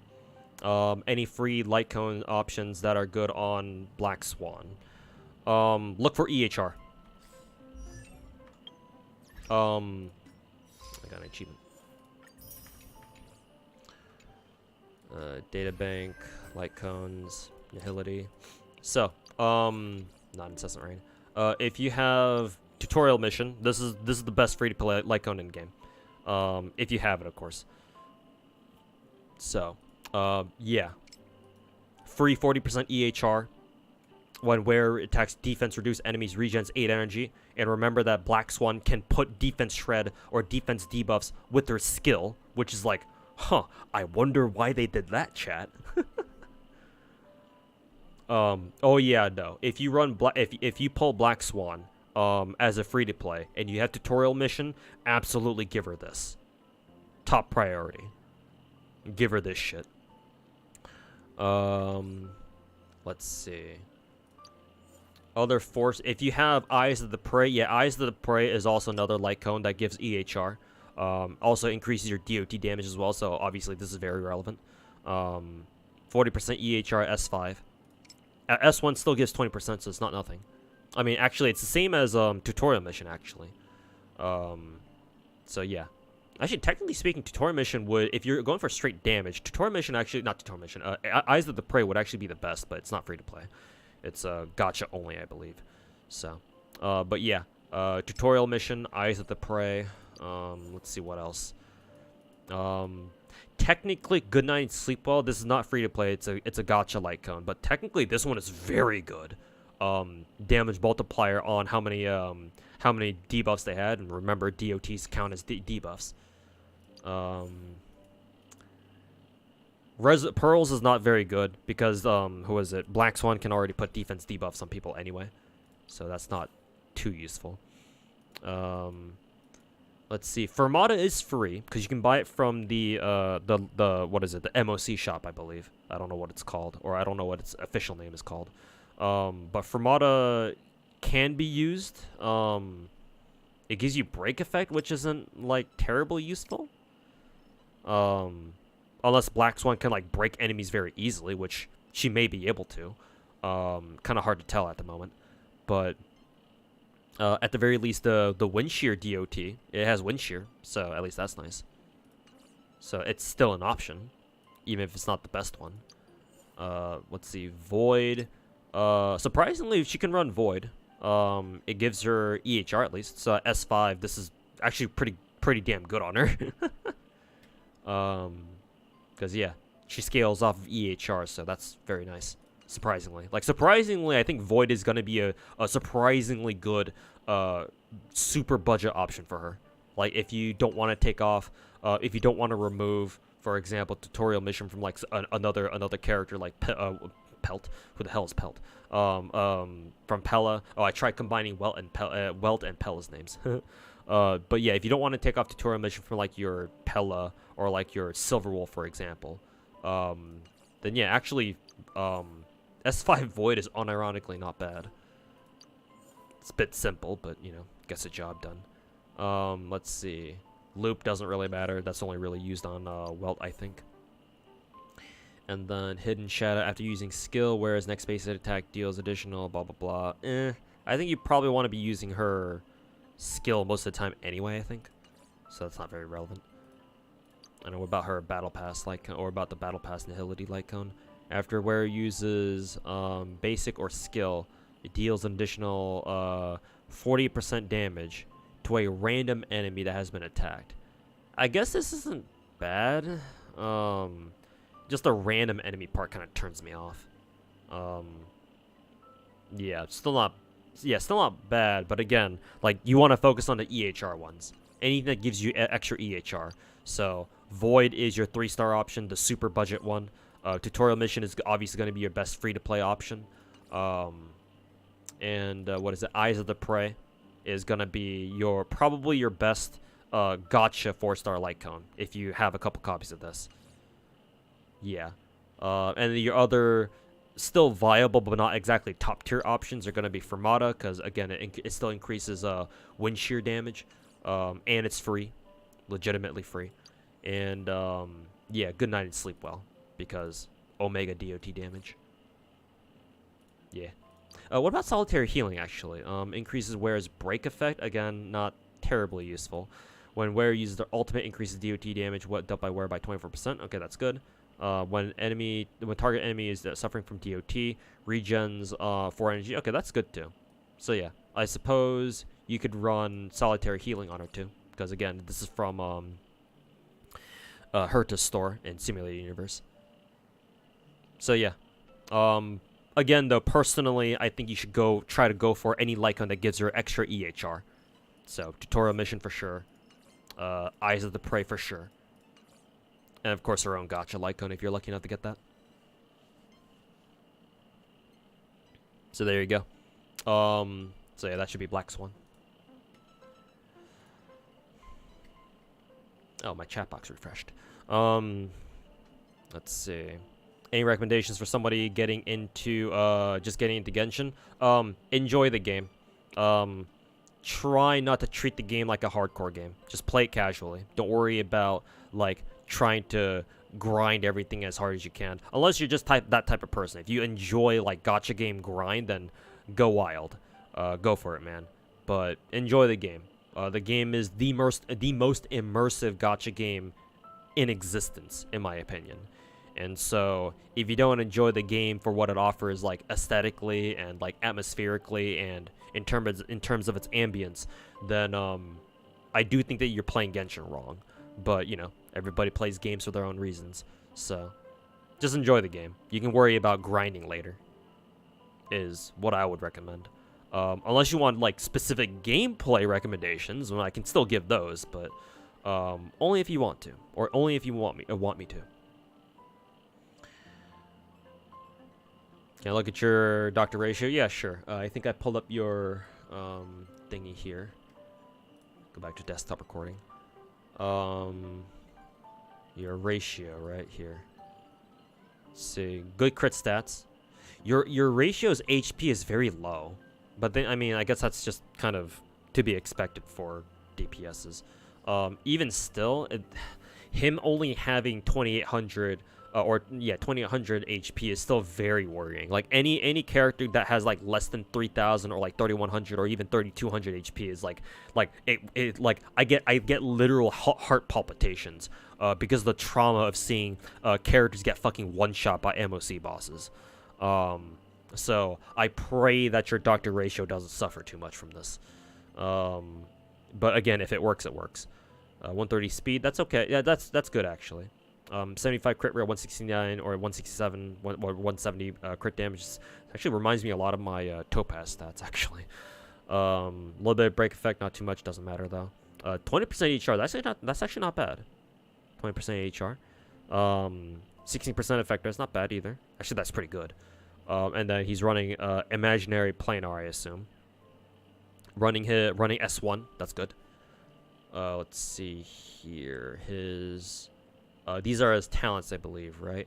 1789.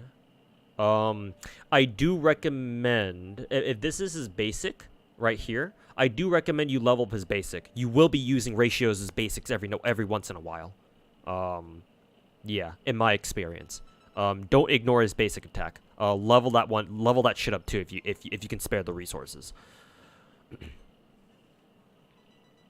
But yeah, level that one up. Obviously his talent should be the highest level. Yeah, makes sense if this is his talent right down here. But yeah, get his skill to level 8 too, because that doesn't cost the crown. That doesn't cost a track of destiny, so you might as well get him there. I assume you're already working on that, but yeah. And also, again, level up his basic attack if you can spare the resources. He is what? Okay, he's also E0. Free to play Doctor ratios rise up. Let's see, individually, let's take a look at his relics. This is crit damage, lots of crit damage here. Oh yeah, his hat is good, very good. Gloves. Holy shit, your gloves are amazing. 11 crit rate, and 18 crit damage. Holy fuck. And in Star Rail, when you calculate CV crit value, you actually multiply your crit rate by 3, right, chat? Not by a regular 2 like you do in Genshin. Yeah, no, these gloves are fucking amazing. Holy shit. Like, this feels like a 4-line start and they all rolled crit. But anyways, yeah, that's really fucking good. We doing account reviews? I do account reviews every once in a while, yeah, if people ask for it. Let's see, this is his cape, or his body. Crit rate, main stat, alright. And 11% crit damage. Yeah, that's as good as it's gonna get. Obviously, it could have rolled better, but it rolled fucking crit damage and speed. Unfortunate that it rolled mostly into flat HP. If this were HP percent, this would be a lot better. Given how many times it rolled into flat HP. If that were HP percent, then yeah, that would have been much better, because with HP percent, you would have been able to break 3k HP. So, arg. Could have been better. And then speed boots, good to see. With attack percent, crit damage. Okay, only crit damage. Okay, crit damage, a little bit of attack percent. And then planar. Oh, you don't have a an ornament set yet. I assume you're trying to work on an inert Salsodo piece or inert Salsodo set, because I think the rope is inert Salsodo. I can't really tell because it's got all that shit in front of it. But yeah, I assume this is attack percent. Yeah, attack percent with crit damage, a little bit EHR, a little bit of effect res. Still a really good rope with double-digit crit stats. And then imaginary piece with. Okay, see this planar rolled a shit ton of rolled double crit, and it rolled like 3 times into crit damage, I think, which is why you're using it. Gotcha. Yeah. It's just a shame that this isn't a an inset planar though. If you can, do try to get Dr. Ratio a proper inset. What is it? An inset planar. I think you can also run attack percent planar too, because he gives himself a lot of damage buffs from his bonus abilities. So yeah, you could run him with attack percent planar if you want to for better buff stacking. I think, if that's how it works. Yeah, that's the plan. Okay, yeah, then yeah, I don't need to mention it to you any further. But yeah, this build looks really good. Again, the only problem with this is that he's running he's not running a proper set. But I mean, just off stats alone, that's still pretty good. But yeah, yeah, all you would need to do, in my opinion, is just find a inset planar, either attack percent or imaginary, your pick, whichever comes first, I guess. And then as long as it has a crit damage substat, you don't need crit rate. Like, it'll drop him below 70% crit rate, obviously, but again, his first bonus ability should more than cover that. So yeah, you're good. You're good on crit rate. Just make sure to find a planar that has crit damage, and you're golden.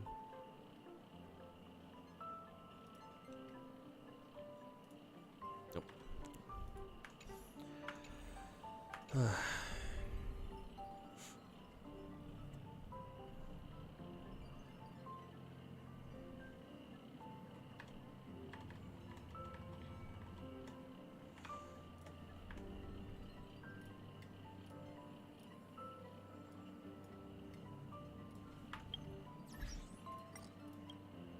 Let's see.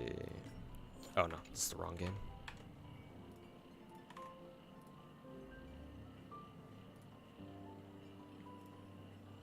Okay.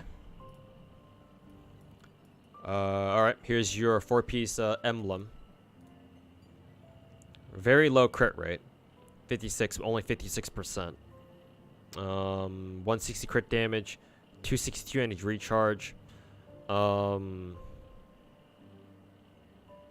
Yeah, that's probably for the best anyway. I was gonna say that's probably a little bit too much EHR, but I mean, considering you're running 4-piece, what is it? 4-piece energy recharge. Actually, let me pull up the calculator again. Where's the calculator?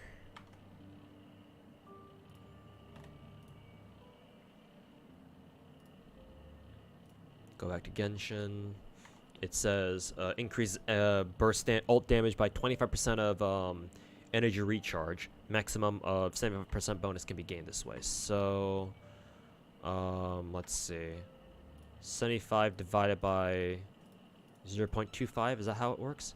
Yeah, 300. Okay, yeah, that makes sense. So 300 energy recharge. Okay, so yeah, that's fine. As long as Mona doesn't go over 300% recharge, or doesn't go over it by too much, then yeah, you're still good. Still S2 with Sith. Still C0. Energy recharge timepiece. Sucks that I rolled mostly into defense %. Still double crit though, so that's not bad. And I think everything else should be the same. Yeah, they're all the same.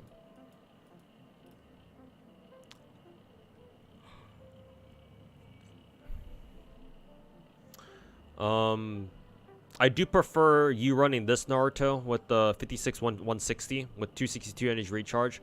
However, your crit rate is pretty damn low. A little bit too low in my opinion. Get this to at least 60%. 60, 65. I mean, hell, even 70% if you can like manage that. If you get like super lucky with a with like one of your artifacts, and it rolls like everything into like crit rate, for example. But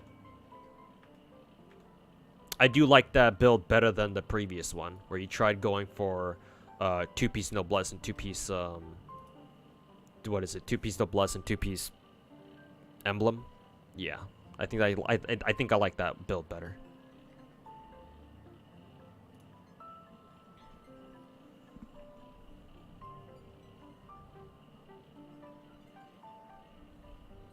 You level her normal as well? Not really. You don't need to unless you roll her C2.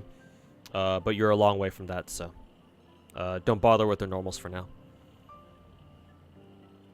What's a good team comfort in Abyss? A classic one is the permafreeze with Ganyu and who else was it with? Ganyu and another cryo character. I'm forgetting who that was. You run like Mona, Morgan, Diona. Was it Diona? Diano. And then yeah, whoever else you want. Either like a second Hydro character or whatever.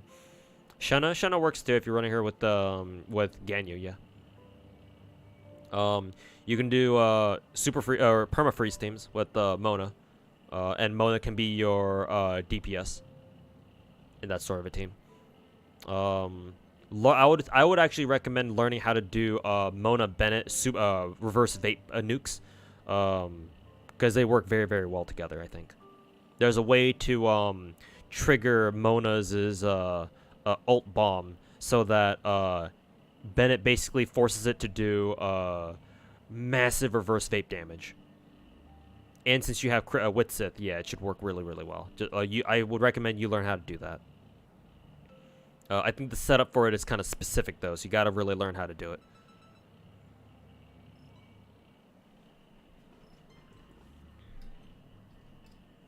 Can you use her with Bennett, Xiangling, and Raiden?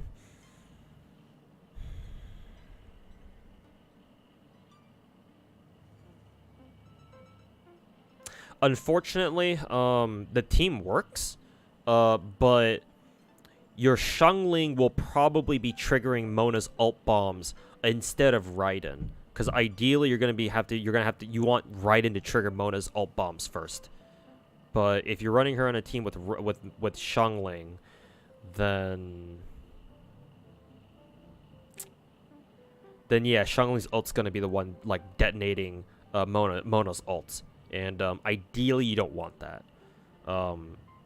Team still works, but it's not as efficient. It's not like terribly efficient, at least if I understand how Mona's ult works properly, which it's been a long time since I last looked at it, so.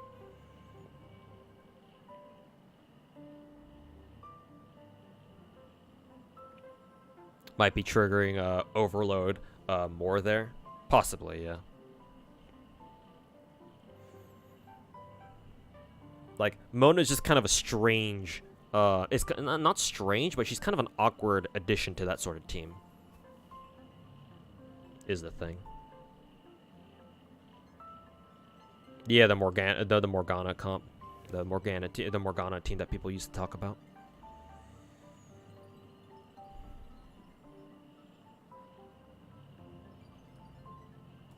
I'm reviewing my free-to-play accounts.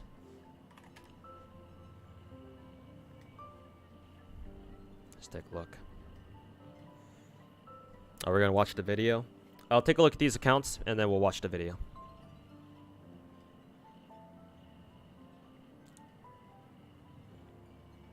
Let's see. Let's switch over to desktop recording here.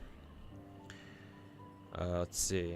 This is from Kazoo. This is your Fushwan, or I guess these are your four best characters, I'm assuming. Fushwan. Okay, standard tank. Yeah, because you're free to play. Standard tank. your artifacts actually, your relics for Fushwan actually rolled a decent amount of crit stats, which is kind of funny. 43% effective. That's very good. Yeah, because she's got a broken keel. Day 1 of my new life. Actually, what does day 1 of my new life even do? Was that one of the viable options for her? Actually, let me check.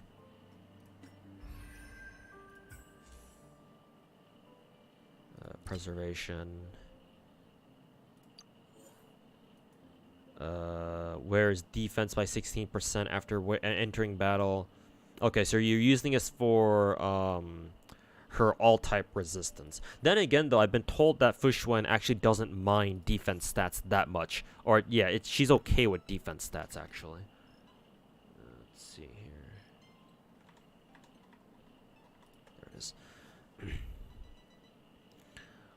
So I guess it's not bad. It's not the worst thing. You should probably consider running her with the free simulated universe Hurt to Store light cone. I'm forgetting what that's called. Memories of texture of memories or whatever. Because that one actually scales with HP, and I believe Fushwan scales with HP if I'm not mistaken. So speed though, yeah, she's super fast. Holy fuck. Where's she getting all the speed from actually? Oh, because speed set. 2-piece speed. That's where she's getting it from. Yeah, every single relic has speed though. And she's at 164 speed, so that might be threshold. I forget what the second speed tier threshold was, because I think the first one was like 134 and the next was like 160 something. So yeah, super fast, super tanky Fushwan.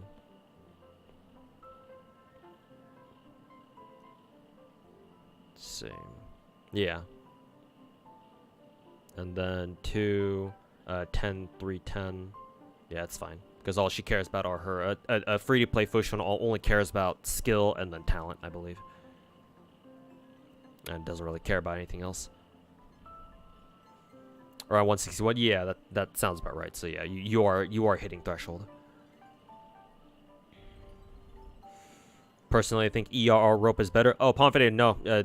You don't need energy regen rope for Fushwan, in my opinion. Because remember, Fushwan has one of her bonus abilities specifically allows her to regen 50 energy every time she uses her skill while her skill is active. So, on paper, Fushwan never needs to worry about having energy regen. Or needing an energy regen rope. A-Jam. Oh, sorry about that. My alert box was disabled for that.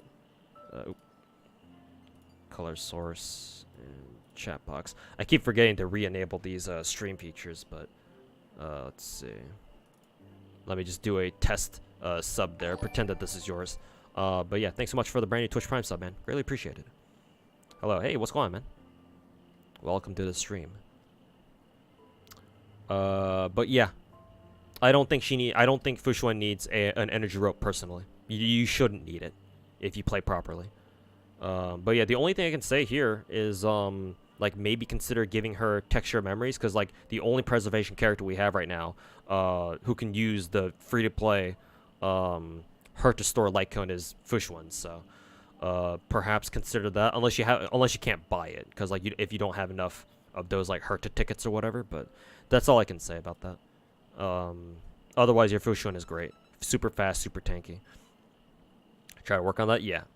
Are we checking out UIDs? Yeah, I'm gonna check out a couple of my viewers'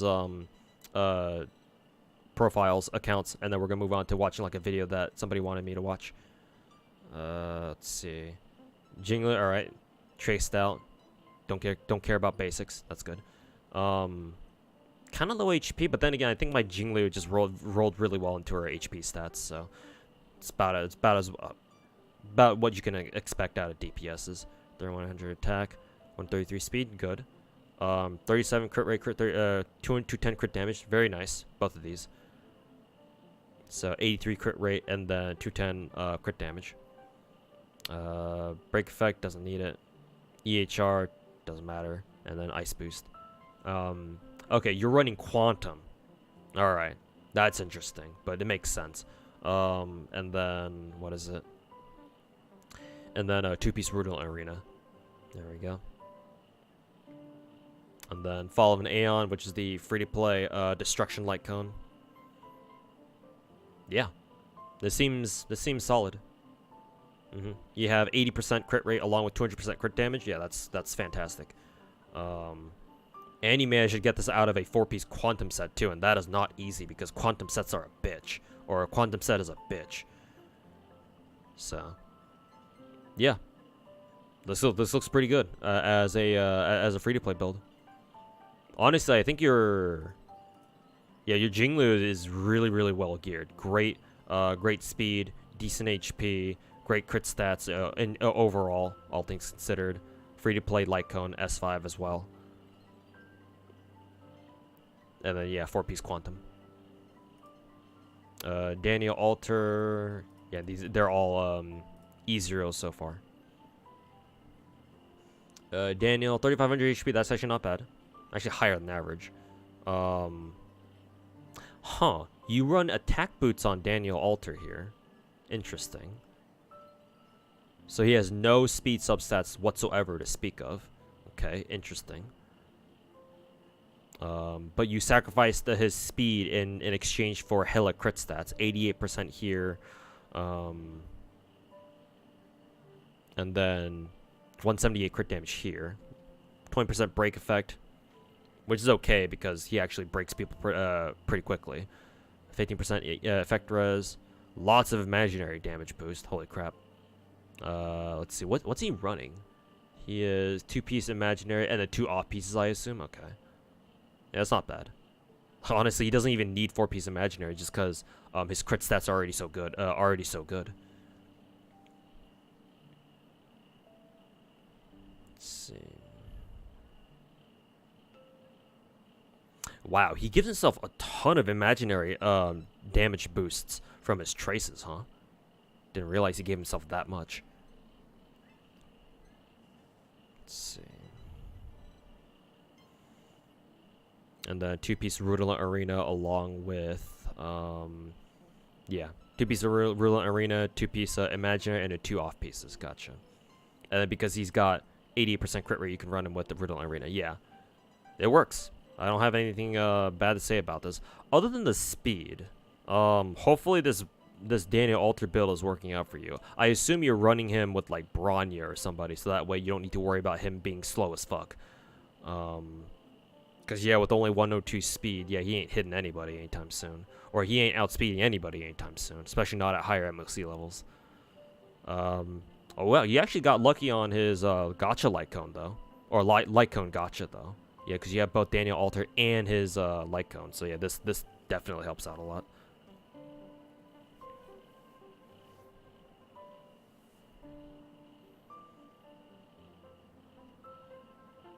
But yeah, definitely super tanky powerhouse. Well, not tanky, but super powerhouse Daniel Alter, basically.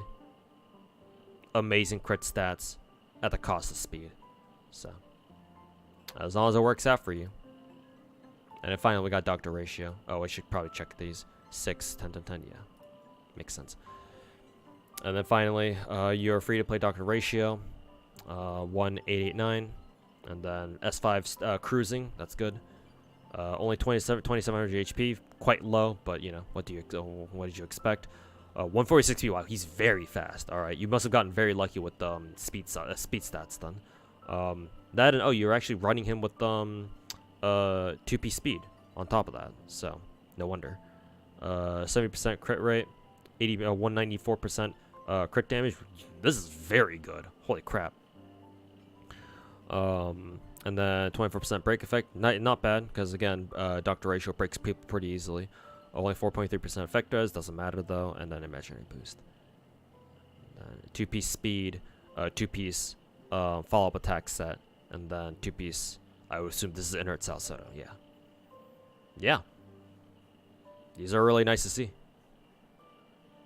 You love to see them, man. Yeah, very good free-to-play account. I don't really have anything else to say other than work on getting Fushuan the what is it, preservation light cone, a free-to-play one. Let's see. You also asked me to take a look at your Genshin account. Do that real quick. There's a lot of characters. So I'm just gonna go over your DPSs. Hutao. What is this? C1 stat C1 R2. Oh, you have R2, huh? Interesting. 3500 HP. I'm gonna have to switch between this and my own Genshin account, just so that way I have a reference of what to look at. So, okay, so yeah, your Hutao has a little bit more HP.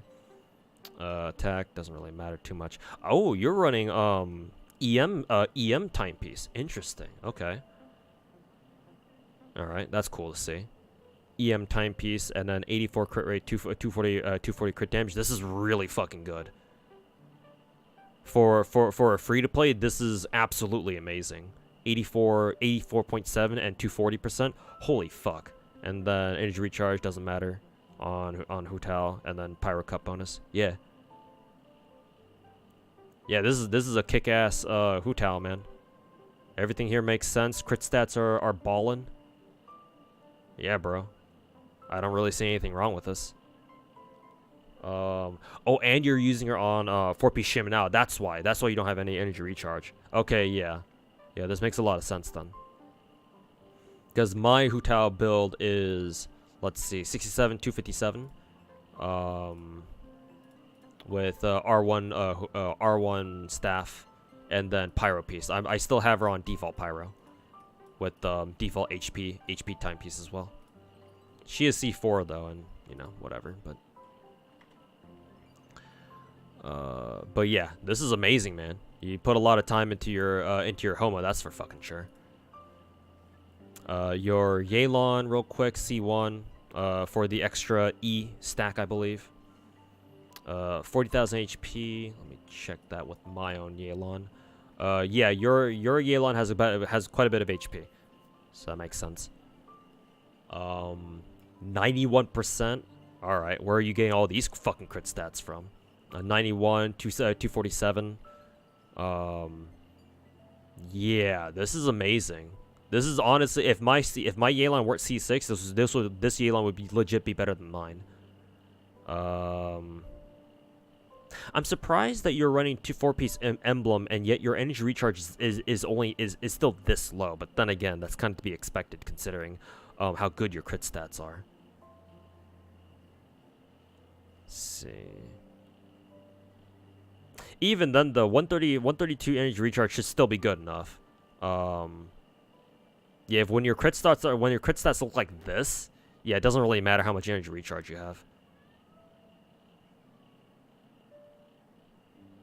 Like, honestly, I would actually recommend shaving off like 10% crit rate here and giving yourself more energy recharge if that makes a difference. I don't know actually don't know how the damage calculations would interact with that, but I mean, you don't need to change this. It's already good enough. Xingqiu, 17,000 HP, 71. Oh yeah, this is perfect. You don't need to change anything about this. Yeah, 1 to 2 CRCD, decent HP. It's actually quite higher than normal, or quite higher than average, compared to a lot of other characters anyway. 200 ER, higher damage bonus, yeah. And I believe he has, yeah, Sack Sword. C6, yeah, perfect Xingqiu. Zhongli, C0, 35,000 HP, 75-200. DPS Zhongli, good to see. We love to see those. Only 20% energy recharge, that's fine. He only has a 40 cost ult anyway. 4-piece emblem. Yeah. again, like, more or less a flawless Zhongli. I can't see any problem with this. 196. Actually, there is a problem. You built a DPS Zhongli, and yet his ultimate is not max level? Well, what's going on here?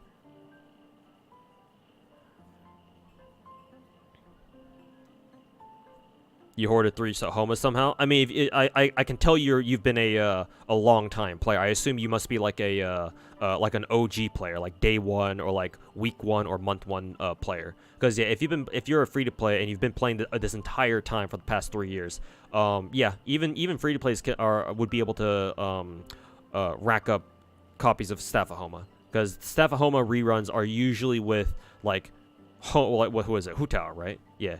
So if you already have Hu Tao, then yeah, you can definitely roll for Staff of Homa stacks or Staff of Homa copies. So not too surprising that you're able to like accumulate a couple copies of Staff of Homa. It's just you got very lucky. But hey, more power to you. Lack of resources, yeah. I would like this is the one issue that I see with your Zhongli. Like you built a really good DPS Zhongli, but you didn't put any levels into his ult. So yeah, if you care to improve your Zhongli, that's what I would focus on. Get his ult to level 9. Of course, you don't need to crown it, obviously. Just get it to level 9, and yeah, your Zhongli will be flawless. Okay, Ganyu, C0 Ganyu, Skyward Harp. Okay. Let's see. Ooh, you run EM Ganyu. Cool. I always like it when people run EM characters, because I usually run attack percent. I usually run non-EM on anybody who doesn't specifically want EM. So I was seeing characters that I would normally run as with like HP or attack or defense or whatever, but instead they run. I see people run them with the EM is always really fascinating. So EM timepiece, 81 CR, 211 CD, great stats. Only 4% energy recharge, but honestly, she doesn't really need that much energy recharge anyway. And cryo damage cup. 10, 6, 9. Yeah, that makes sense. Because obviously, her talent, her skill doesn't really matter too much. Not on like a sub C6 Ganyu anyway. Let's see, Skyward Harp, R1. Yeah, this makes sense. Super high crit rate because you're not running 4-piece cryo. So yeah, the super high crit rate makes sense here. And then 4-piece, let's see, 4-piece Shimenawa. 4-piece Shimenawa, huh? That's super interesting, but it does make sense. Your Ganyu is a super is an alternate charge shotter. Yeah, alternate charge shotter. Because normally you would run for a conventional charge shot Ganyu build, you would run what, 4-piece Wanderer's Trope? Yeah, because it gives you the bonus damage for anybody who uses a bow and something else, maybe Catalyst. I forget what it was. But yeah, so the fact that you're not running Wanderer's Trope is super interesting, and you're running her with Shimenawa instead. That's actually super cool. And I think Ganyu's extra skill stack was off for Constellation, right? It was like a con somewhere. C1? Was it a C1 or was it C2? Oh, it's a C2, I think. Yeah, Trail of Chillin' is her skill. So yeah, because she's not C2, yeah, that makes sense. Because you're only really using her skill one at a time anyway. So yeah, 4-piece Shimenawa makes perfect sense here. And then intentionally low ER because of that. Yeah, this checks out. Yeah, I like this build. This build is super interesting. And then it's what is it? R1 Skyward Harp to go with that. Yeah, man, I like this build a lot. Hopefully it works. Hopefully it's been working out for you. I can't imagine it can't. I can't imagine it isn't, with stats as good as these. So yeah, I imagine you run Ganyu as a charge shot reverse melt build. Yeah, kind of a mouthful. And then Bennett, you're running with Sapwood Blade. That's actually kind of funny. Actually, yeah. Okay, you run DPS Bennett. Okay, this is the far side of Genshin theory crafting. I see. So yeah, this is a build that I have no fucking clue about. Sapwood Blade, crit stats, DPS Bennett. I've seen DPS Bennett's though. I think I've seen, like, for example, Zajeff run DPS Bennett. It's very funny to watch. But hey, if he gets the job done, he gets the job done. So yeah. I'm assuming Sapwood Blade is there for a reason, because yeah, unfortunately, Sapwood Blade doesn't have great, what is it, base attack, which he kind of wants, but I'm assuming it's there for a reason. Actually, let me look up what Sapwood Blade even does, because I know I have it here somewhere. Yeah, here it is. What refinement level? R1. Okay. After triggering, oh, you must run him on a Burgeon team, either a Burgeon or Burning team. Huh. I actually kind of wonder how that works. Yeah, that's rather interesting. All right, I can't really judge this. Judges though. Oh, it's a copium weapon. Okay, never mind. Sapwood, a Zaja viewer. Yeah, no. Yeah, ideally you get him a better sword. Surely there must be a better forging sword out there, no? Maybe this is basically the best one for him. I don't know. But yeah, if Sapwood's kind of a copium weapon, then yeah, hopefully you find something better for him. Let's see, Xiangling R5 catch, perfect. Let's see, a little bit of EM, but you don't have her on EM timepiece, I believe. Yeah, because energy recharge, obviously, 4-piece emblem. 61, almost 200. Wow, your Xiangling stats are fucking amazing too. I mean, obviously, you could have done better with crit rate, but still. C6 as well. 240 energy recharge, love to see that. Pirate Cup. Skill maxed out, same with her ult. Yeah, everything makes sense here. I don't think you needed to crown her skill, but I mean, if it was just for Guoba, I completely understand. Yeah, 4-piece emblem, catch.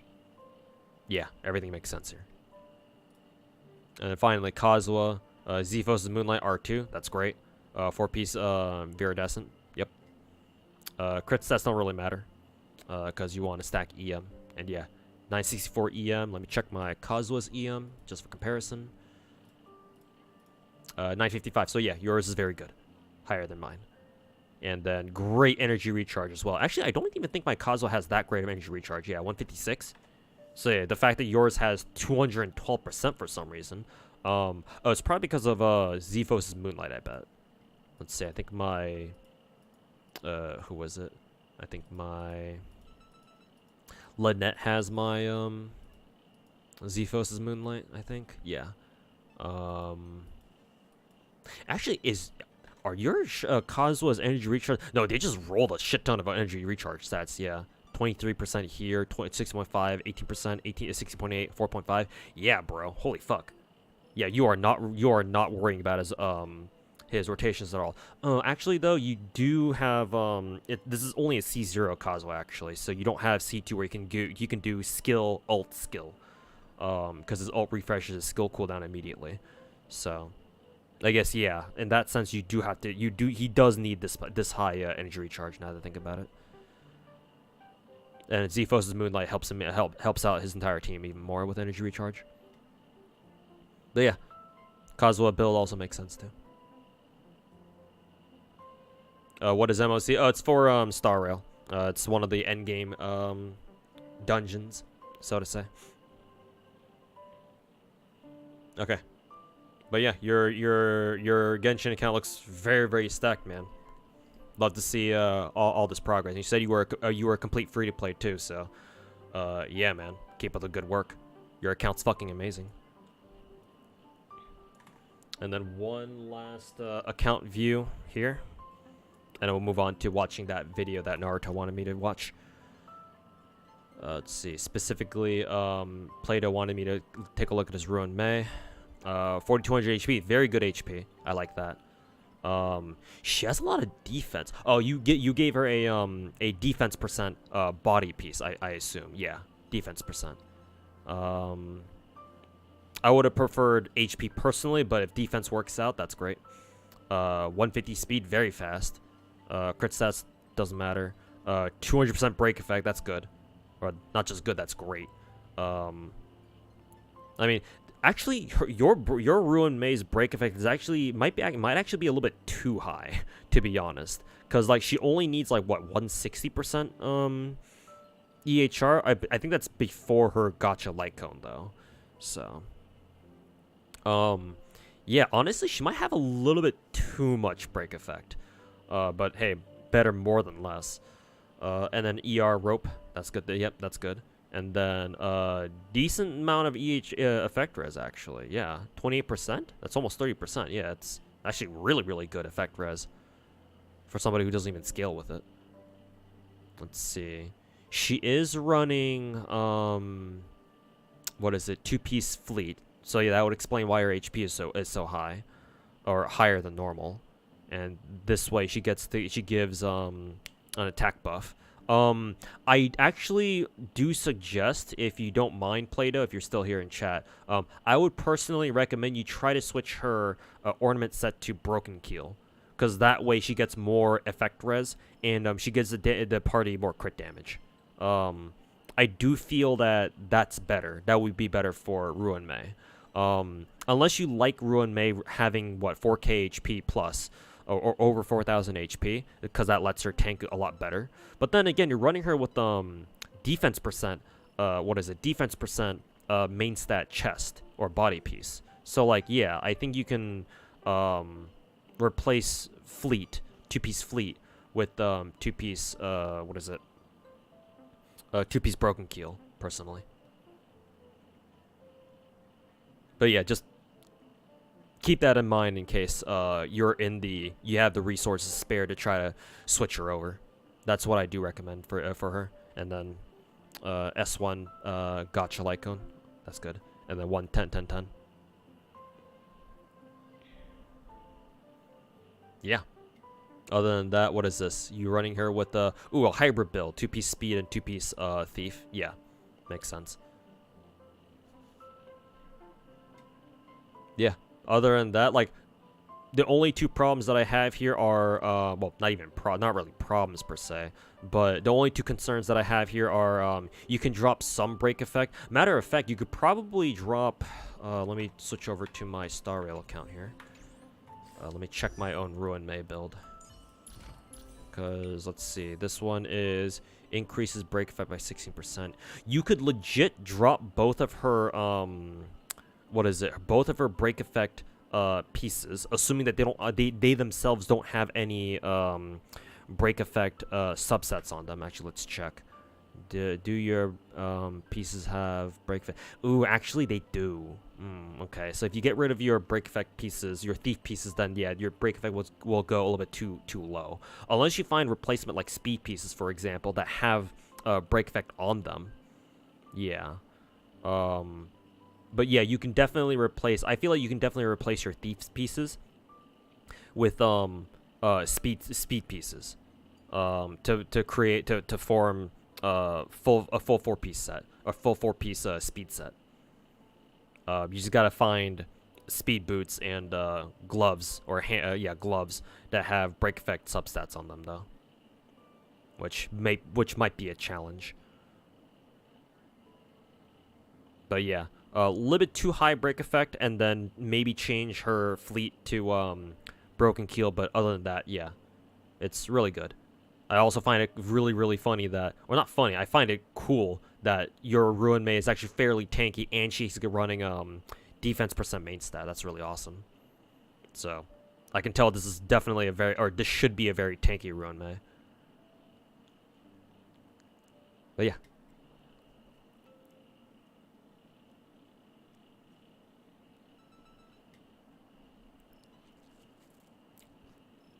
Can you take a look at my Hanya? Sorry, Kurumiku. I know that you just came to chat, but I spent like the past like hour looking at account reviews, or I guess doing account reviews, just looking at viewers' accounts, and checking them and kind of grading them or whatever.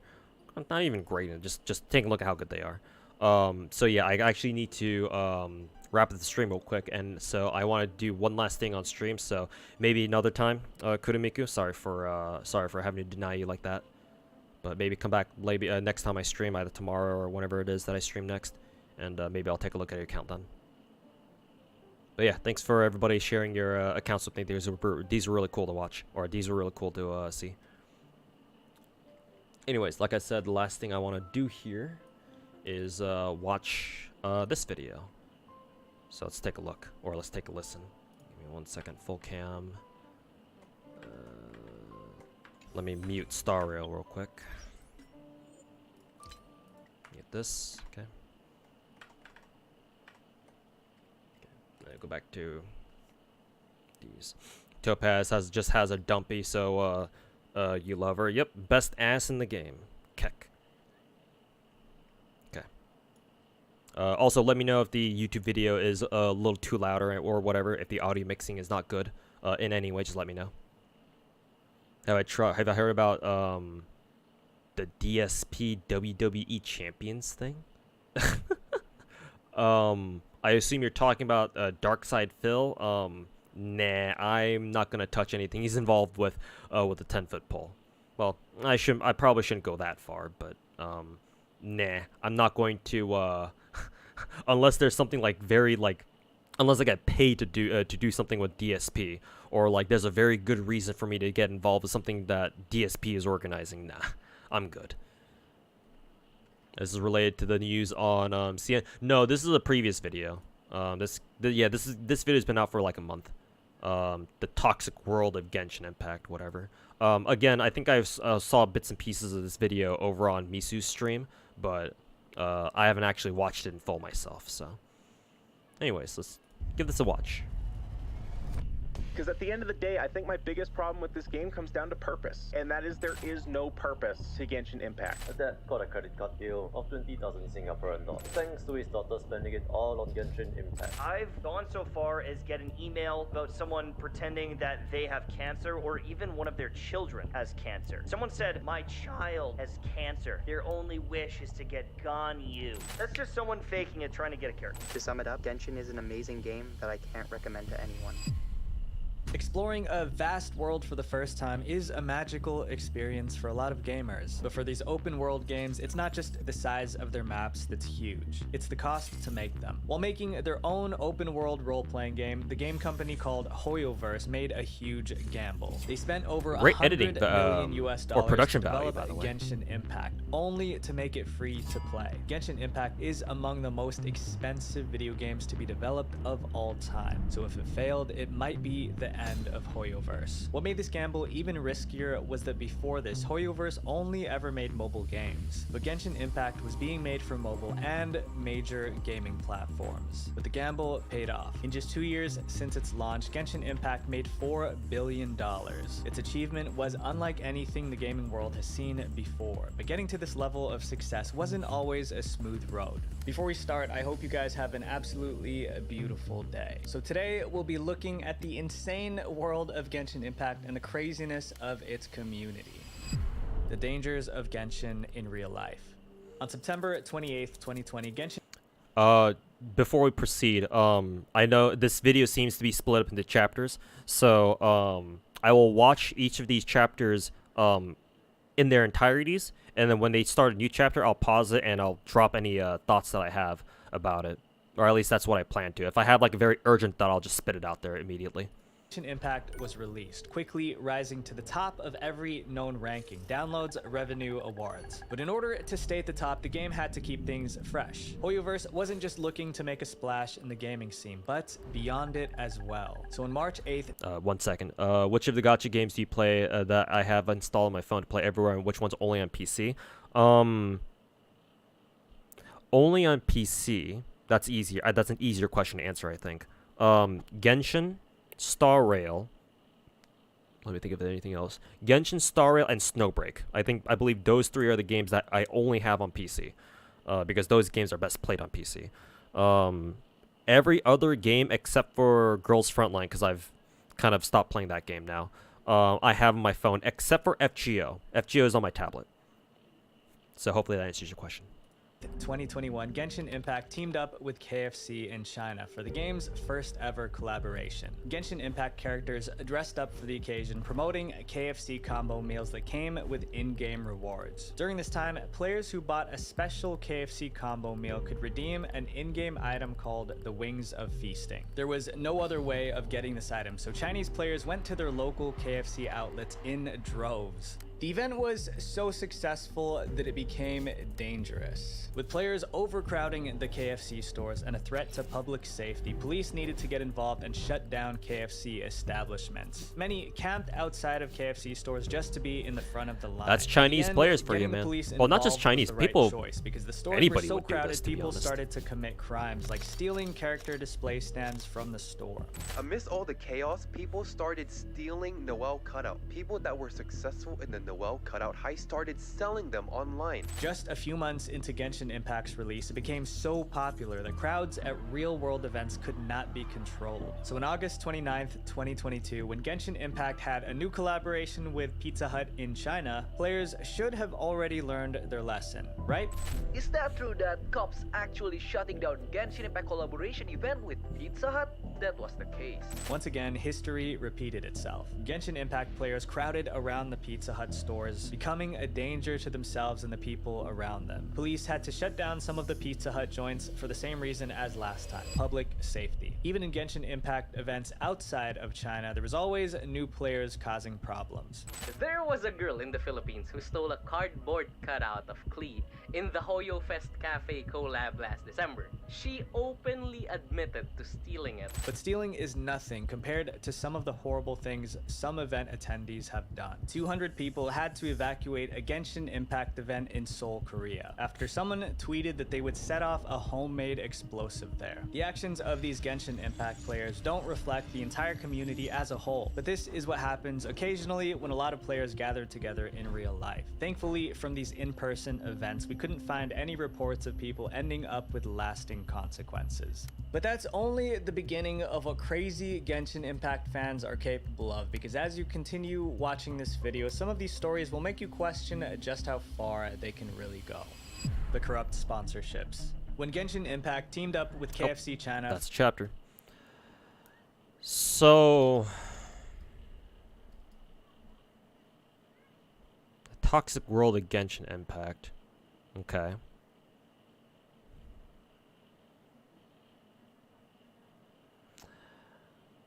So the first chapter focused on like the bullshit and the shenanigans that players got up to.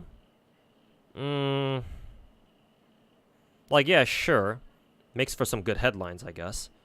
But like, it's not just Genshin players that do this, right? Genshin players aren't the only retards under the sun who do shit like steal cardboard cutouts and stuff like that. And like make bomb threats. Like, I don't know. Maybe I'm just so jaded by what I've seen on the internet over my however many fucking years that I've been on here. That things like bomb threats and people fucking stealing cardboard cutouts doesn't really bother me anymore. Perhaps maybe I'm a little too jaded. But I don't know. To me, that's not like, okay, so. Like, I'm gonna be straight up. Like, alright, like, people do this kind of shit all the time. Not just in Genshin, but in plenty of other communities too. Right? And honestly, obviously the bomb threat one was pretty bad. That doesn't surprise me considering it was it was from a Korean. I am ethnic Korean myself. And I know how fucked up Koreans can be. I speak from first-hand experience. So yeah, honestly, that almost doesn't surprise me. Almost. So yeah, like I get that the first chapter is kind of like meant to be an introduction to like this whole toxic world of Genshin Impact thing. This like thesis that they're trying to push, but like so far it's like, okay, like this is shit that other people in other fandoms and other communities have done and will continue to do. So it's like, it's not exclusive to Genshin, like the Genshin community. So it's like, okay, like I would have liked to see stuff that, you know, only Genshin players have done personally, or preferably.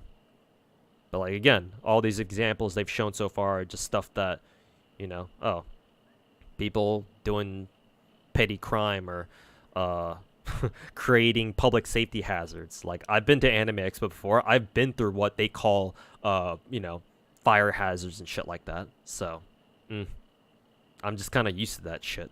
People make bomb threats and death threats all the time online, so particularly from the Genshin player base. So, yeah, they're just kind of a dime a dozen nowadays, and they always have been. So, yeah, I think obviously for your average viewer, the first chapter here was pretty compelling. But to me personally, it's like, it would have been better if for that first starting chapter, they used examples of like toxicity from the Genshin Impact community that only Genshin players have done. But again, like, I don't know how easy that would have been to do. So, to be fair, I don't know how they would have like done that first chapter in a way that would have impressed me or made an impression on me. But bomb threat is crazy. It is, yeah. But like, I know you're pretty young, Naruto, but I've been around the block for a while, a little bit longer than you have. And, yeah, bomb threats, people make those pretty often, I'm not gonna lie. I mean, it's fucked up, yeah, but, like, it's not the first bomb threat I've seen. I mean, hell, my old middle school, not middle school? Was it middle school? No, actually, my old high school, had a bomb threat once. So, like, thankfully, I didn't need to have to go through that because I think I was in middle school at the time. But one of our local high schools had a bomb threat, and they had to bring some of the high schoolers over to our middle school to hang out, chill out there for a second, or for a little bit, while they assessed the situation. Thankfully, it wasn't a real bomb; it was a fake threat. But yeah, like, people shouldn't be making bomb threats, obviously, but. Like, if we're going for like shock value, obviously that's a big problem. That's a big deal for a lot of people. But for me, like, I've seen these before. Most of them, thankfully, aren't real, and hopefully I never have to go through a real bomb threat. Much less one where, you know, people actually die from it. That would be really fucking bad. That would suck. Thankfully, we haven't had to deal with those things like that yet. But yeah, personally, so far, the first chapter hasn't really made an impression. For collaboration, players in countries outside of China felt left out, so HoYoverse came up with a plan. On November 25th, 2021, players from the global region finally had the chance to get the Wings of Feasting item from the KFC China collab. By teaming up with Genshin Impact Twitch streamers from around the world, HoYoverse gave out the Wings of Feasting through their new web event called the Adventurers Guild on Twitch. Their plan was to get the player base. I remember this. I actually participated in this. I gifted subs to some streamer. I forget exactly who it was. And yeah, because of that, I actually do have... Where's my Genshin account? I actually do have that on my Shenhe. It's a wing glider that I use on her. She's the only character that I use these wings on. Otherwise, if I didn't have these, if I didn't have this wing glider, I would be using the cryo one on her. But as a joke, I give her, I have my Shenhe use the Wings of Feasting glider on her as a voice actress joke. So I actually do have the wing glider. Anyways, back to to the video. support Twitch streamers. On paper, this was a great move for the community, because players who bought paid subscriptions to selected Twitch streamers could get the Wings of Feasting, while streamers could get more subs. A win-win. But once again, it was too good to be true. While almost everyone loves eating KFC, not everyone loves Twitch streamers. A lot of players were upset that they had to spend money to subscribe to streamers that they'll never watch. But the real problem was what the streamers had to face. Twitch streamer Tectone exposed the contract offered by HoYoverse Hoyoverse for them to be an eligible streamer for this event. It's a 2-week exclusivity contract, which means you can only stream Genshin Impact for 2 weeks, no other games. And here's the thing for payment, $0. On top of not being paid, Twitch streamers were not allowed to accept other sponsorships or talk negatively about Genshin Impact. Other creators also spoke up against Hoyoverse's contract, resurfacing the community's anger toward the company. But amidst the backlash Hoyoverse like the was American facing, flag there. innocent content creators were caught in the crossfire. Genshin Impact players flooded Twitter to attack any content creators who accepted the contract. I saw this part threatening on to Misu's unsubscribe stream. from them. There's a lot of people in the Genshin community, smaller Genshin content creators, who reached out to me via Discord, Twitter DM, and they said that they are very anxious about this. And that they're terrified that they accepted the program, right? And they're terrified about what's to come because of how Genshin community retaliated towards this. In the end, the Adventurers Guild on Twitch event divided the community instead of bringing them together. Hoyoverse never responded to the backlash from this event, while streamers suffered the wrath of angry Genshin Impact players. Sadly, this isn't the only time that innocent creators had to pay the price for So specifically about that Wing Glider event, I'm gonna be honest. Maybe it's just that I didn't watch enough Genshin creators. I didn't get that feeling at all. I didn't get the vibe that there was like a schism in the online Genshin community about, you know, about this whole Wing Glider thing, about the whole whatever that Wing Glider is called, Wings of Feasting, whatever. Obviously the contract, the terms of the streamers' contracts, yeah, that's fucked up. And I don't like that. I wouldn't have to, if I were a big streamer back then or a big content creator back then, yeah, I would have said no to that contract. I would have just told Mihoyo to go fuck themselves. But at the same time, like, I kind of see where they were coming with that, because, like, yeah, you don't make any, like, Mihoyo's not going to give you any money because the intention was, you make money from those gifted subs, right? That was their intention. So I can kind of see where they're coming with that. No sponsors. While it's fucked up. Again, I get that too, because it's a 2-week exclusivity contract. Like, we've seen exclusivity contracts before. Like, this should be nothing new. And yeah, while personally I wouldn't have taken that sort of deal myself, like, as far as, like, the terms go, like, nothing is, like, egregious here. Like, as normal viewers, yeah, that sounds like shit. But, like, I've seen terms of service that are far worse than that, bro. Especially sponsorship deals that are way worse than that. So, like, that doesn't really, like, bother me too much, other than, you know, my own personal biases against that. What else? Oh yeah, back to my original point about the there being, like, a schism in the community. Yeah, I never got that vibe. Again, maybe it's because I didn't watch enough Genshin streamers back then when that event was happening. But yeah, like, I didn't see much of that. I would have liked this dude, whatever this channel is, whoever this dude's name is. I would have liked him to show, like, specific examples of, like, people being super negative towards streamers as a result of this event. Like, he was able to give like, specific clips, right? Specific clips or tweets of content creators, right? Speaking out about this event. The clip from Tektone's stream, Enviosity talking about it, or whoever that was.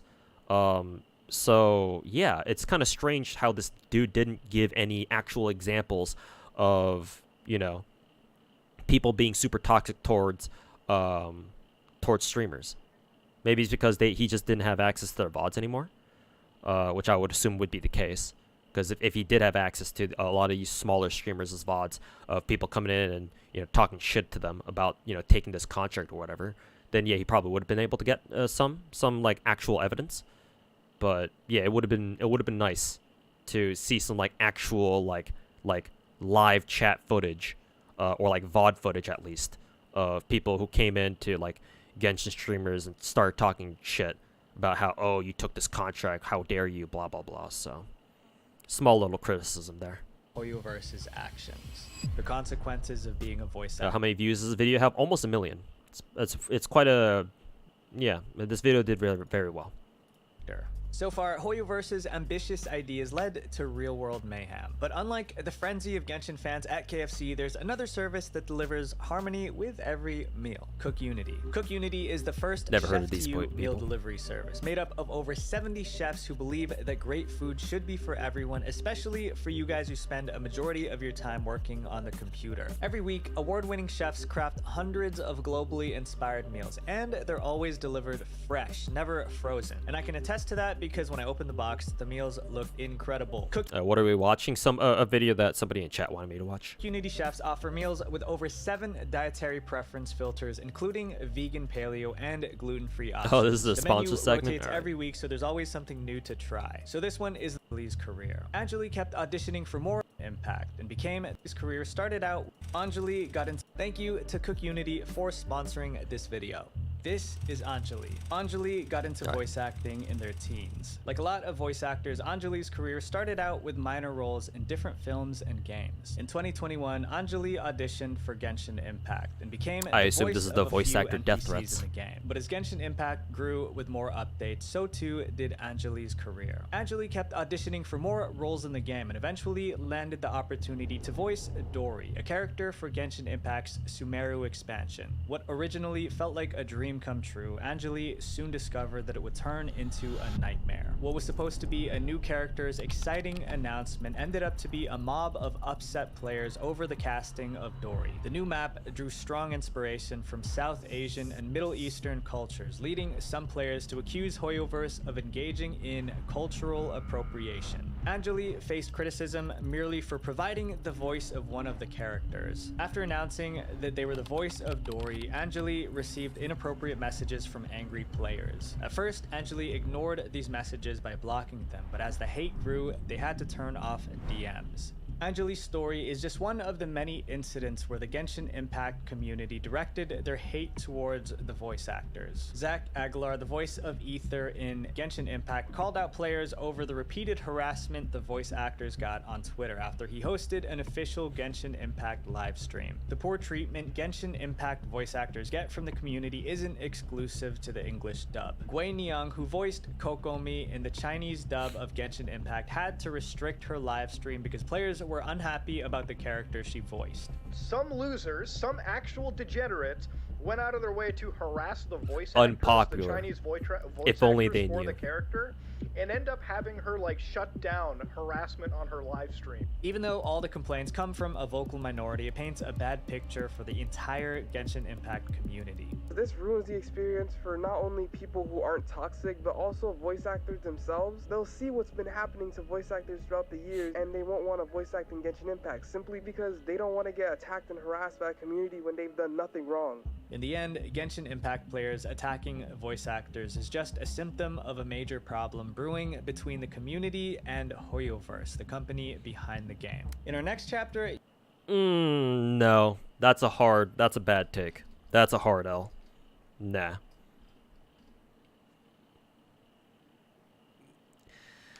Yes, there are tensions that will brew up between the player base and Genshin Impact.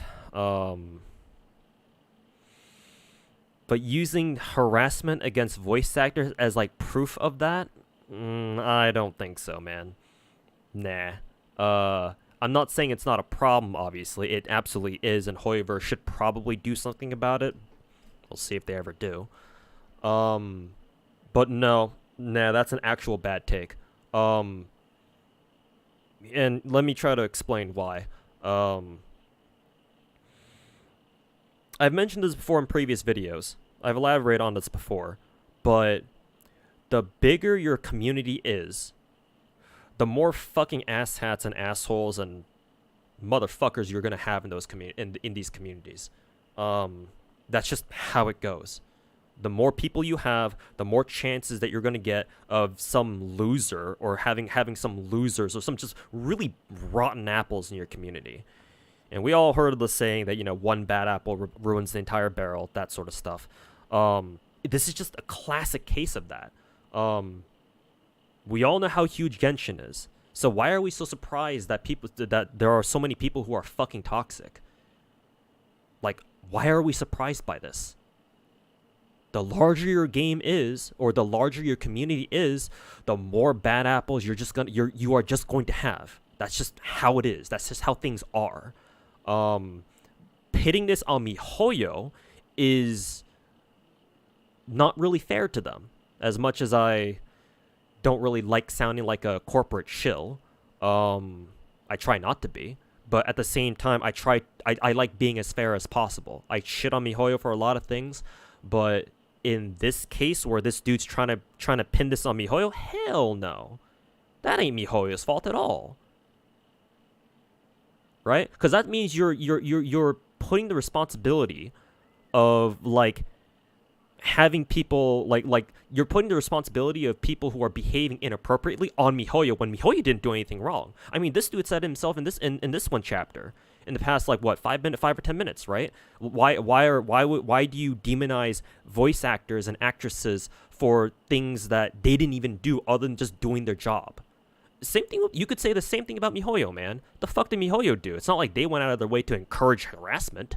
All they did was just make the game. And all of a sudden, you're pinning the inappropriate behavior of, like, dipshits online on Hoyoverse as if they're supposed to police this kind of behavior? I mean, to be fair, it would be nice if they said something about it, right? Like, if they came out and said, you know, did something to defend their talents, that would be nice. But at the end of the day, you can't pin this shit on them. For exactly the same reason, for the exact same logic. So, nah. This dude has a bad take there. I don't agree with that one at all.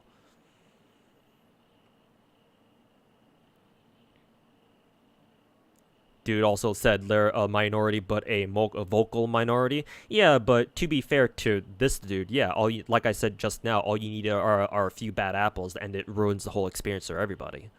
So it's not surprising that he's trying to focus on this. It's just that the logic doesn't really check out here. It's kind of hypocritical, if I'm being honest. And again, even like disregarding that, or even if we were to disregard that and go back to my original point that I was trying to make about how just having a bigger community, you're just gonna have more assholes. That's just how it is. So just from that alone, you shouldn't be blaming MiHoYo for any of this shit. This is just people being fucking retarded. That's just what it is. Yeah. It's as simple as that. Just dumb people doing dumb things and doing very inappropriate things. Yeah, obviously they shouldn't have been making death threats or whatever, or harassing voice actors and actresses online, or doing whatever the fuck, review bombing whatever they can get their hands on like the iPhone, the iOS store, like the Google Play Store. Yeah, they shouldn't be doing these things. But this is the internet. Like, the internet's been around for long enough for us to know that people are gonna do these fucking things. I do feel bad for, like, for example, Anjali or whatever Dory's EN voice actress's name was. I do feel bad for all the VAs who have had to, you know, deal with this shit. Like, I feel bad for them. I wish it weren't this way. But at the same time, like, this is just how it's going to be, right? This is always how it was gonna be. With how big Genshin with how big Genshin eventually became, yeah, like, you're fucking naive if you thought that this was gonna go any differently. Like, welcome to the internet. People are going to send you death threats for over the dumbest things. So, like, again, I wish it weren't that way. I wish people were a little bit smarter on the internet, but what can you do, man? This is how people are. So no, this last bit about voice actors and actresses and Hoyoverse, nah, bro. I hard disagree with this dude. You'll find out just how far Hoyoverse goes to control the content in the game. the bubble diaper situation. On August 16, 2023, Genshin Impact Update 4.0 added the new region of the underwater to the game. censorship. While the community welcomed the new content with open arms, there was one feature that players found to be very annoying. When you swim underwater in the game, it causes a bubble effect to appear around their character's hips. The effect was noticeable and started to grab the attention of the Genshin Impact community. This effect was known as the bubble diaper. Many claim that its intention was to cover up the rear end of characters, and a lot of players found this to be distracting. And this ain't just on the female characters, no, this is on the male characters too. Fully dressed, well dressed, you know, not showing anything male characters. Unlike Western games, Genshin Impact has greater restrictions as a Chinese video game. While Hoyoverse has to follow the rules set by the there's controversy of this? Yeah, I heard about this. Chinese Communist Party, their attempt to cover up in Genshin Impact appears to be a lot worse compared to other Chinese video games. With China's video game regulations growing stricter in recent years, players outside of China are worried that they'd also get hit with more rounds of cover-up similar to the bubble diaper incident. But it isn't just graphics. Players realized that their words were being censored too. It censors tank. I wonder why. Tank? It actually does! The censorship wasn't just limited to words I like wonder Taiwan why that and is. Hong Kong. Even words that are important for in-game communication, like enemies, can't be seen. This list only appears to be growing. A study conducted on 200 different Chinese mobile games revealed over 180,000 blacklisted keywords. However, what truly aggravates the community goes beyond the in-game censorship. It's the persistent feeling that their concerns are constantly overlooked. Genshin Impact's Discord is notorious for silencing players, making it difficult for them to voice their opinions when it comes to problems about the game. Because Hoyoverse hardly addresses the community's complaints, players often use this lack of communication to justify their actions, such as bullying innocent parties, as we've seen with voice actors. But some problems would be bad for Hoyoverse to ignore, because there was one incident that left hundreds of players. So that was what? He's just he's connecting the. He's drawing a connection between Hoyoverse censoring their concerns to things like players harassing voice actors and actresses. Nah, bro, that's another hard L.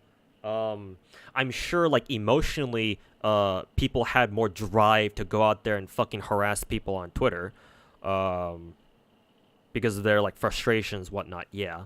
But no, other than the whole emotional aspect, nah, man.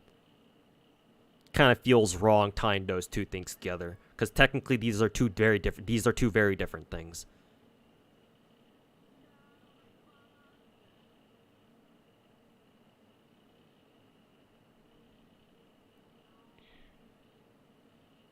Discord is fucking huge with only a handful of mods.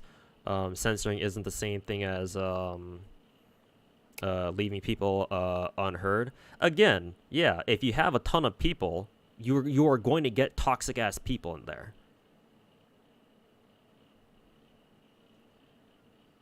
Don't know how you went from the bubble diaper situation to the fact that MiHoYo doesn't listen to their player base. No, the overall theme there was censorship. Because both the bubble diaper thing and he likens that to censorship, basically. And then towards the end, where MiHoYo doesn't listen to their player base, yeah, censorship, because, you know, MiHoYo doesn't want to hear you guys, or they're not concerned about the you know, feedback of players.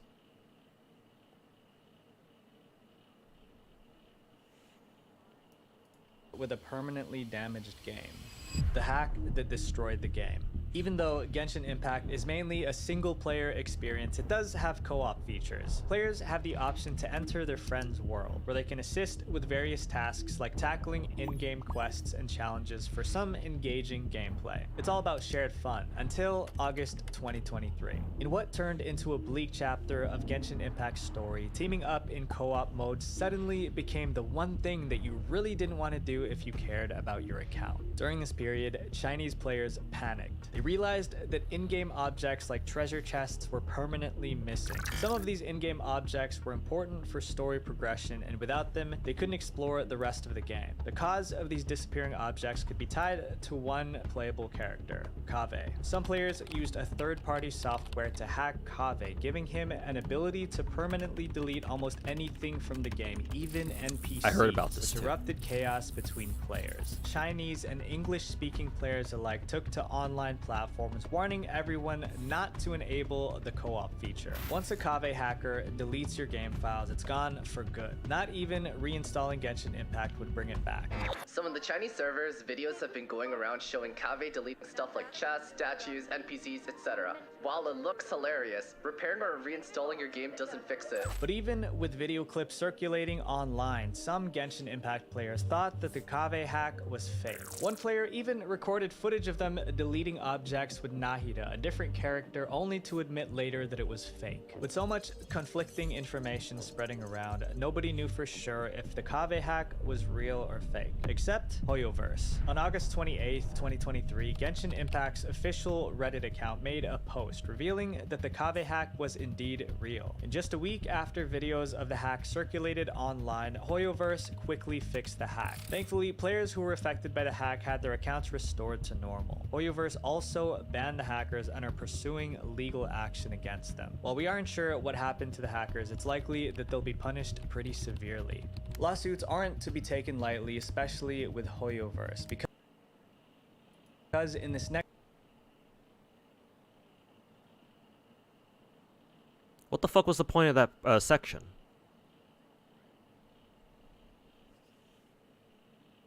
So okay, so it was a hack in the game.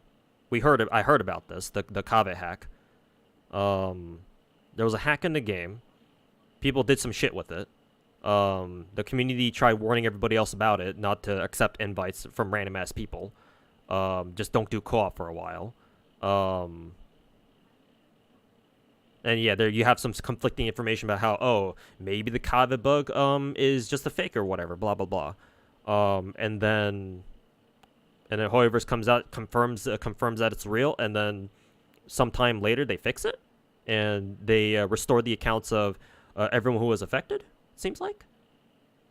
Okay, so where's the toxicity in this? The fuck was the point of that?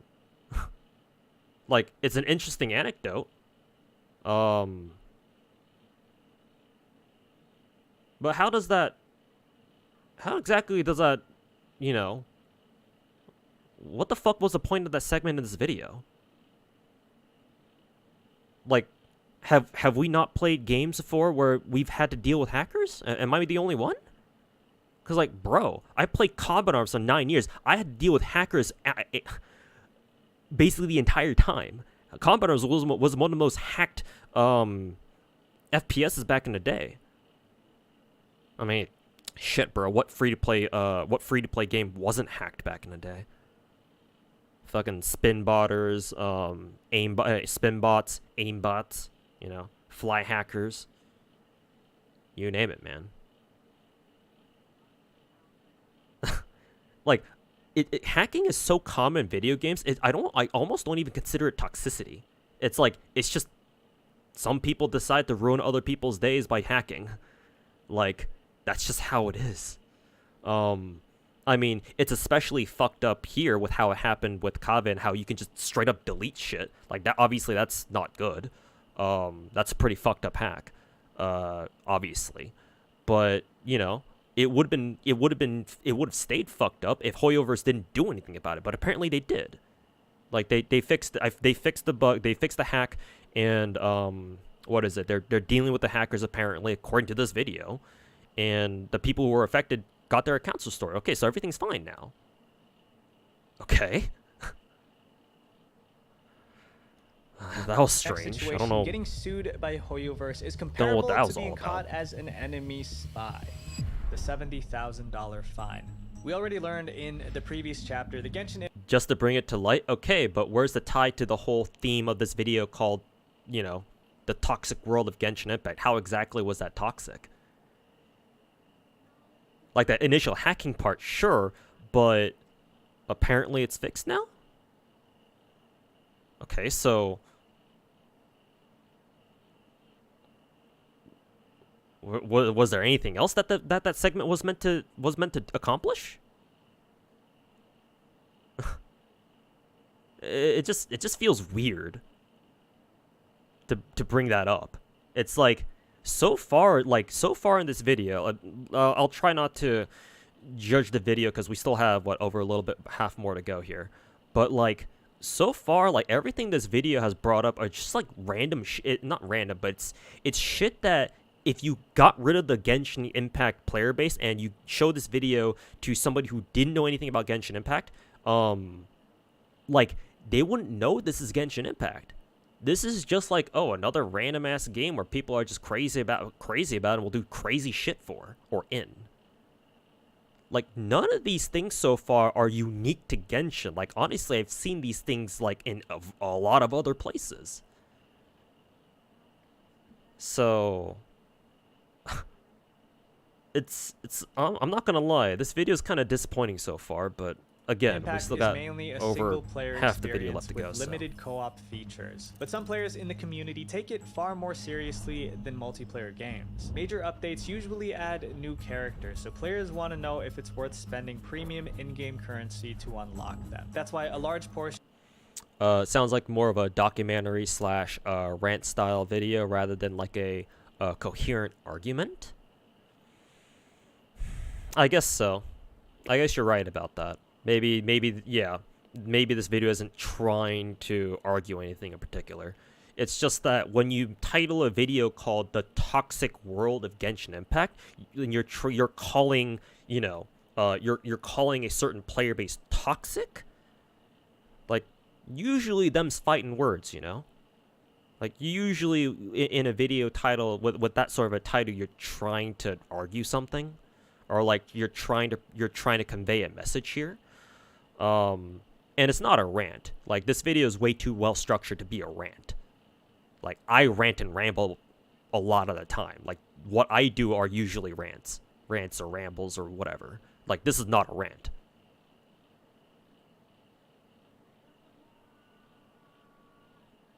Yeah, that's good. That's a good point, Hannah. Like this video should have been titled, like the controversies of Genshin Impact, blah blah blah. But no, it's called the toxic world of Genshin Impact. Like you should avoid Genshin Impact because it's toxic, that sort of thing.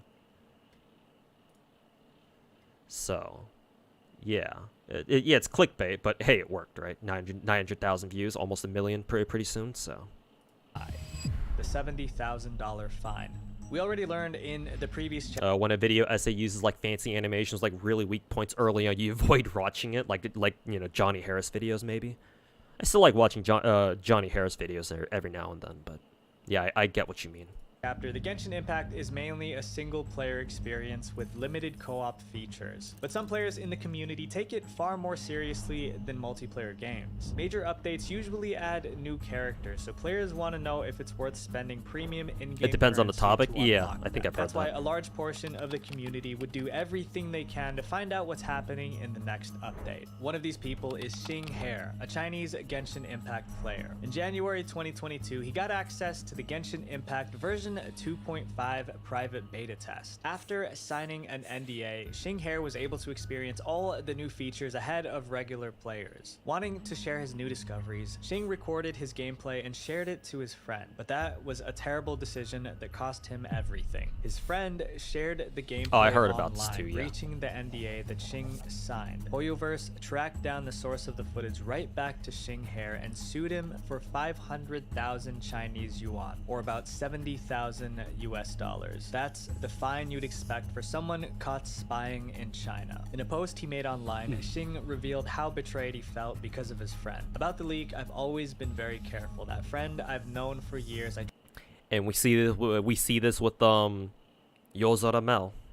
trusted him and told him not to spread it to outside sources, but I didn't think that I would get backstabbed today. Xing also revealed that he doesn't have the means to pay the fine worth $70,000. While we aren't sure what happened to him after he made this post, we're sure of one thing: Hoyoverse takes data breaches very seriously. Back in 2021, Hoyoverse made it clear that they weren't messing around, going after 7 players with lawsuits each at around $70,000. Why did you have to remind me? Sorry about that, man. Unreleased content of the game. And just when the leaks wouldn't stop coming, in October 2022, Hoyoverse suffered a massive data breach. Not only were 36 weeks of upcoming content exposed to the public, but employee information was leaked too, which led many people wondering maybe it didn't take too much effort to actually breach Hoyoverse's security. A 4chan user in June 2023 leaked so much Genshin Impact artwork that the user even insulted Hoyoverse for their incompetence. You are a multi-million company. You could tighten your security. You do not, however. Your company is so open to how easy it is to breach, so it's just a matter of time before somebody creates their own art book. You should.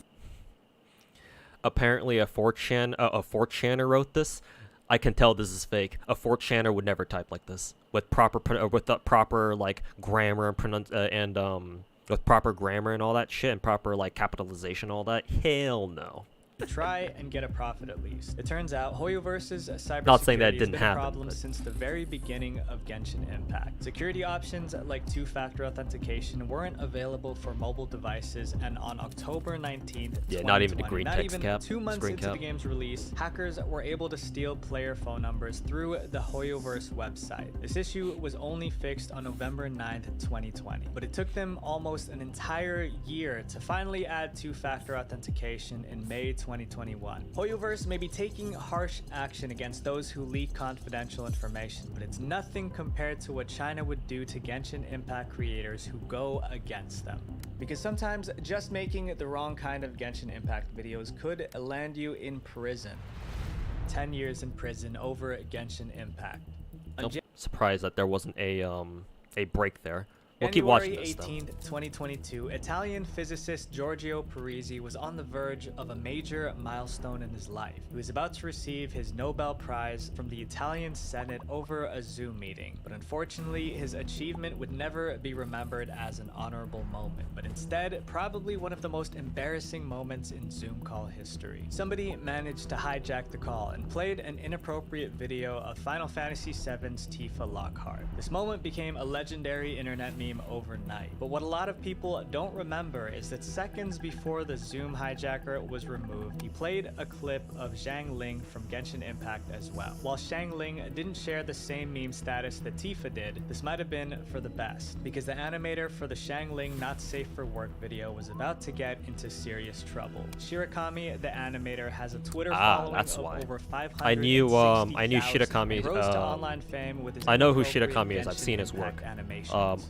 I heard that he got jailed, mysteriously went but silent and vanished from the internet on December 12th, 2022. That's what happened. It Now I wasn't know. until 6 months later that his fans would uncover the story behind his sudden disappearance. In July 2023, Shirakami was arrested in China for violating censorship laws. He could potentially face up to 10 years in prison for distributing and profiting off of inappropriate material. His Patreon raked in over 1,830,000 Chinese yuan, or about $250,000 US, which Chinese authorities deemed as unlawful. Shirakami's arrest struck fear in the community of Chinese NSFW creators. Some of them even deleted their accounts, afraid that they would end up the same way. Shirakami's story I've seen at least a couple of Chinese NSFW artists slash like koikatsu artists delete completely nuke their accounts after Shirakami disappeared. Unlucky Hoyoverse staff member, her first day on the job was thrown into chaos thanks to the Genshin Impact community. Another chapter. Yeah, no. Like, how are lawsuits toxic? Because I can explain every single one of these. At least I think I can.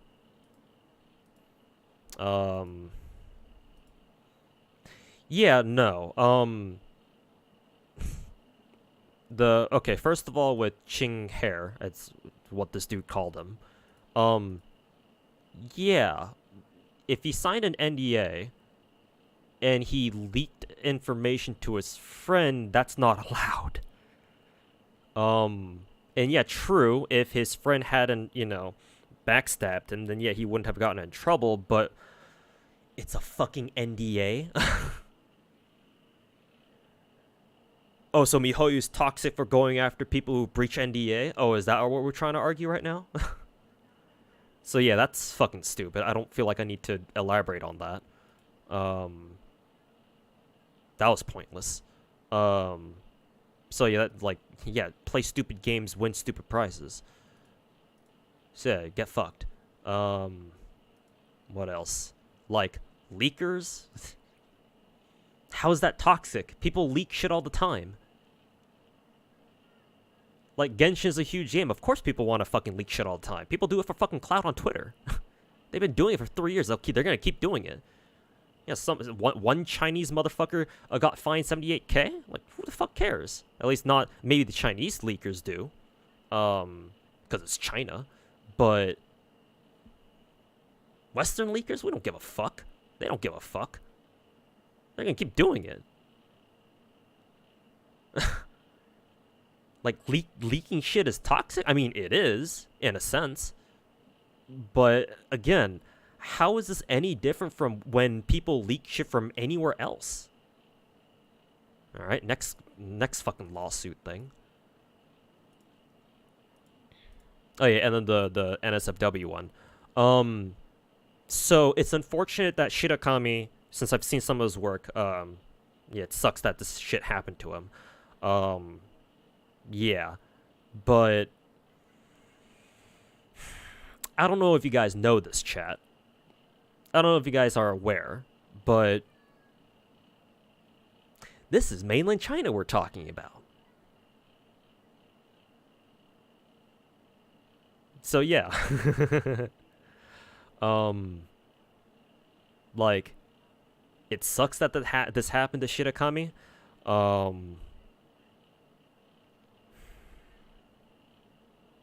But it's how it is in mainland China. Right? Like, China's security, like their well, I shouldn't even call it security, but like their how do I just basically their surveillance, right? It's really fucking good. Right? If you get your face fucking ID'd and implemented into their national security database, they will find you. Like, they'll probably know who you are. Most likely. Not even probably, most likely. Yeah. China is an information state, people. So, yeah. You got fucked. Like, it sucks, but, like, that's kind of what happens. It's kind of understandable that this happened to him. Because people, as soon as people saw that, you know, NSFW clip of Xiangling or whatever, yeah, they were probably able to trace it immediately back to him. So yeah, that does not surprise me at all.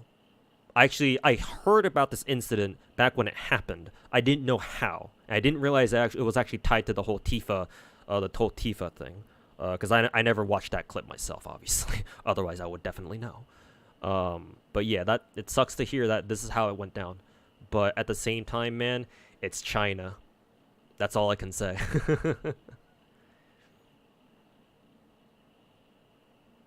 It's motherfucking China. China. The worst job ever. We've already revealed earlier in this video that HoYoverse is infamous for not responding to their player base. Yeah, it's a bigger problem with China's overall censorship laws, yeah. And like the whole like upholding public morale sort of thing. What if or you had the public decency or public morals sort of thing. Power to change that? Janice rose to the opportunity to do just that. After 5 years of working at Bandai Namco Entertainment Asia as their social media and PR manager, Janice made a major career move. On September 28, 2021, she joined HoYoverse as their new global PR manager. Yeah, nothing can go wrong with this. On the first day of her job, Janice had to deal with gaming's worst PR disaster of all time, Genshin Impact's first anniversary event. For the Genshin Impact nothing can go wrong with community, this. the anniversary event was the the final straw that broke the camel's back. Throughout the year, Hoyoverse responded with silence whenever the community aired their frustrations toward earlier updates. So when the anniversary event was revealed and it offered players little to no changes, they were more upset than ever. You didn't realize that distributing not safe for work content whatsoever is illegal. So you have to understand, maybe in like the recent past, maybe, you know, the CCP kind of like turned a blind eye to it, because you have to remember that back when Deng Xiaoping was in power, right? Deng Xiaoping was advocating, like, you know, reform and opening up China to the rest of the world, right? To, you know, basically make economic progress, and boy did that work, right? But in the recent political atmosphere under Xi Jinping, given how what direction his government is going, oh yeah, no, you don't have those sorts of freedoms anymore. At least, at the very least, not to the same extent that, you know, you may have used to have, like Chinese people used to have had back in the day, like before Xi Jinping came to power. No, they are steering super hard to the left now, and they have been for like the past like decade, pretty much, ever since Xi Jinping was in power. It's just gotten they've just kind of accelerated that progress really, really fast in the past couple of years, though, is the thing. And guess when Genshin Impact came out, you know? So yeah, I would not be surprised if, like, yeah, if it were actually against the fucking law to make NSFW content at all in mainland China. Like, shit, bro, they're trying to restrict fucking video games of all things. So yeah, you can imagine what kind of you know, how they treat porn, basically. So worst part is there's a lot of NSFW artists in China too. Oh yeah, I'm sure. Yeah, China's a big place, lots of people. So yeah, obviously there's going to be a lot of there are going to be a lot of, you know, NSFW artists there. Guess what? They're fucked if they get found out. So unfortunately for them, they kind of have to be super low key, right? Delete their shit, stop doing NSFW stuff, or if they want to keep doing it, you know, go super underground, stuff like that. Because, yeah, they see what happened to Shirakami. They don't want to go to fucking jail. So, yeah. It's going to suck for them until things change. And, honestly, I don't think they will. Not for a while. Yeah, quite an accurate assessment on freedom in China. I try to keep up to date with, like, geopolitical stuff in regards to China. So, I have a little bit more of a nuanced understanding of what's going on there. Compared to the vast majority of Genshin Impact content creators, at least. So, yeah, I understand. I'm familiar with a lot of the things that are going on over there. Obviously, I'm not native Chinese. I'm still a Westerner, so I'm still just one dude outside looking in. So obviously there will be details that I miss, you know, everywhere. But as far as like the general picture goes, I think I'm pretty confident. It sucks, man, obviously. But that's just how it is. Is that toxic? Well, I suppose so, but I mean, hey, if you want to call the CCP toxic, go right on ahead, because I certainly will. Whenever the servers go down for maintenance, players are given an average of 300 Primo Gems as a form of compensation. You are getting more Primo Gems here compared to the rewards of the game's 1-year anniversary. The anniversary offered 100 Primo Gems, the game's premium currency, if they took part in they start at the wrong place at the wrong time. Clearly, yeah. This wasn't even given freely in-game, and it's not what the community wanted. Once again, Hoyoverse ignored the player base's disappointment toward the anniversary. But this time, the players fought back. Janice suddenly found herself dealing with the biggest protest in Genshin history. From 4.6 stars on the Google Play Store to 1.9 stars, Genshin Impact was getting review bombed.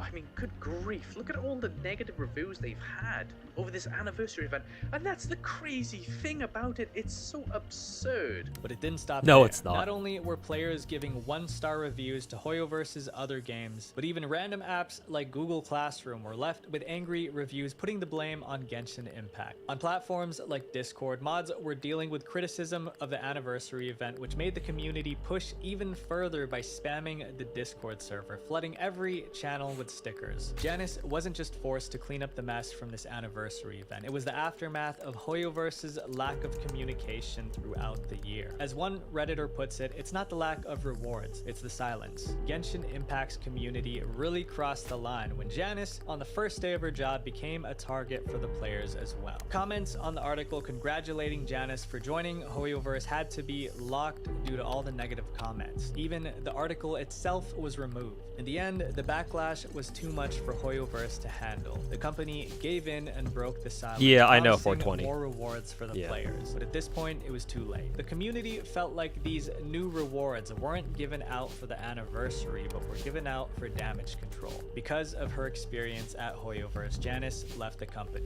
For many, working at a big game studio like Hoyoverse can be seen as a badge of honor. But for Janice, it doesn't seem like she associates herself with the company, having removed any mention of it from her LinkedIn profile. Even after leaving Hoyoverse, the awful things that Janice had to deal with as their PR manager seem to have caused her to take a break from the gaming industry. But the horrible messages she received from the community are nothing compared to the cruel acts capable of some Genshin Impact players. Because a few of...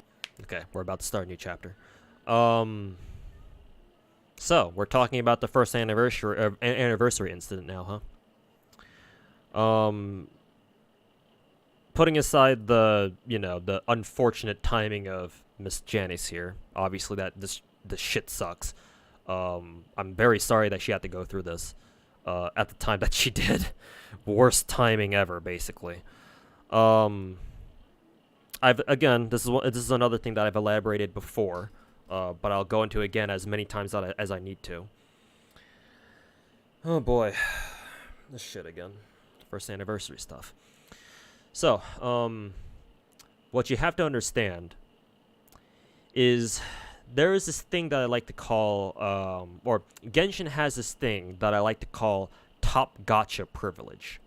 The gacha game that used to have before Genshin was a previous gacha game that I play, the first one that I played, called FGO, Fate Grand Order. Because before Genshin Impact, Fate Grand Order was, I think, the biggest gacha game in the world, either the biggest or one of the biggest at least. Yeah, let's just go with one of the biggest. It certainly had this top gacha privilege thing that I'm talking about. So, yeah, I think FGO is still a decent example here. So you can think of top gacha privilege as it's kind of like like an economic monopoly, right? An economic monopoly is, when one company or whatever, one studio, one company, one corporation, right, has like a singular control over the entire market for like a certain product or something like that, right? Something like that. I'm not an economist. I'm sure my definition of monopoly could still use some work, but hopefully you guys would know what I mean, right? So top gacha privilege is sort of similar to that, where while you don't really have, obviously you don't have control of the entire gacha market, right? Because obviously there's a ton of other great gacha games out there. You are the biggest. And so as a result, because you are the biggest, because you are the most popular, and because usually your game is one of a kind, and there's no other gacha games like it, right? If you want to play that one gacha game, you play that gacha game. You don't play something else, you play that, right? It first started with FGO, now it's moved on to Genshin. So, in the case of Genshin, there is no other gacha game like it. At the very least, there was nothing like it for the first, year or so, until, maybe Tower of Fantasy came out, but, Tower of Fantasy, Omega lol. So, sure, you could play other, Genshin clones, Genshin likes. I'm gonna call them Genshin clones. Like Tower of Fantasy, for example. Now we're slowly starting to get more, like Enfield and Wuthering Waves and whatnot. I'm sure more to come in the future. But Genshin is so high quality, even if you play these other Genshin clones, it's not the same as playing Genshin. So because of that, right?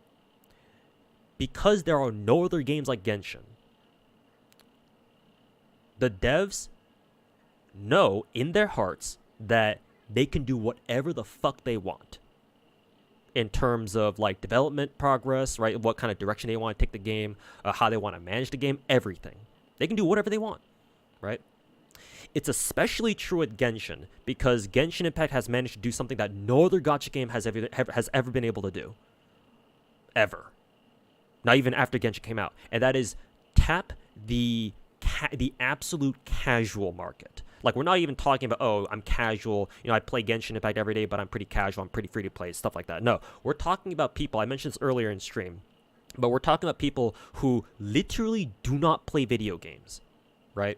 Genshin Impact is the only video game that they play, ever. Like, these are straight up normies. They managed to capture the normie market.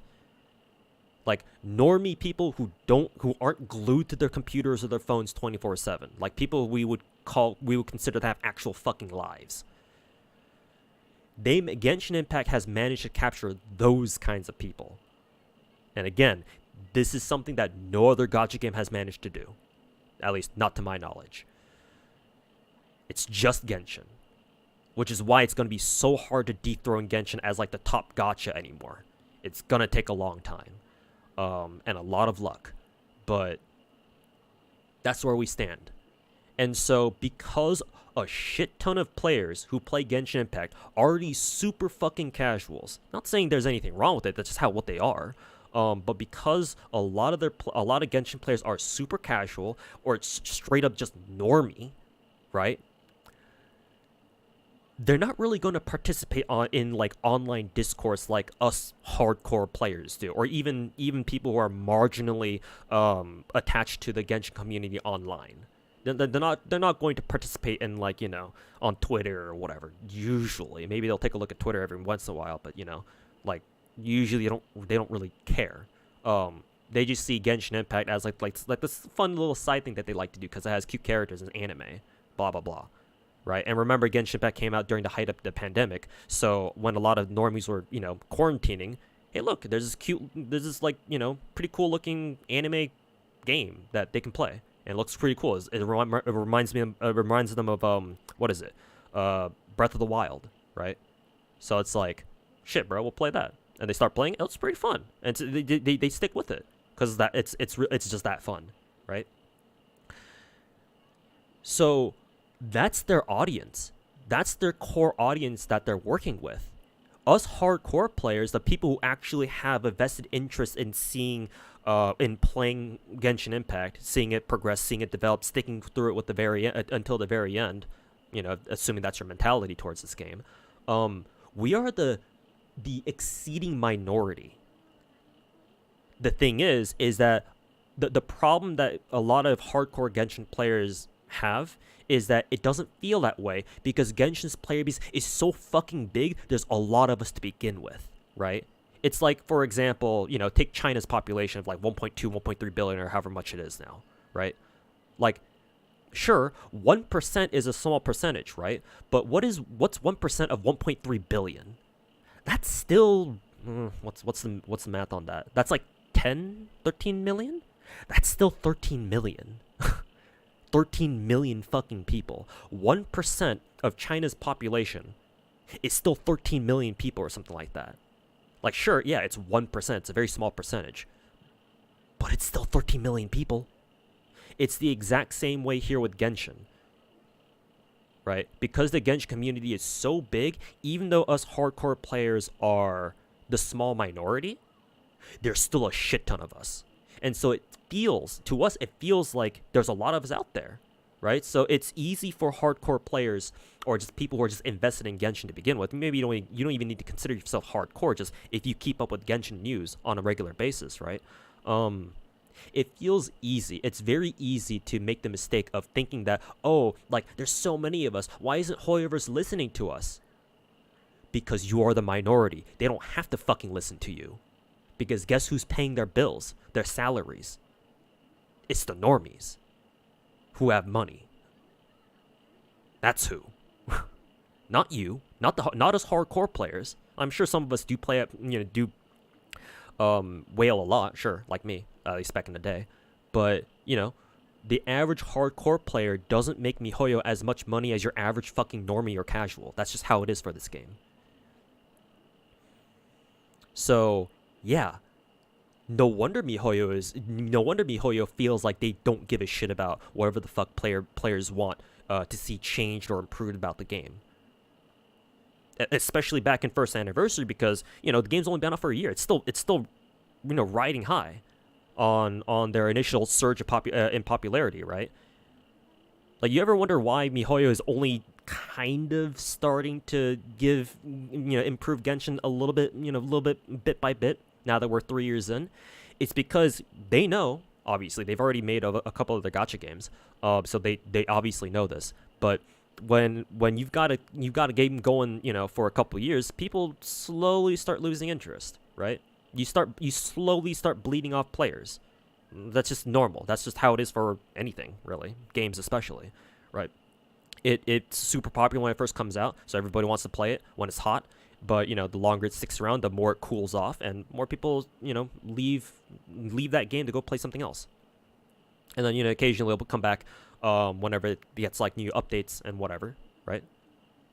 But yeah, usually over the course of over time, more and more people stop playing whatever game. In this case, excuse me. In this case, Genshin.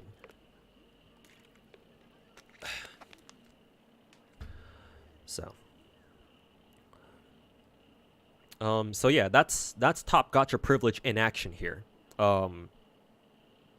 Yeah, because Genshin Impact is the only game of its kind, realistically. And the core audience of Genshin Impact, or at least the ones who make MiHoYo the most amount of money, they have no vested interest in like the actual future of the game, because again, they're normies.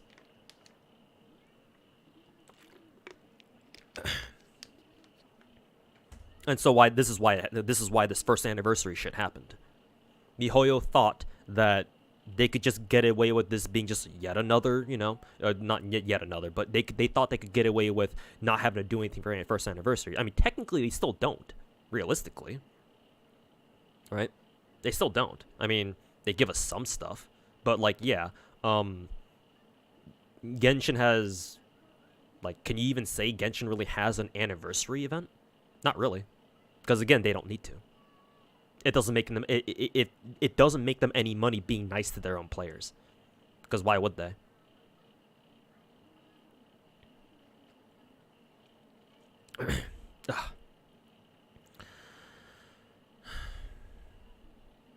Have you guys noticed that Hoyo's JP tweets get more likes than EN tweets do? Generally speaking, I would attribute that to like a cultural difference. That and Japanese players are a lot more they're a lot more enthusiastic about like social media engagement and whatnot. But I'm probably generalizing there. To be fair, Genshin's Douyin account went down by 1.4 million. Yeah, I did see that. Yeah.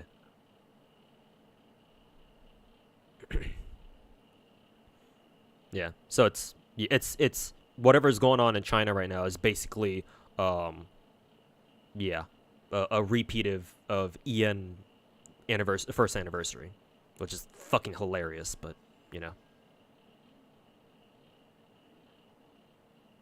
wasn't there like a stat like 10% of Japan's population plays FGO or something like that? Probably. I haven't seen that myself personally, but yeah, Landmet. Yeah, I'm aware. A lot of people in China are still poor, despite what the CCP claims. Yeah, it's only really in the super like tier 1, tier 2 metropolitan cities, like you said, Shanghai, Guangzhou, Beijing. Yeah, that's where a lot of their players are. A lot of China is still rural, agricultural farmers. Can I ask you a question? Do you think MiHoYo uses their CC content creators? I assume you mean content creators as a riot shield to hide against backlash?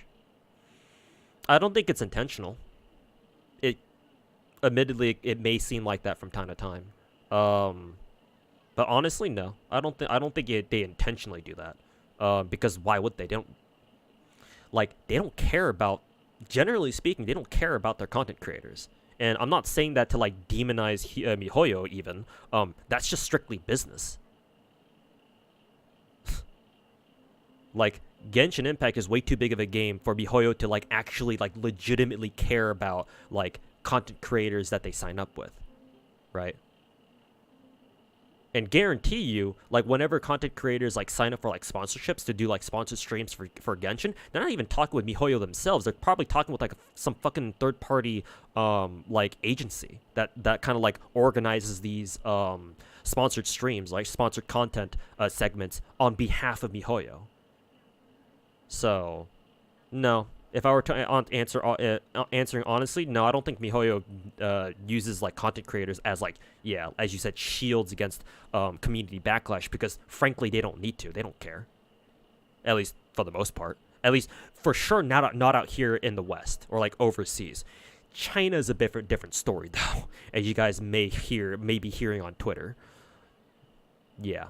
Pissing off overseas fans is one thing, because MiHoYo can largely ignore them. Largely. They don't really need to care.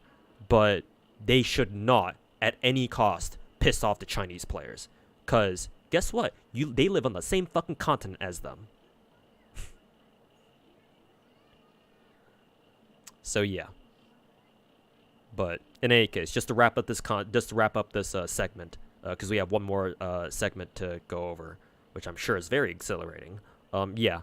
Genshin is what I like to call has what I like to call top gacha privilege. Basically, in a nutshell, they get to do whatever they want, and that means that if it doesn't make them any money, fuck you.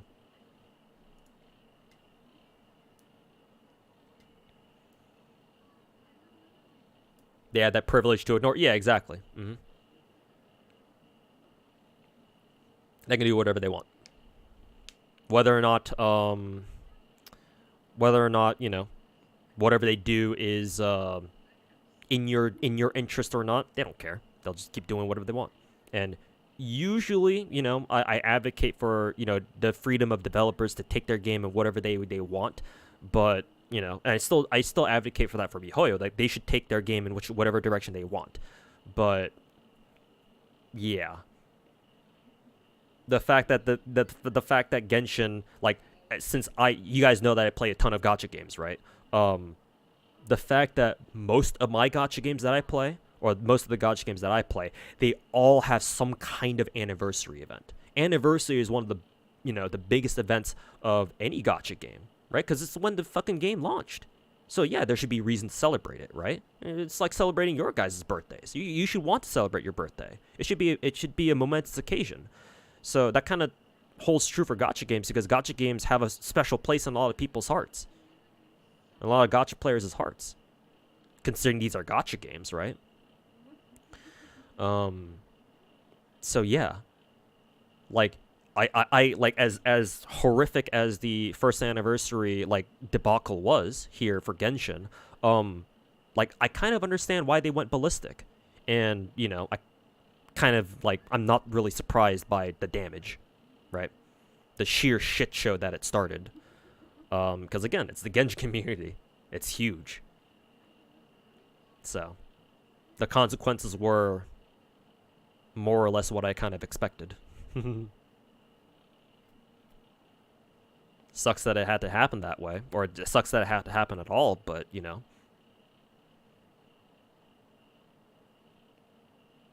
Maybe one day MiHoYo will learn and actually fucking host a real anniversary event. Maybe. Maybe the Chinese players right now will actually teach MiHoYo some sort of a lesson then. Because we can't do it. Because again, MiHoYo does not give a shit about whatever overseas fans, players have to say. The only ones who can convince MiHoYo to change what they're doing are the Chinese players. And even then, I mentioned this at the beginning of the stream when somebody first brought up that topic or that issue. In my honest opinion, this one solitary event won't do it. It needs to happen again. Like, I hope it doesn't, but it has to happen again. Because that's when MiHoYo will realize, oh shit, we haven't fit it. This isn't something we can ignore anymore. I mean, technically, the shit going on in China right now, in regards to MiHoYo, they can't really ignore that to begin with. But this is not something like, if it happens again, it's no longer something they can just kind of sweep under the rug. They have to deal with it. They have to address it somehow. Because if they lose their Chinese player base, what else do they have? I mean, of course, they had their overseas player bases, of course, but yeah, no. If they lose their Chinese player base, like, that's it, dunzo. They can't remember. They can't afford to lose them. I mean, have you counted how many gachas that I play are Chinese, Japanese, Korean? 2 Korean games, 1 Japanese, and the rest of them are Chinese. A diehard fan's dreadful behavior.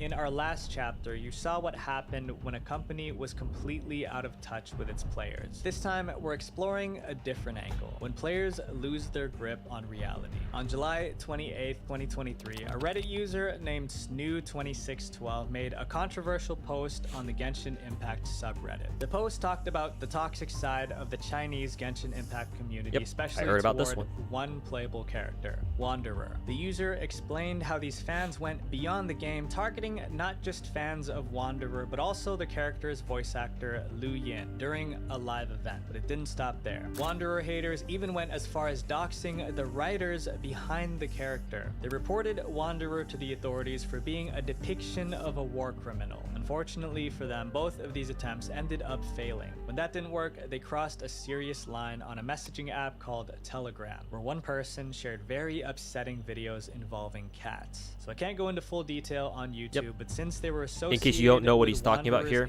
the videos involve cats basically getting maimed and killed, something like that.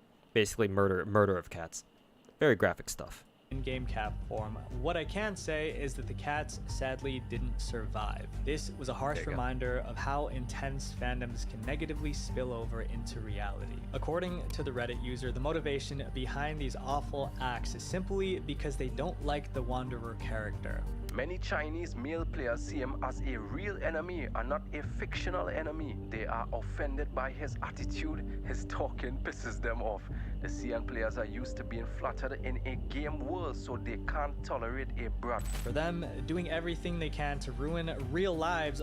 There's also a political edge to this. Obviously, we know Scaramouche is Inazuman, or Japanese, and there was certainly a political edge to that because,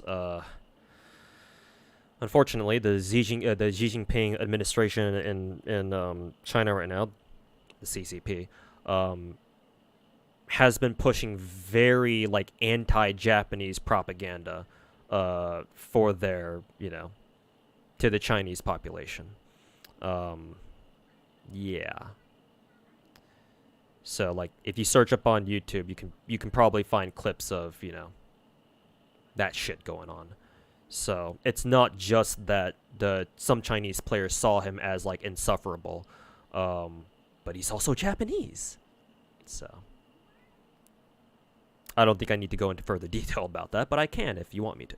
Over Wanderer is apparently sending a message to Hoyo. Why do CN players hate him?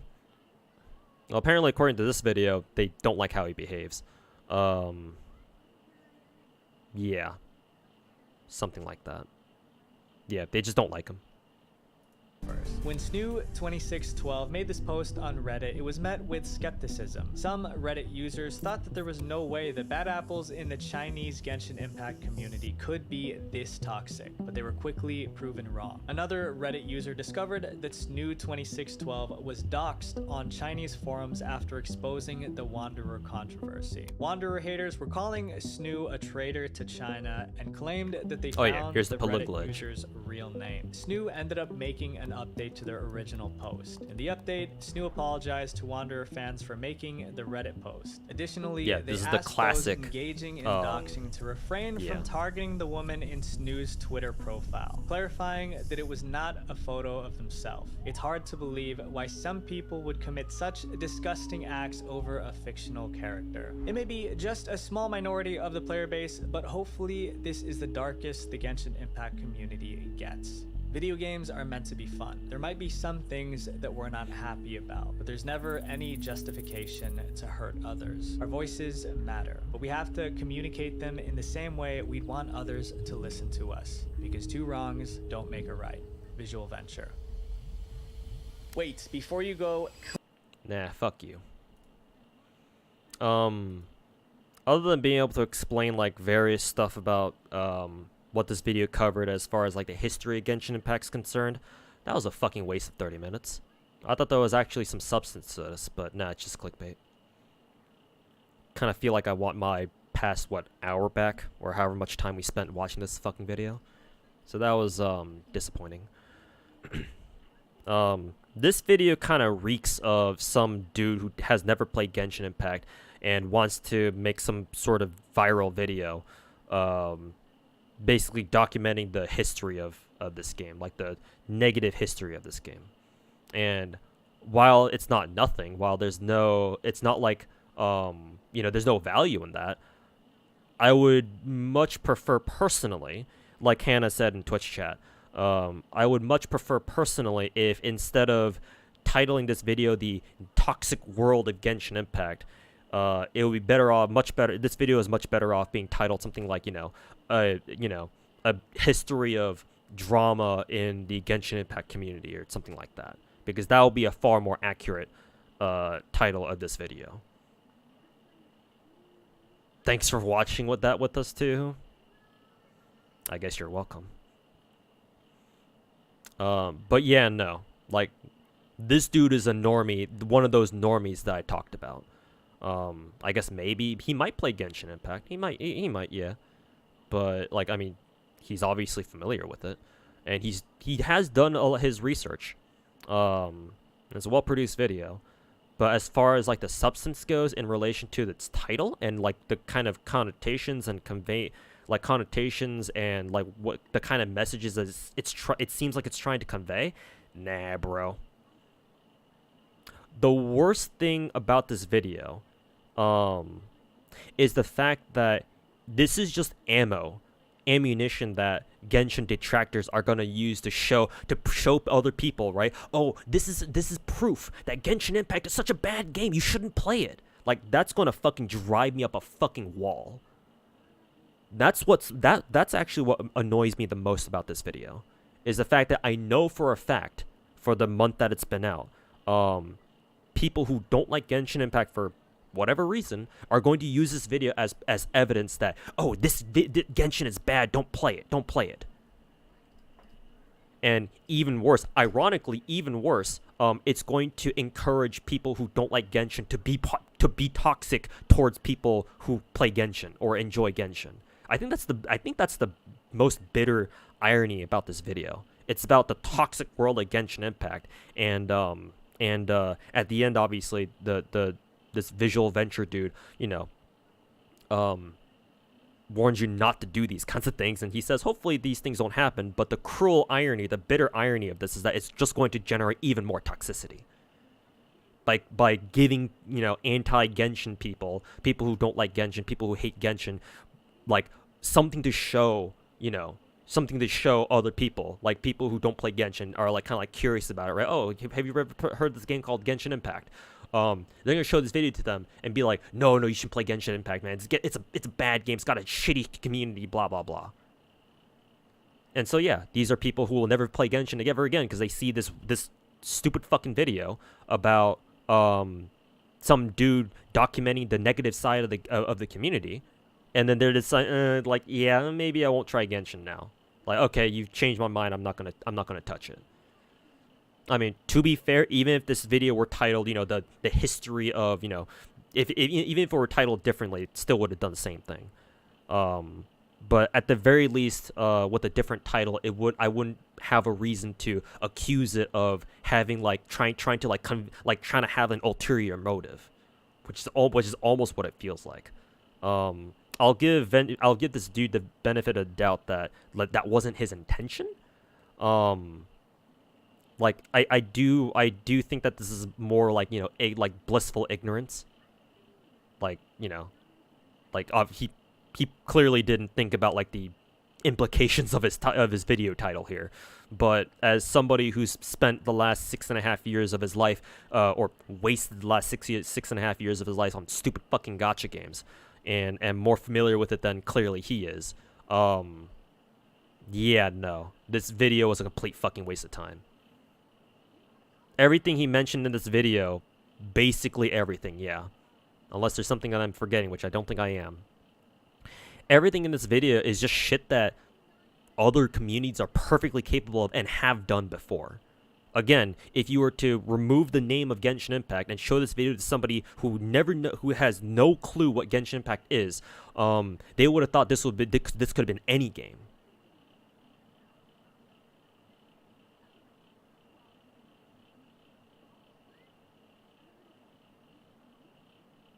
And guess what? Every player base is fucking toxic. And you can't get around that. It's just that Genshin Impact is an easy target to pick for, like, citing examples of, toxicity and toxicity and shit like that. Yeah, it's just such an easy target because it's fucking huge. That's literally it. All this shit that you see here, like, this could very well happen in other gacha games or other just fandoms in general, right?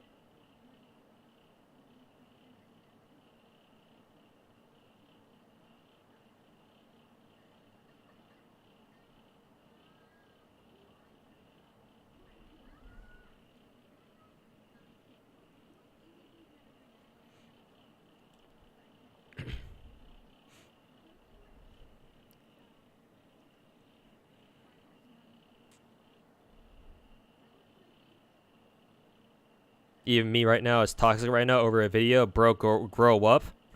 Ironic that hearing that from a fucking Twitch chatter. Sure, okay. You are right that I'm being toxic, but hey, unlike this dude, I'm not shy about being toxic. And I know why I'm being toxic.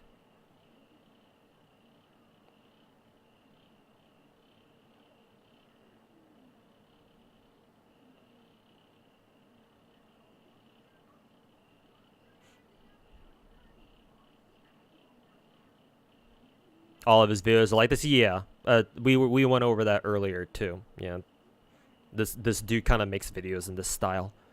Again, like kind of like Johnny Harris. Yeah, a lot of YouTubers out there have this sort of style. Yeah, it's more for entertainment purposes and whatnot. But again, like this can be taken so out of context.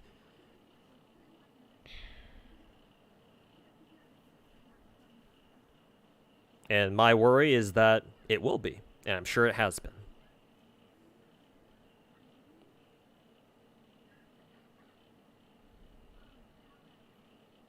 Also, I do want to point out that toxicity is not quite the same as constructive criticism.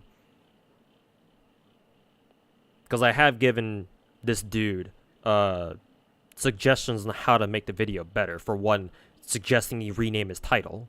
So that way it doesn't feel like he's trying to convey something inappropriate.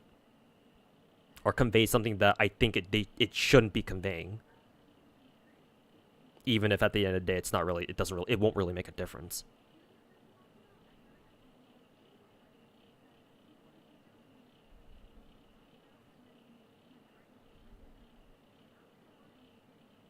He doesn't even have a real point. I mean, to be fair, he doesn't have to make one.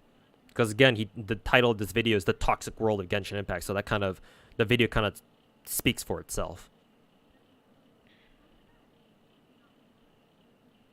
But yeah.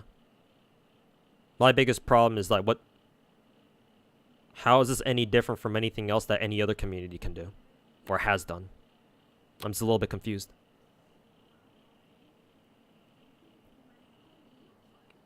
Like so far, throughout this video, all I've seen is like a documentary on like the history of like the biggest Genshin Impact dramas, which is fine. I mean, as a history major myself, I do appreciate when people go through the effort of like documenting stuff like this, right? So that way, future generations have a way to, learn about what happened in the past, especially online, like internet history as well. But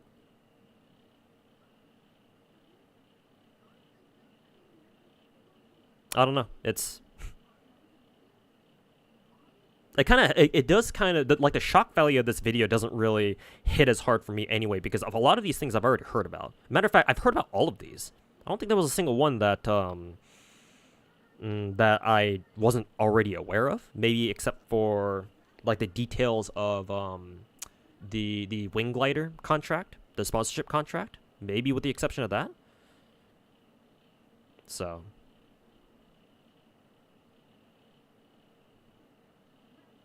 Like, it would be one thing, let's see. Let's check this dude's channel. Shut the fuck up. Let's see.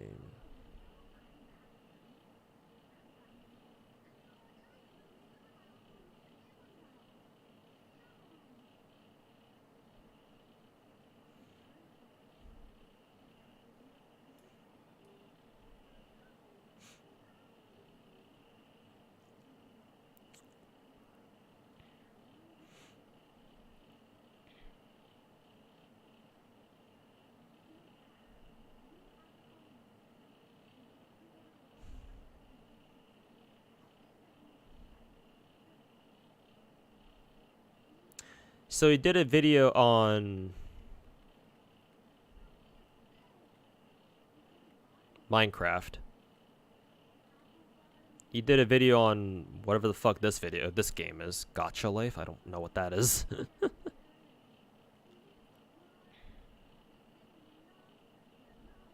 And just like kids games in general, I guess, that are, quote, too disturbing for kids. I think I'll say this. I would respect this video a little bit more had his channel had a lot of other videos that went over, like, the toxic world of, like, insert game here. Right.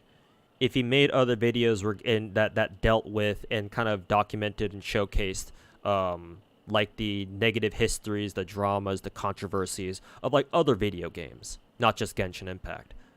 But clearly that's not what I'm seeing here. He picked Genshin Impact because it's popular. Because that's why he picked Minecraft right here, the hidden toxicity of Minecraft. And whatever the fuck this is. I guess this one specifically, I don't know what the fuck this is about.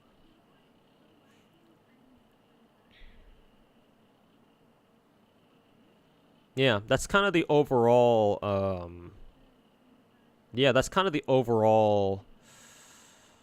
theme of his videos, right? They deal with the negative side of a lot of different internet or even IRL aspects, right? A lot of internet or IRL functions. Which in and of itself is okay, that's fine, right? Free speech and all that. I do believe that as a history major myself, again, I'm always going to bring that up. As a history major myself, I do think it's important to document everything about history, both the good and the bad, right? Use the good as a way to guide your life and make decisions in the future, but use the bad to make sure you know what not to do going forward. That sort of stuff. So that way we can maybe not make the mistakes that our forefathers did. Maybe. Too bad it doesn't happen. It doesn't always happen that way. But yeah, no. Just in general, the big problem that I have with this dude's videos is that he only presents one side of these issues that he's bringing up. And that's it. He just leaves it at that.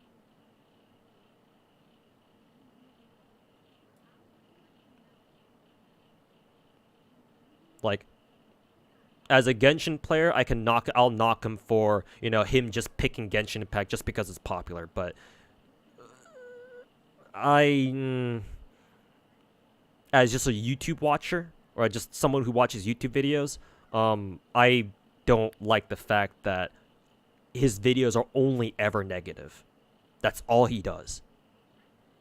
Doom scroll this, metaverse is about to change your brain that, depression symptom of modern civilization, disturbing truth about TikTok, blah blah blah blah blah blah blah.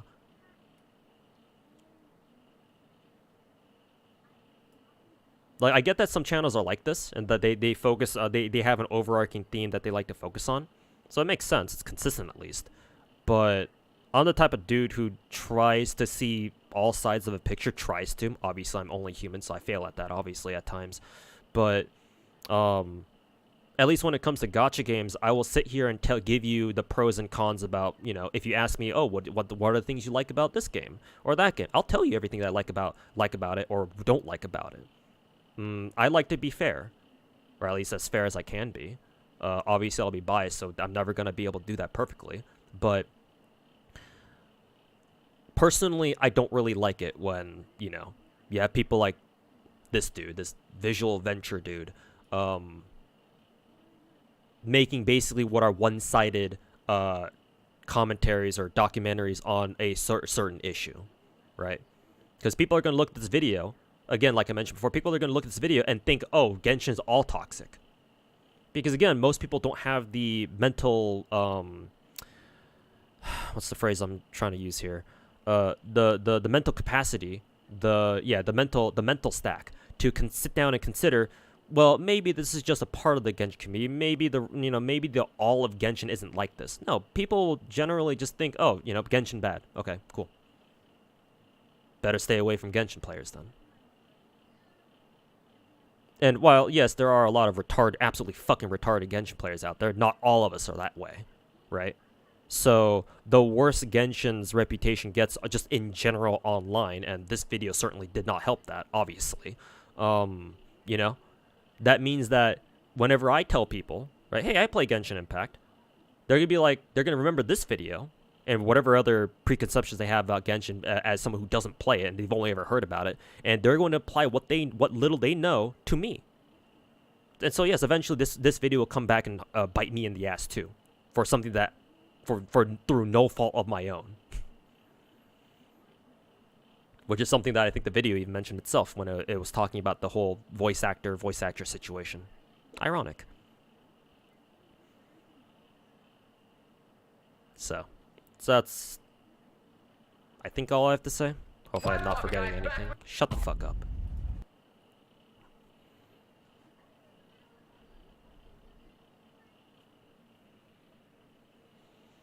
Why is there so much green in the thumbnails? Clickbait purposes.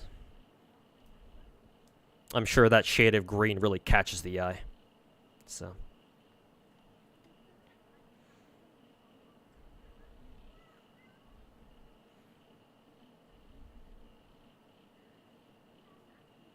Another video essay is shotgunning content to shoot from. I wouldn't say he's shotgunning it necessarily.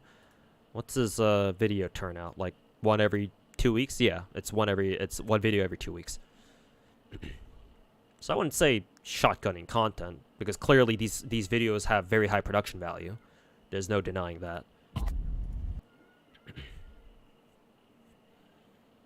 But yeah, no. Nah.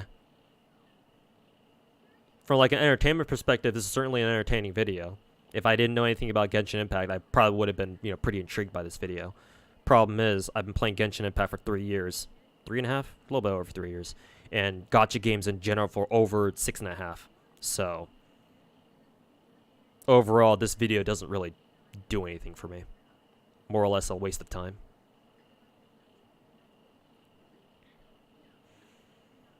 Have you ever tried new gachas on stream?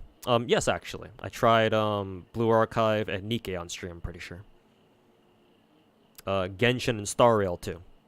All of my gacha games I've actually tried on stream. I think the first gacha game that I tried out, like completely new gacha game I tried on stream was Arknights? Yeah, Arknights. I played Arknights for the first time on stream. Yeah, that and humans love focusing on negative shit, because yeah, we tend to remember those. We're not liable for any inaccuracies or omissions based on believed reliable sources. Yeah, for the most part, he passes the history vibe check. Because these were all things that I'm sure happened. Cherry picked for content? Sure, perhaps. But, you know. I don't think anything here was inaccurate. At least I sure hope so. Sure hope not.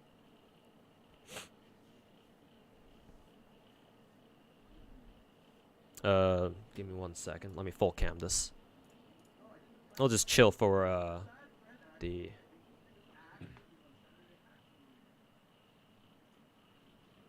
We'll just chill for the rest of the stream. Probably not going to be hanging around for too much longer. Just chill with chat and talk about random shit. Oh, excuse me.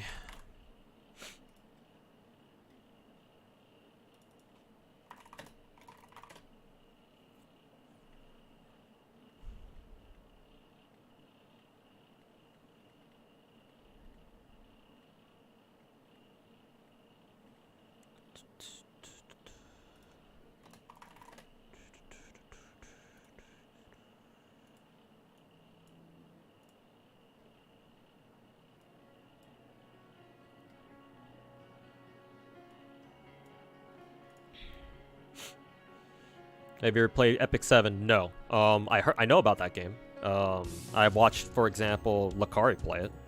I watched Lakari and oftentimes Genocide play it. Cool game. Never got into it myself though. I apply for CBT. I plan on doing that after I end the stream. I have the tab open right now. I'll take care of it after I end the stream tonight. What happened with my wallet doc markers? Had to take them down because I've been applying for interviews lately over the past month or so. So, yeah. I'll put them back up once, hopefully, I find a job.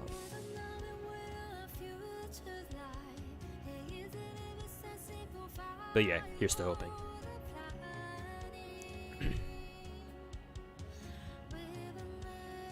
MiHoYo learning, yeah, it sounds like a miracle.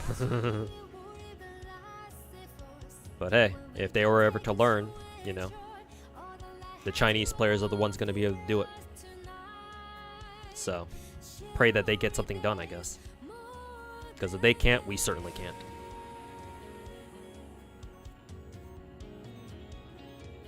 Are Genshin players just Stockholm? They seem to praise Genshin no matter how bad things are. Again, it ties back to my whole discussion about like Genshin's top gacha privilege. Because remember, again, most of Genshin's player base are like casuals and normies who don't really they don't really care about Genshin from like a gameplay or like even a content perspective. They obviously care about the characters, of course, and like all the, you know, new fancy region expansions and whatnot, but that's all they ever care about. As far as like actual content is concerned and like, you know, gameplay, like actual gameplay, they don't give a fuck. They play Genshin and roll for 2 characters and that's it. For the most part. Maybe they'll play a little bit, you know, maybe they'll do some exploring every now and then, but they certainly not going to 100% regions like, you know, people like me do. Or people like us do. So, it's not that they're at Stockholm. I mean, some players I'm sure probably are, but most of them aren't because they just don't have any perspective.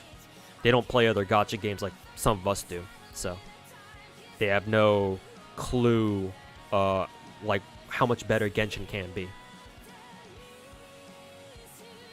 Nice ass. Normally I would enjoy seeing that, but you know, spam.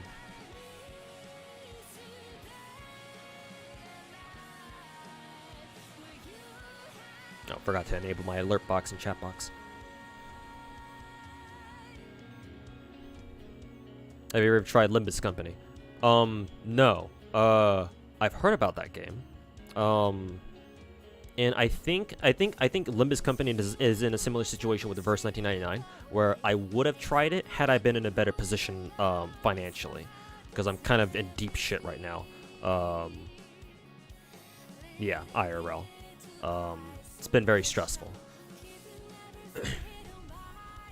More so than I show on stream, because I'm very good at hiding my emotions. But it's been pretty rough for me. So yeah, had I been in a better spot IRL, I maybe would have given Limbus Company a try. But in my current state, both mentally and, you know, IRL, I'm not really in any mood to like pick up a gacha game that I didn't already previously say that I would pick up. So Like, I like what Limbus Company is doing. So far, it seems like it's a good game. And I hope it continues to do well in the future. But as of right now, no, I don't see myself playing that game.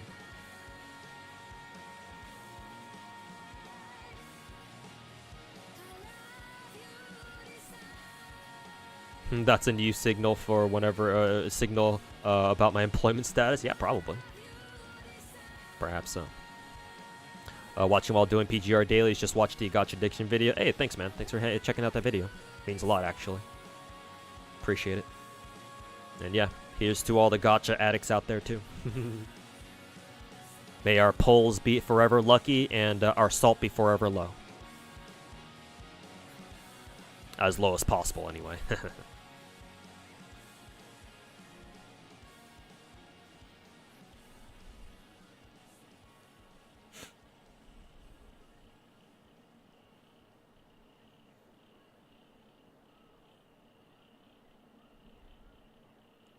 Gacha Addiction video has 53k views. Yeah, it's actually doing pretty well, surprisingly.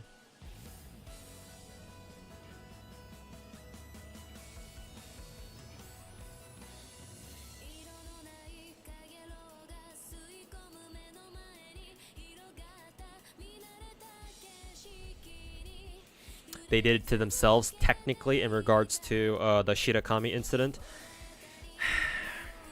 Technically, yes. Like, they should have known better. But at the same time, it's like, you know, like, you have to understand that information is very tightly controlled in mainland China, right? Like, anything on social media, public social media, can be censored and removed for any reason at any time. So, it's easy for us foreigners who know about the situation going on in China to like make judgment calls like, yeah, he you know, he probably had that coming, which technically, yeah, you're right, he had that coming, and it's his or her own fault. But like, honestly, the reason why I think Shirakami got caught, or one of the reasons why Shirakami eventually got incarcerated, was because he just, my guess is that he didn't realize that he could get imprisoned for making a porn video. Like, to him, like, why would anybody lock me up for making a porn video, right? He probably thought that it was okay. Like, oh, it's just, you know, who the hell cares? Who the hell is gonna care about a little bit of porn? Porn's everywhere. Well, to him maybe. So yeah. He didn't bother like keeping his shit low key.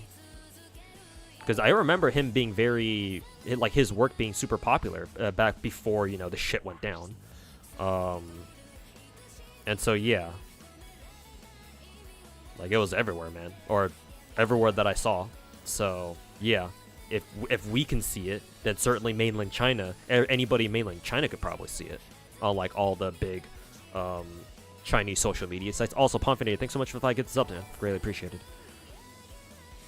Also noticed I hit 70k subs. Yeah, kind of strange because I've literally never paid attention to my sub count. But yeah, Mr. Walks told me I hit 70k subs, which is cool, I guess. Wasn't he also evading taxes? Yeah, they got him for something else, and that's on him entirely. Maybe. I don't know. I don't know the full story. I'm not sure if I ever will.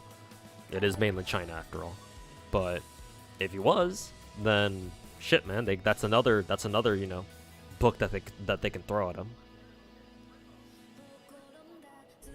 Going to bed. All right, Ponfinator, thanks so much for hanging out, and we'll see you next time. Have a good one.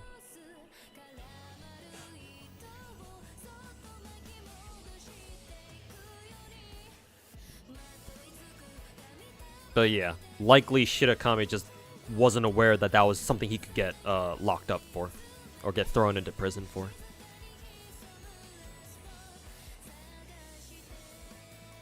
And yeah, it sucks, but that's just kind of the world we live in. Favorite Star Rail character? Bronya. Easy.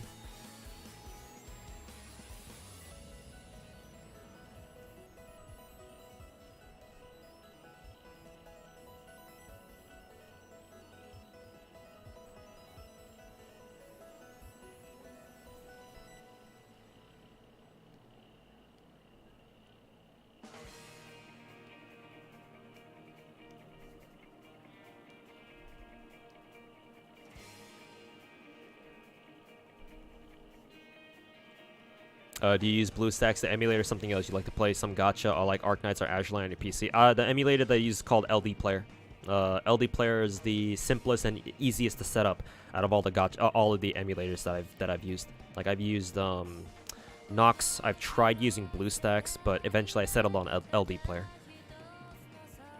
As somebody who doesn't really get like the who doesn't really understand like the details of setting up emulators, like LD Player eliminates a lot of that, does a lot of the shit for you. So you basically only really need to like understand like the super basic stuff. So yeah, LD Player's treated me pretty kindly so far. So I will continue to shill LD Player even though I'm not even sponsored by them.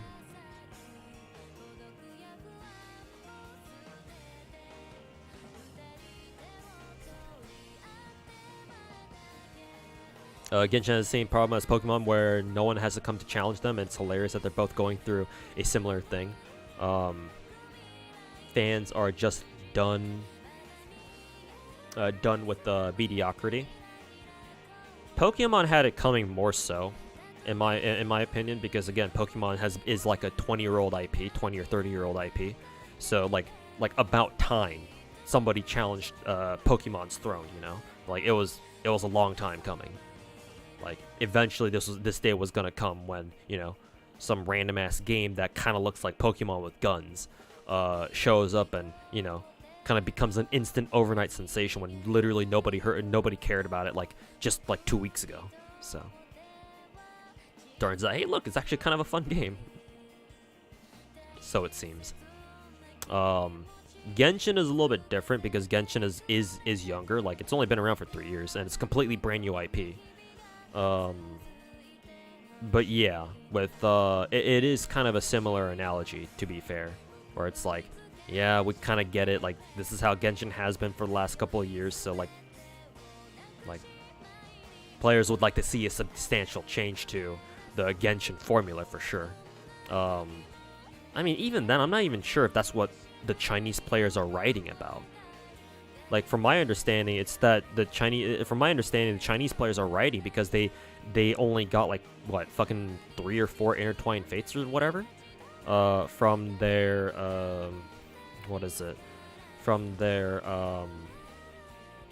like Lantern Rite shit. So that and the whole like 5-star costume selector that only PlayStation holders can apparently get, if that's true. Even I don't know if that's true or not. I have to verify that on my own if I happen to do so. Recently downloaded Nikkei, but the 160 wall has you trapped. Yeah, you gotta level up enough SSR Nikkeis to max limit break, unfortunately. That's why you have the social point gacha for.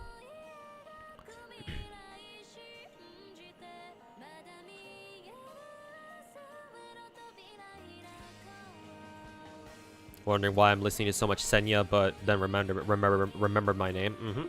This is a Felt playlist. Felt is my all-time favorite Toho Dojin band, or Dojin Circle. Unfortunately, they're no longer active anymore. I think they disbanded like 2 or 3 years ago. So unfortunate, but they've been around for like the better part of a decade. So put out a lot of good music during their time. You got Dr. Aisha's Lycone. You're a single target god now. Hey, that's what's good, man. Congrats. What happened to the hanging waifus on the wall? I took them down because I had to do some interviews. So obviously it's going to be kind of awkward having, you know, anime butt sticking out right at my interviewers' faces. That'd be kind of awkward. I'll put them back up soon at some point.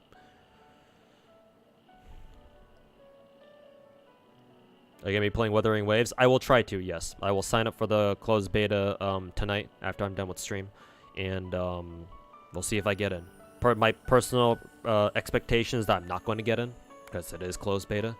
And typically speaking, I have this tinfoil hat conspiracy that gacha devs don't want people like me, like the absolute hardcore players like me, to get into the betas, because they don't want people like us like pointing out all the bad shit. So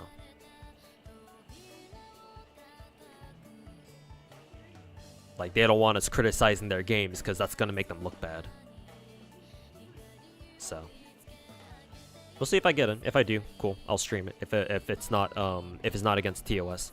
If not, then oh well. I'll just wait for either an open beta or a public release.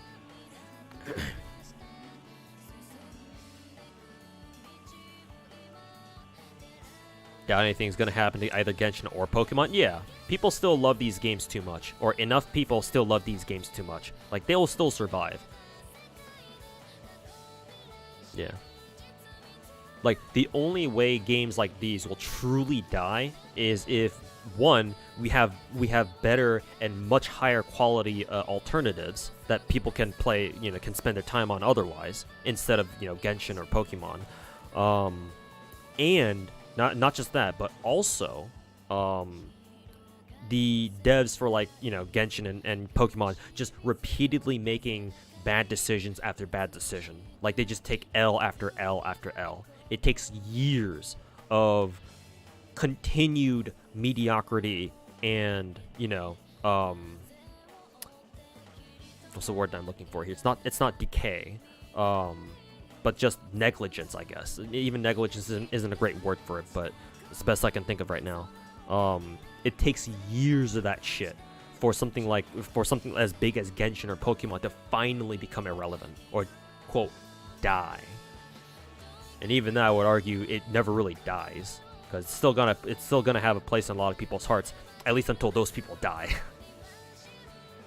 Like, maybe the new generations, maybe if the new generations don't remember it, but I mean, hey, enough newer folks, right? Enough Zoomers are being exposed to things like Pokemon and, God forbid, Genshin, to where they'll take up the mantle too. So it's once something gets big enough, yeah, it kind of like creates a snowball effect where you can't really stop it. At least not on your own. Like, no one thing is going to be able to stop these kinds of things on their own. You need like years worth of decay and negligence and people just kind of forgetting about it and being distracted by other things for something to truly die off. So, or something this big to truly die off. It's kind of how it is. Like, my favorite example that I like to make is look at World of Warcraft, right? Imagine how many frickin' times have we had a situation where a new MMO comes out. Oh, this is the World of Warcraft killer, right? How many frickin' times, if for those of you who are familiar with MMO history over the past 2 decades, how many times have we seen new devs, new studios come out with this new and promising MMO, and they either explicitly or implicitly advertise it, or maybe people who are just fans of the game try to sell it as, oh, this is gonna kill WoW, it's gonna be the WoW killer, this is the next WoW killer. And here we are in 2024, and World of Warcraft is doing better than it has done in recent memory, thanks to SOD, Season Discovery. And of course, Classic is always popular, so Genshin is kind of like the gacha version of World of Warcraft. Yes, technically there's a Genshin killer out there. It's not impossible. I've seen that one video that Tectone reacted to the other day. That video called there will never be a Genshin killer or whatever. I disagree. I think there will be, or I think it's possible. It's just so freaking hard to do. It's at least for now, it's nigh impossible to pull off. Give it another 5 years at least. Yeah, give it at least another 5 years. And then maybe we can talk about, quote, Genshin killers. Because it is possible to kill Genshin. It is possible. World of Warcraft is different because people play World of Warcraft specifically for the gameplay, because it's supposed to be a video game, right? You play World of Warcraft to play the game, right, for the experience. Genshin, on the other hand, Genshin is mainly normies, right? So if the normies themselves either lose interest, or another game comes along and takes their interest away, and they drop Genshin for this better game, then Genshin can die. Or it's possible to kill Genshin. But again, when's that going to happen? We don't know. Probably, most likely that's not going to happen for a very long time. Again, at least not within the next 5 years. Realistically, give it a decade, and then maybe something better will come up. Like, honestly, I think we would have to make some, like, strides in, like, video game, like, technology, right? Like, think, like, what is it? Think, like full dive VR, right? If we basically make SAO into reality, that sort of thing, right? Full dive virtual reality, like, we would have to go into that, in my honest opinion, in order for Genshin to, like, truly die as a game. And even then, I'm sure MiHoYo could, like, try to keep up and, like, you know, make a full dive VR version of Genshin Impact. I'm sure, you know, they're gonna try to stay as relevant as possible, right? You can't rule out, obviously, MiHoYo's own efforts to keep their game alive throughout this entire time. And so they'll make it harder for Genshin to truly die off. So, hey, welcome back, 420. My AA rolls go absolutely horrible. Don't have her yet.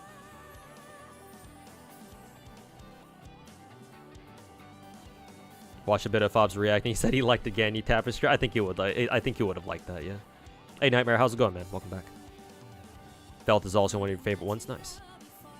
Felt enjoyer, absolutely based. Wuthering Waves is looking very promising. I heard that. Yeah. Apparently they've fixed a lot of things about WUWA. So I'm looking forward to what they fixed about it. You think Genshin will keep its popularity for the next few years? Don't know too much about its story, but you hear it's reaching its end. Here's the thing about gacha games that are very popular. Even if it seems like their story is going to end soon, the game won't. It just won't. Yeah. Like, look at it from MiHoYo's perspective if you can.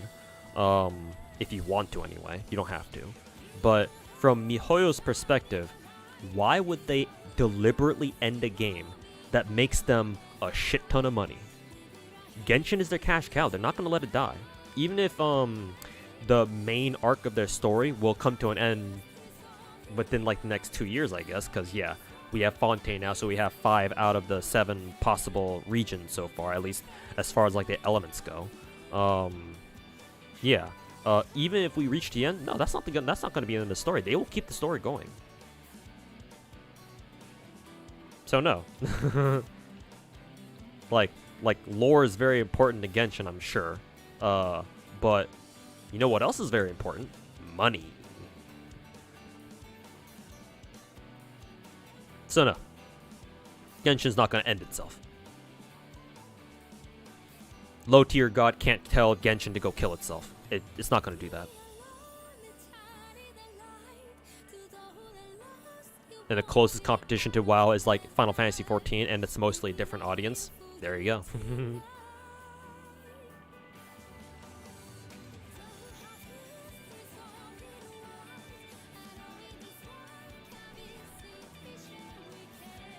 Genshin could have a whole new arc where the traveler goes to a different world.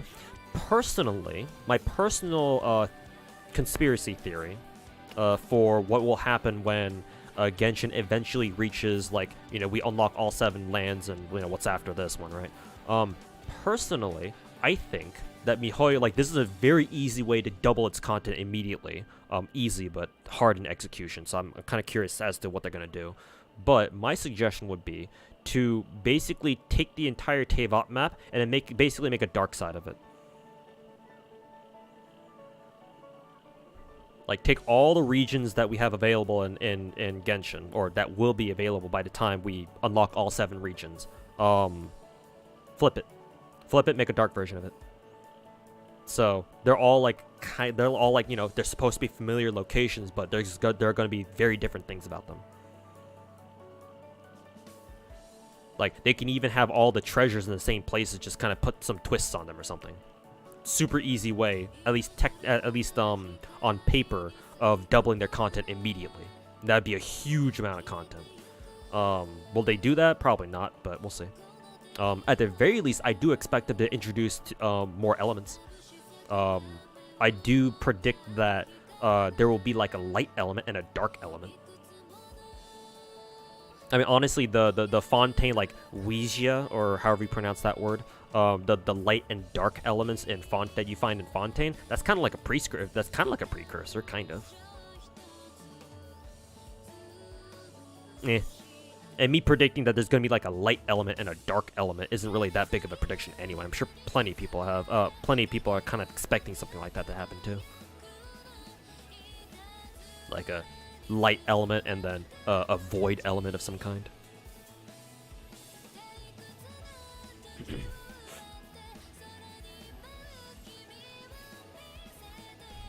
Kind of like vanilla FGO, completed 7 singularities to unlock the final zone. Yeah, exactly. And then after singularities, we had EOR to occupy us while they worked on Lost Belt, or while Kinoko Nasu worked on Lost Belt. Kinoko Nasu and Genro Ibuchi and a couple of the writers. They roll out Lost Belt, the Lost Belts, and then now they're working on Ordeal Call, stuff like that. Definitely seen a theory, a video, like a theory video about that. Yeah, I'm sure.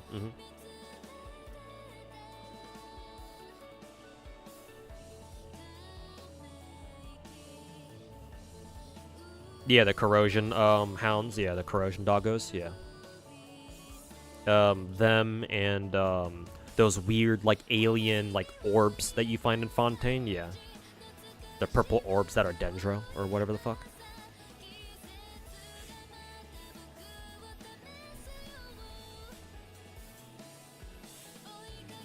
First trailer with Dainsliff, if that's his name, is considered neutral. That's yeah. There you go. That's That's pretty interesting. Yeah, like Genshin's like. You have to understand that Genshin has a ton of potential in terms of like what kind of path it can take moving forward, right? There's always the potential. Like, I will continue playing Genshin because not only is it, like, I play it mainly for the immersion experience. Like, Genshin is just a pleasure to play. And its characters are absolutely fucking fantastic. But I also play it in the hopes that, yeah, maybe Genshin can improve because the potential is absolutely there. Genshin absolutely has the potential to be it already is a great game. As much as I'm sure, you know, Genshin haters would not like to hear that. It's just that I also recognize that it has a ton of potential for a lot of fun gameplay, which it doesn't have yet. At least, not so far. I do think that it will come to Genshin eventually. It just won't come for a very long time. And I understand that, and so I'm not stressing about, you know, I'm not murdering my brain cells worrying about like how, oh, Genshin's gonna die before, you know, we get actual good gameplay, blah blah blah, or like end game content, blah blah blah. Like it's gonna take a while. It's gonna be a while. So, and hey, as an FGO player, I know what it feels like to wait 2 years for content. So MiHoYo can take the sweet time. That's all I'm gonna say. No, Gary. Actually, I did get Swire. I didn't get Aya, though. Unfortunately. I got spooked by Gnosis, and I got 2 copies of Swire, so I'm gonna have to figure out a way to get Aya, or have to skip her entirely. Well, I'm gonna have to see.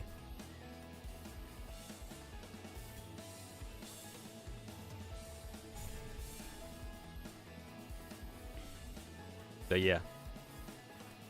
I do hope that Genshin does improve. And that maybe one day MiHoYo will actually, you know, take player feedback into account instead of just doing whatever the fuck they want. But perhaps right now is kind of a bad time for us to hope that, you know, things like that will happen. Maybe in a couple years from now.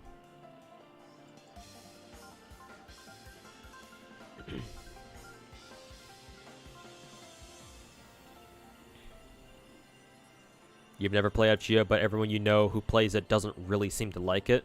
That's understandable, actually. Most people who play FGO are also casual. I mean, that's just how most gacha games go. They play it mainly for the story. Because if you're not familiar with the Fate series, Fate is a very renowned franchise, anime franchise. Mainly a visual novel, but it's got anime adaptations, so a lot of people watch the animes. Especially the old school anime watchers, or old school weebs. the more recent anime, the more recent weeps probably won't have seen, you know, stuff like Unlimited Blade Works or what is it, Fate Zero. Maybe they've watched Case Files, because Case Files was one of our more recent Fate animes. I think the most recent one that's gonna come out, I don't think it's out yet, but I think it's gonna come out soon-ish, is Prototype, Fate Prototype. So maybe the Zoomers will, the Zoomer weebs will watch that and get like a taste of what Fate is like. But yeah, FGO is quite popular with like a lot of legacy weebs, like older weebs who kind of are familiar with the Fate series as a whole, and FGO being like an official extension of the Fate verse, is what captures them. The issue that FGO has is that it's a good game. It's a great game. It's actually FGO is my favorite game gameplay-wise out of all the gacha games that I play. The problem is that FGO teaches you none of that shit. It was designed as an old school JRPG where you are expected to learn this shit on your own. The game is not going to hold your hand at all. Not for the most part. In recent years, it's gotten a little bit better with you know, getting new players to come play the game. But at its core, it's still an old school JRPG in gacha form. Most of its mechanics, other than like the bare basics, like the absolute basics, the game does not teach you. You will have to figure that shit out on your own. Just for reference, in FGO in-game, like, you know, you guys are probably used to like gacha games like Genshin and Star Rail, like telling you the exact values of like character skills, right? Oh, you know, that using this skill will deal this much damage, and you know, deal this much toughness damage, and so on and so forth, yada yada. In FGO, you don't get values. You don't get numbers. You don't know. So if you don't look them up on your own on the internet, you will never know what the exact value of a skill is. Like how much of an attack buff is a charisma at rank A? It's 20%, but the game doesn't tell you that. You have to figure that shit out on your own. Because fuck you. Most FGO players have no fucking clue what they're doing. Some people might have some idea, or most players have some idea, but most players don't. Like, if they knew what they were doing, a lot of FGO players would actually probably enjoy FGO, probably. Some of them will. But FGO also has an issue, not really a problem, but an issue where its gameplay is very niche. It's turn-based, but it's a very weird take on like a turn-based game. Like Star Rail is more of a traditional turn-based game. Like people kind of understand that intrinsically. But FGO, on the other hand, that is a different story. FGO's gameplay takes a while to cook, for you to get used to. So it's got a lot of issues, a lot of how should I say, a lot of barriers to entry is the phrase I'm looking for here. It's hard for people to get into it because one, it's such an old gacha game, so there's so much to take in, so much to learn, and so much to roll for. My God, and the game hardly teaches you anything. Like, you absolutely must rely on content creators like me, or just veteran players who have been playing this shit for years to really get an idea of what the fuck you're doing. Most people just don't have that. Same as GBF, yeah, because GBF is also another legacy gacha game, yeah. Technically, GBF is what, older than FGO by a year or so?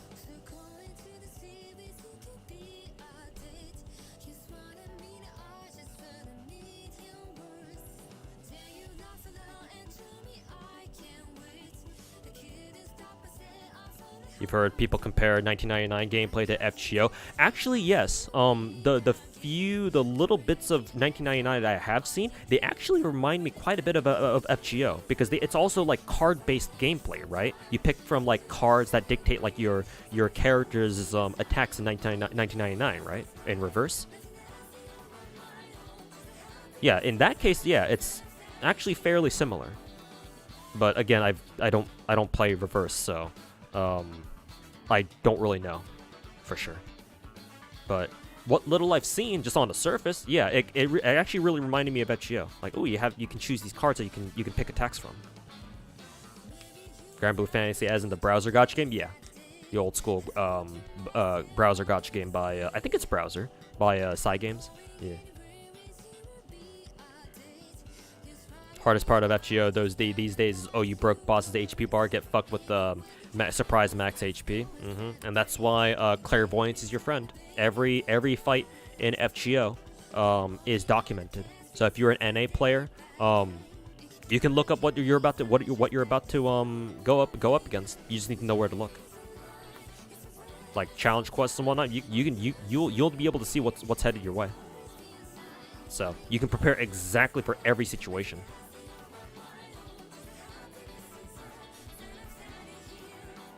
It's actually very similar to FGO's combat. It's basically FGO gameplay with Arknight's UI. Huh, maybe I should have gotten into Reverse 999 then.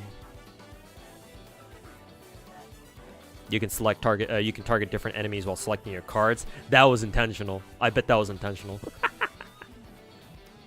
Has to be intentional, bro. Even FGO devs didn't know how their games worked in early years, though. Yeah, exactly. And there's a reason for that, is because they didn't think FGO would pop off. FGO is mainly meant to be a cash grab, like have it running for like a year or two and then just end the servers. Because that's how if you guys remember, if you guys know what Contact Collection is, that's how Contact Collection was initially developed. It was meant to be a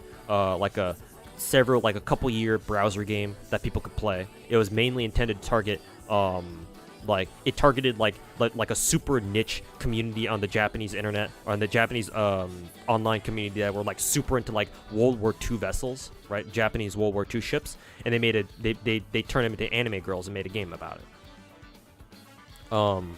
And yeah, Content Collection was apparently supposed to like shut down after like a specific like grand event. That was supposed to be the end of the game, and after that event ended, like, all right, end of service, game's done. But before that happened, it saw a massive surge of popularity out of fucking nowhere, because apparently that the Hellsing author or something like that, like some famous mangaka, happened to make a tweet about it or something like that, and then Contact just kind of fucking took off from there. So the devs were like, well, wait a minute, we don't want to shut down this game anymore, so they just kept it going.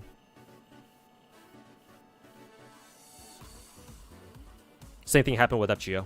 FGO was meant to be a quick cash grab gacha. It was probably meant to end with the end of Part 1, the Part 1 singularities. After the Solomon chapter, all right, good. Mash dies, she won't come back. You know, we're done, we're good. But you know, Year 1, oh, hey look, FGO's popping off for some reason. Maybe we should keep this game going. Because, money, money, money, money, money.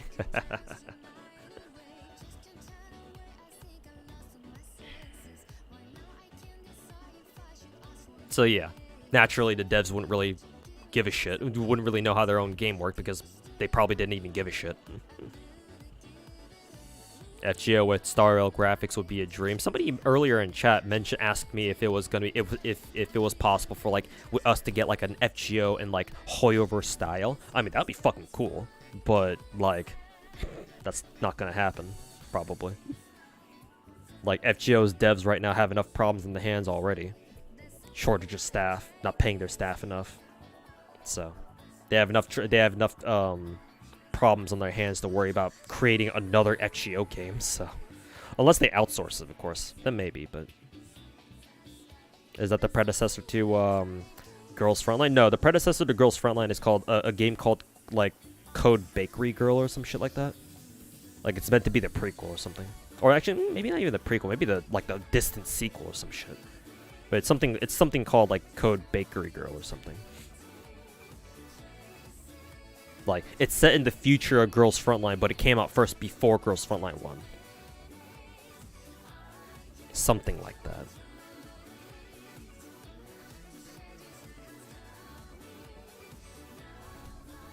Imagine how that's the game ended. Mash stays dead and MC gets unemployed.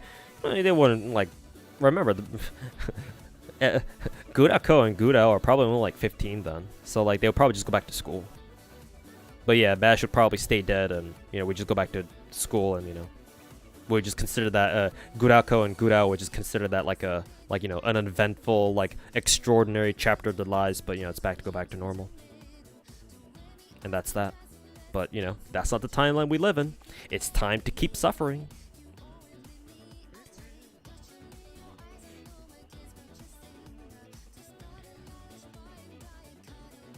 Just play JP easy. If you want to keep up with all like the most recent content, yeah, absolutely play JP. Play either one. Play either NA or JP, whichever is most comfortable for you, or whichever one you want to play.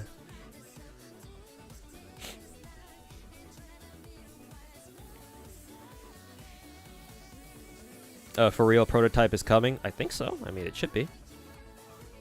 I just don't know when it's gonna premiere. Did they not announce when it was gonna like actually start its season? Maybe not actually. I don't know. I don't really follow anime these days. Haven't for like the past decade, pretty much.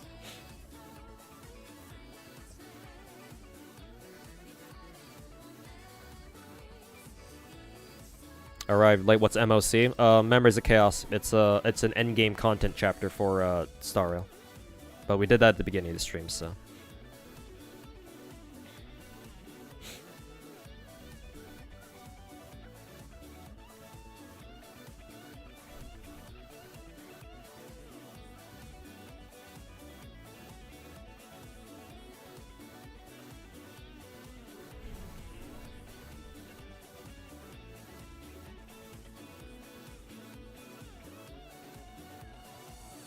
Speaking of suffering, glad you're done with case files. Forgot how annoying some of the missions are.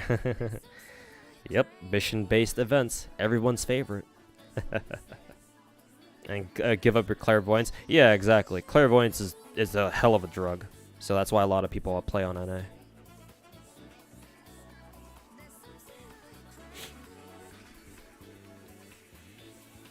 Every gacha based on the Tales of games died in like a year globally.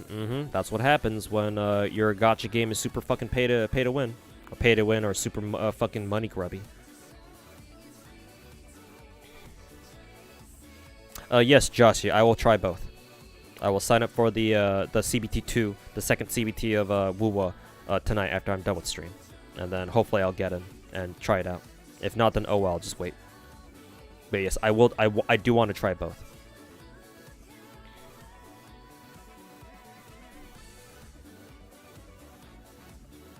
What's going on with stream? Yeah, just chatting right now. Just winding down the stream, spending some time with the chat and just answering and just talking about random stuff. I usually do this for a lot of my streams. It's nice to relax and just talk with people. I enjoy talking with people about like gacha games or whatever. It looks way less generic. Yeah, I've heard. Yeah.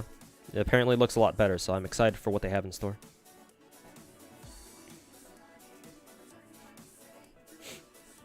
You mean, Strange... Oh, yeah, sorry. Yeah, I meant Strange Fake. My bad. Yeah. When I said prototype, I was probably confusing a couple people.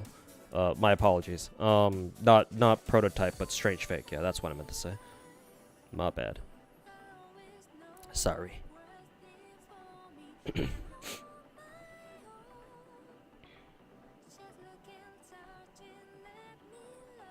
I am a fake weeb. I am sorry. 2 years too much delay. Yeah, I agree. So that's why if you don't like it, if you don't like NA because of the fucking 2-year delay, I don't blame you, man.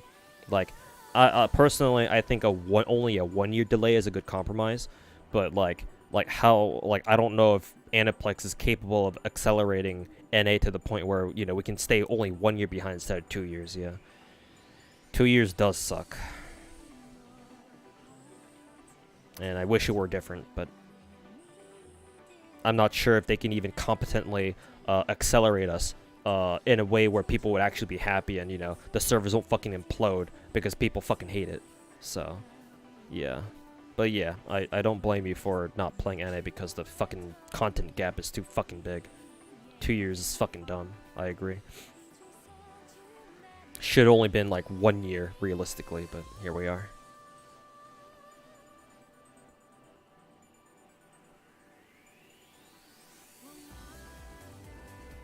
I'm glad Kuro Game listened to the feedback. Game looks way better now. Yeah, thank God.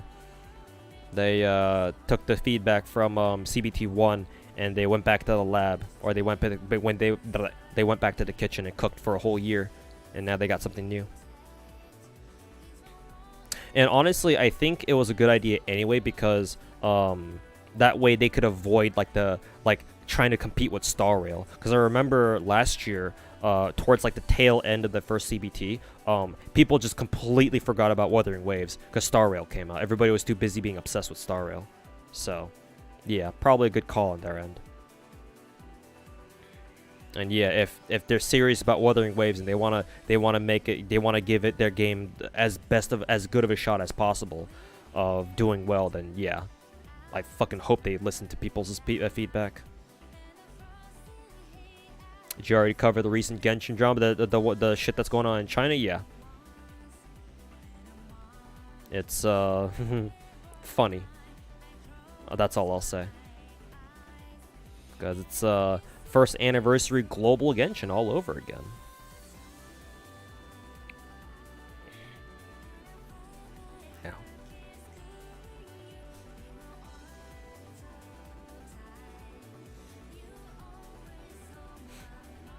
What happened? If you're asking about what's going on in Genshin over in China, if that's what you're asking about, basically shit happened. Shit went down on the Chinese internet, and yeah, Chinese Genshin players are basically pulling a first-year anniversary Genshin for here, like what happened here on the global server, where people started going around fucking review bombing shit, random shit, because they fucking hated what happened with our first anniversary stuff. It's almost a carbon copy of that, just copy paste it over to the Chinese server, and that's what you have right now. Almost a carbon copy. There's a couple differences, obviously, but apparently that's what's happening. So, yeah, hopefully MiHoYo fixes that shit. I'm sure they don't want that. Yeah, Chi-Chi fallen.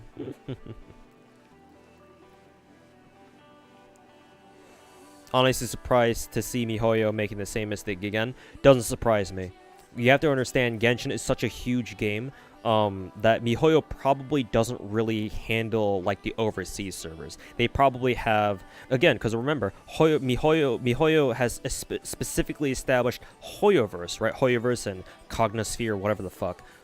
Based out of Singapore to handle their overseas servers, right? So it's probably not even like MiHoYo's core administrative staff. They're probably rolling out the content for all the servers, but then Hoyoverse and Cognosphere, whatever, are responsible for actually implementing it. Like, this game is too big for MiHoYo's core team, like their decision makers, to really have a grip on what exactly is going on in each and every individual server. I mean, ideally they should, but I'm sure they're too busy they're just way too fucking busy to be able to handle all the servers at once on their own. So they have different administrative teams that will handle the overseas servers. So the fact that this problem is basically happening again just in mainland China, that doesn't surprise me, because they probably didn't bother trying to learn about what the fuck happened with Genshin Global's first anniversary, right? Or maybe if they did know about it, they were probably like, oh yeah, it's probably not that big of a deal. Or like they were told that, oh no, don't worry about it, right? Don't worry about this. We got this under control. Don't worry about it, man. By people who don't want to lose their jobs. So yeah, no. To me, it's not that big of a surprise that it happened twice.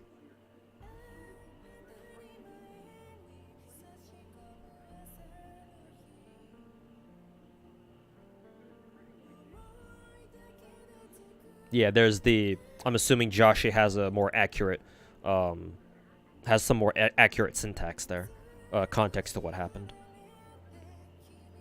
The devs were like, thank you for playing our game. Also, we're giving away 3 intertwined fates. 2 sentences were separate, but since they set them together, it kind of sounded like they were only giving away 3 fates for 3 years of playing. And then that made the Chinese fans explode. There you go.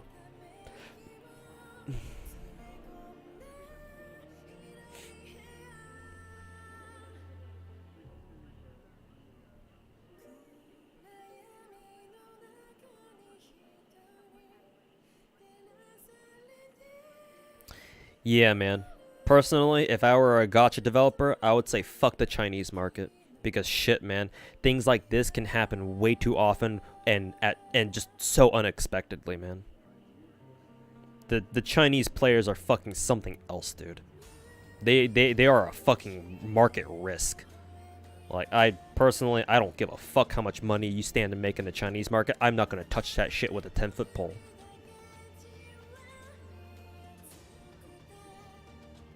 Because, like, you have incidents like these pop up way too often.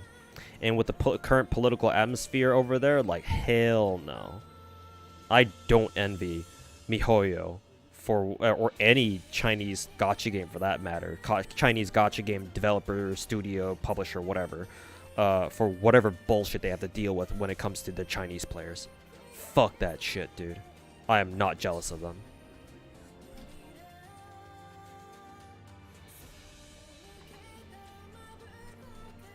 It's in a league of its own for good or bad. Like, if you feel like it's worth it trying to go in there, all right, dude. Hope you make a lot of money, but shit, bro. Like,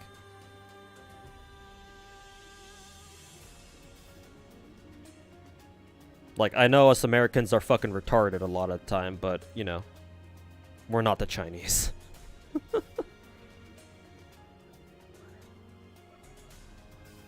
Something similar happened to Limits Company and Korean players? Yeah.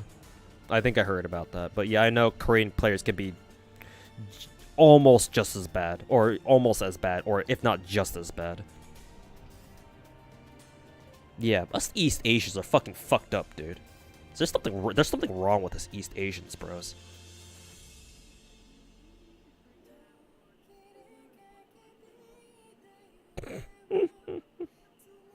There's something fucking wrong with us.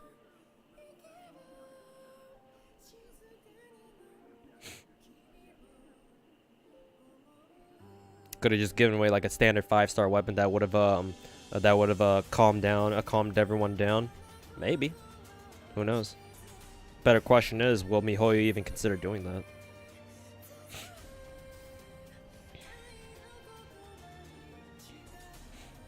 Players went to the HQ with a list of demands, actual demands, demands for them. Yeah, sounds about on brand. Because yeah, it's Korea, it's a small place, so everybody can transit anywhere they want in the country. Might take a couple hours, but you know, South Korea ain't that big. Everybody can transit to Seoul. So yeah.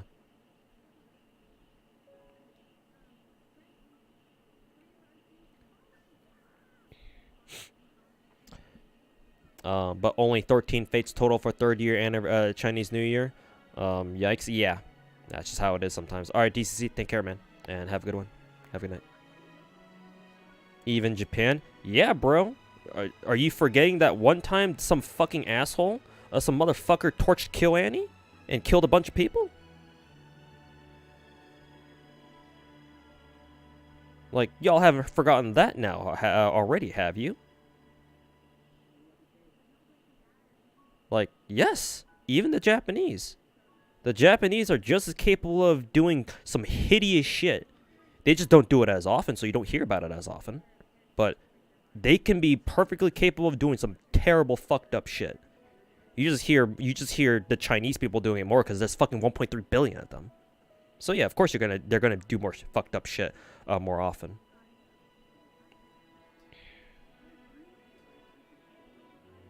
Like, at the very least, here in the West, like, you get death threats. Sure, people make death threats all the time, but like, when's the last? I'm sure this has happened, but like, when's the last time we've heard of somebody literally go up to like a video game publisher and like bomb the place? Like, again, I'm sure that probably has happened, right? It's not, you know, obviously America has seen bombings before, like that one time that dude fucking bombed the like like a government office in like Oklahoma City or whatever. But like, yeah. How many years ago is that? Actually, I don't know. It's been a while, I think, right? But yeah, it was fucking terrible. It was tragic.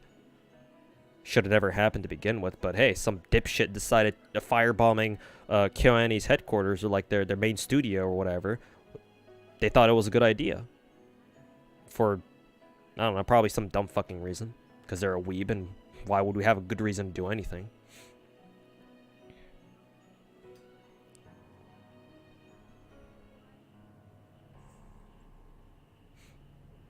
Nationality plays less of a part.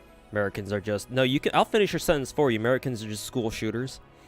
Not all of us, but some of us, yeah. But again, if you want to call out school shooters, remember, there was that one school shooting in the Czech Republic recently, right? In like within the last couple of weeks. So, clearly it's not just us Americans who like to shoot up schools. Shootings happen in the EU too. But nobody gives the Europeans shit for being school shooters. Just because they don't happen as often. You actually said it? Oh yeah, I'm not afraid to be fucking, you know, not family friendly. I don't like censorship of any kind. I want to be able to say whatever the fuck I want. So yeah, I'll say that shit. I got balls.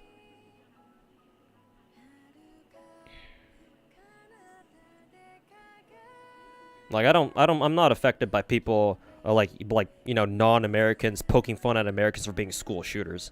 See that joke being made on Reddit every other fucking hour. What the fuck do I care? Like, it happens. You know, you hear that kind of thing happen in America. It's just part of life. Fucked up shit happens all the time. Doesn't have to be just school shootings. It just so happens that here in America, that's one of the fucked up things that does happen. Unfortunate, but you know, clearly it's a thing here.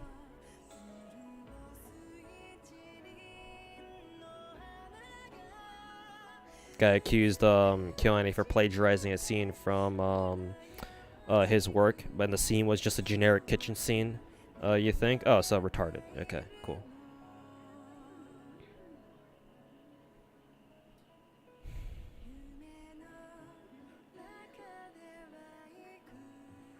Should stretch. I will when I end the stream, but thank you for your concern.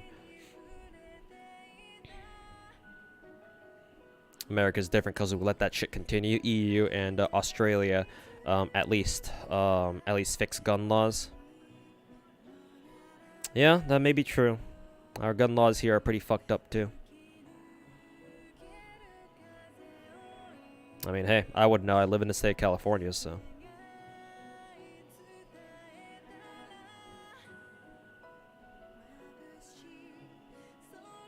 What happened to my background posters? I had to take them down because I had to do some Zoom call interviews in the last couple of weeks. So I'll put them back up when I feel like it.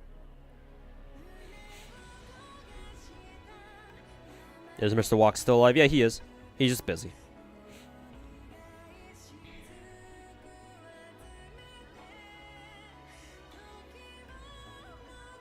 California gang. West Coast, best coast.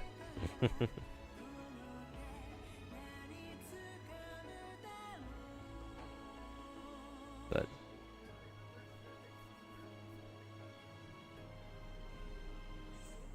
if I had the choice, I would definitely move to Texas. Probably should have moved to Texas earlier, but oh well. Stuck here for the time being, I guess.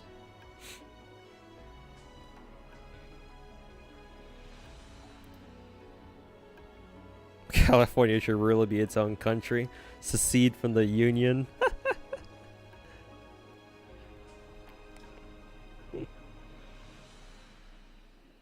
Fallout New Vegas time, baby. New California Republic, here we come. NCR, but in real life.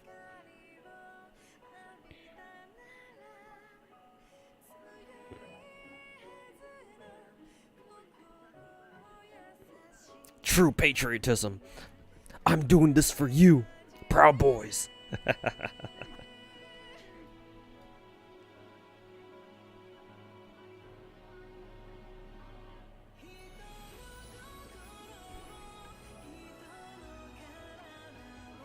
Ooh, alright. Alrighty, boys. I think I'll kind of call it a night there. It's already like fucking 1:30. It's very late at night, so I should probably wrap the stream up. But yeah, I will go ahead and end the stream there. So, Thanks everybody for hanging out. Thanks everybody for watching.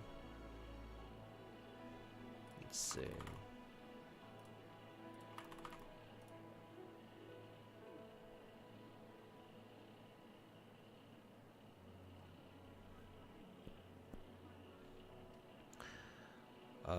But yeah, I will catch you guys next time I stream. For now, keep in mind, chat, that my stream schedule is going to be pretty irregular because, again, my IRL is very stressful right now. So I will stream when I have the chance, whenever I feel like it, when I have the time for it. So I can't really give you an exact time when I'll stream again. Just follow the channel to know when I go live, hopefully. If you want a more immediate way, because sometimes Twitch notifications can be ass, make sure you join a Discord, !Discord.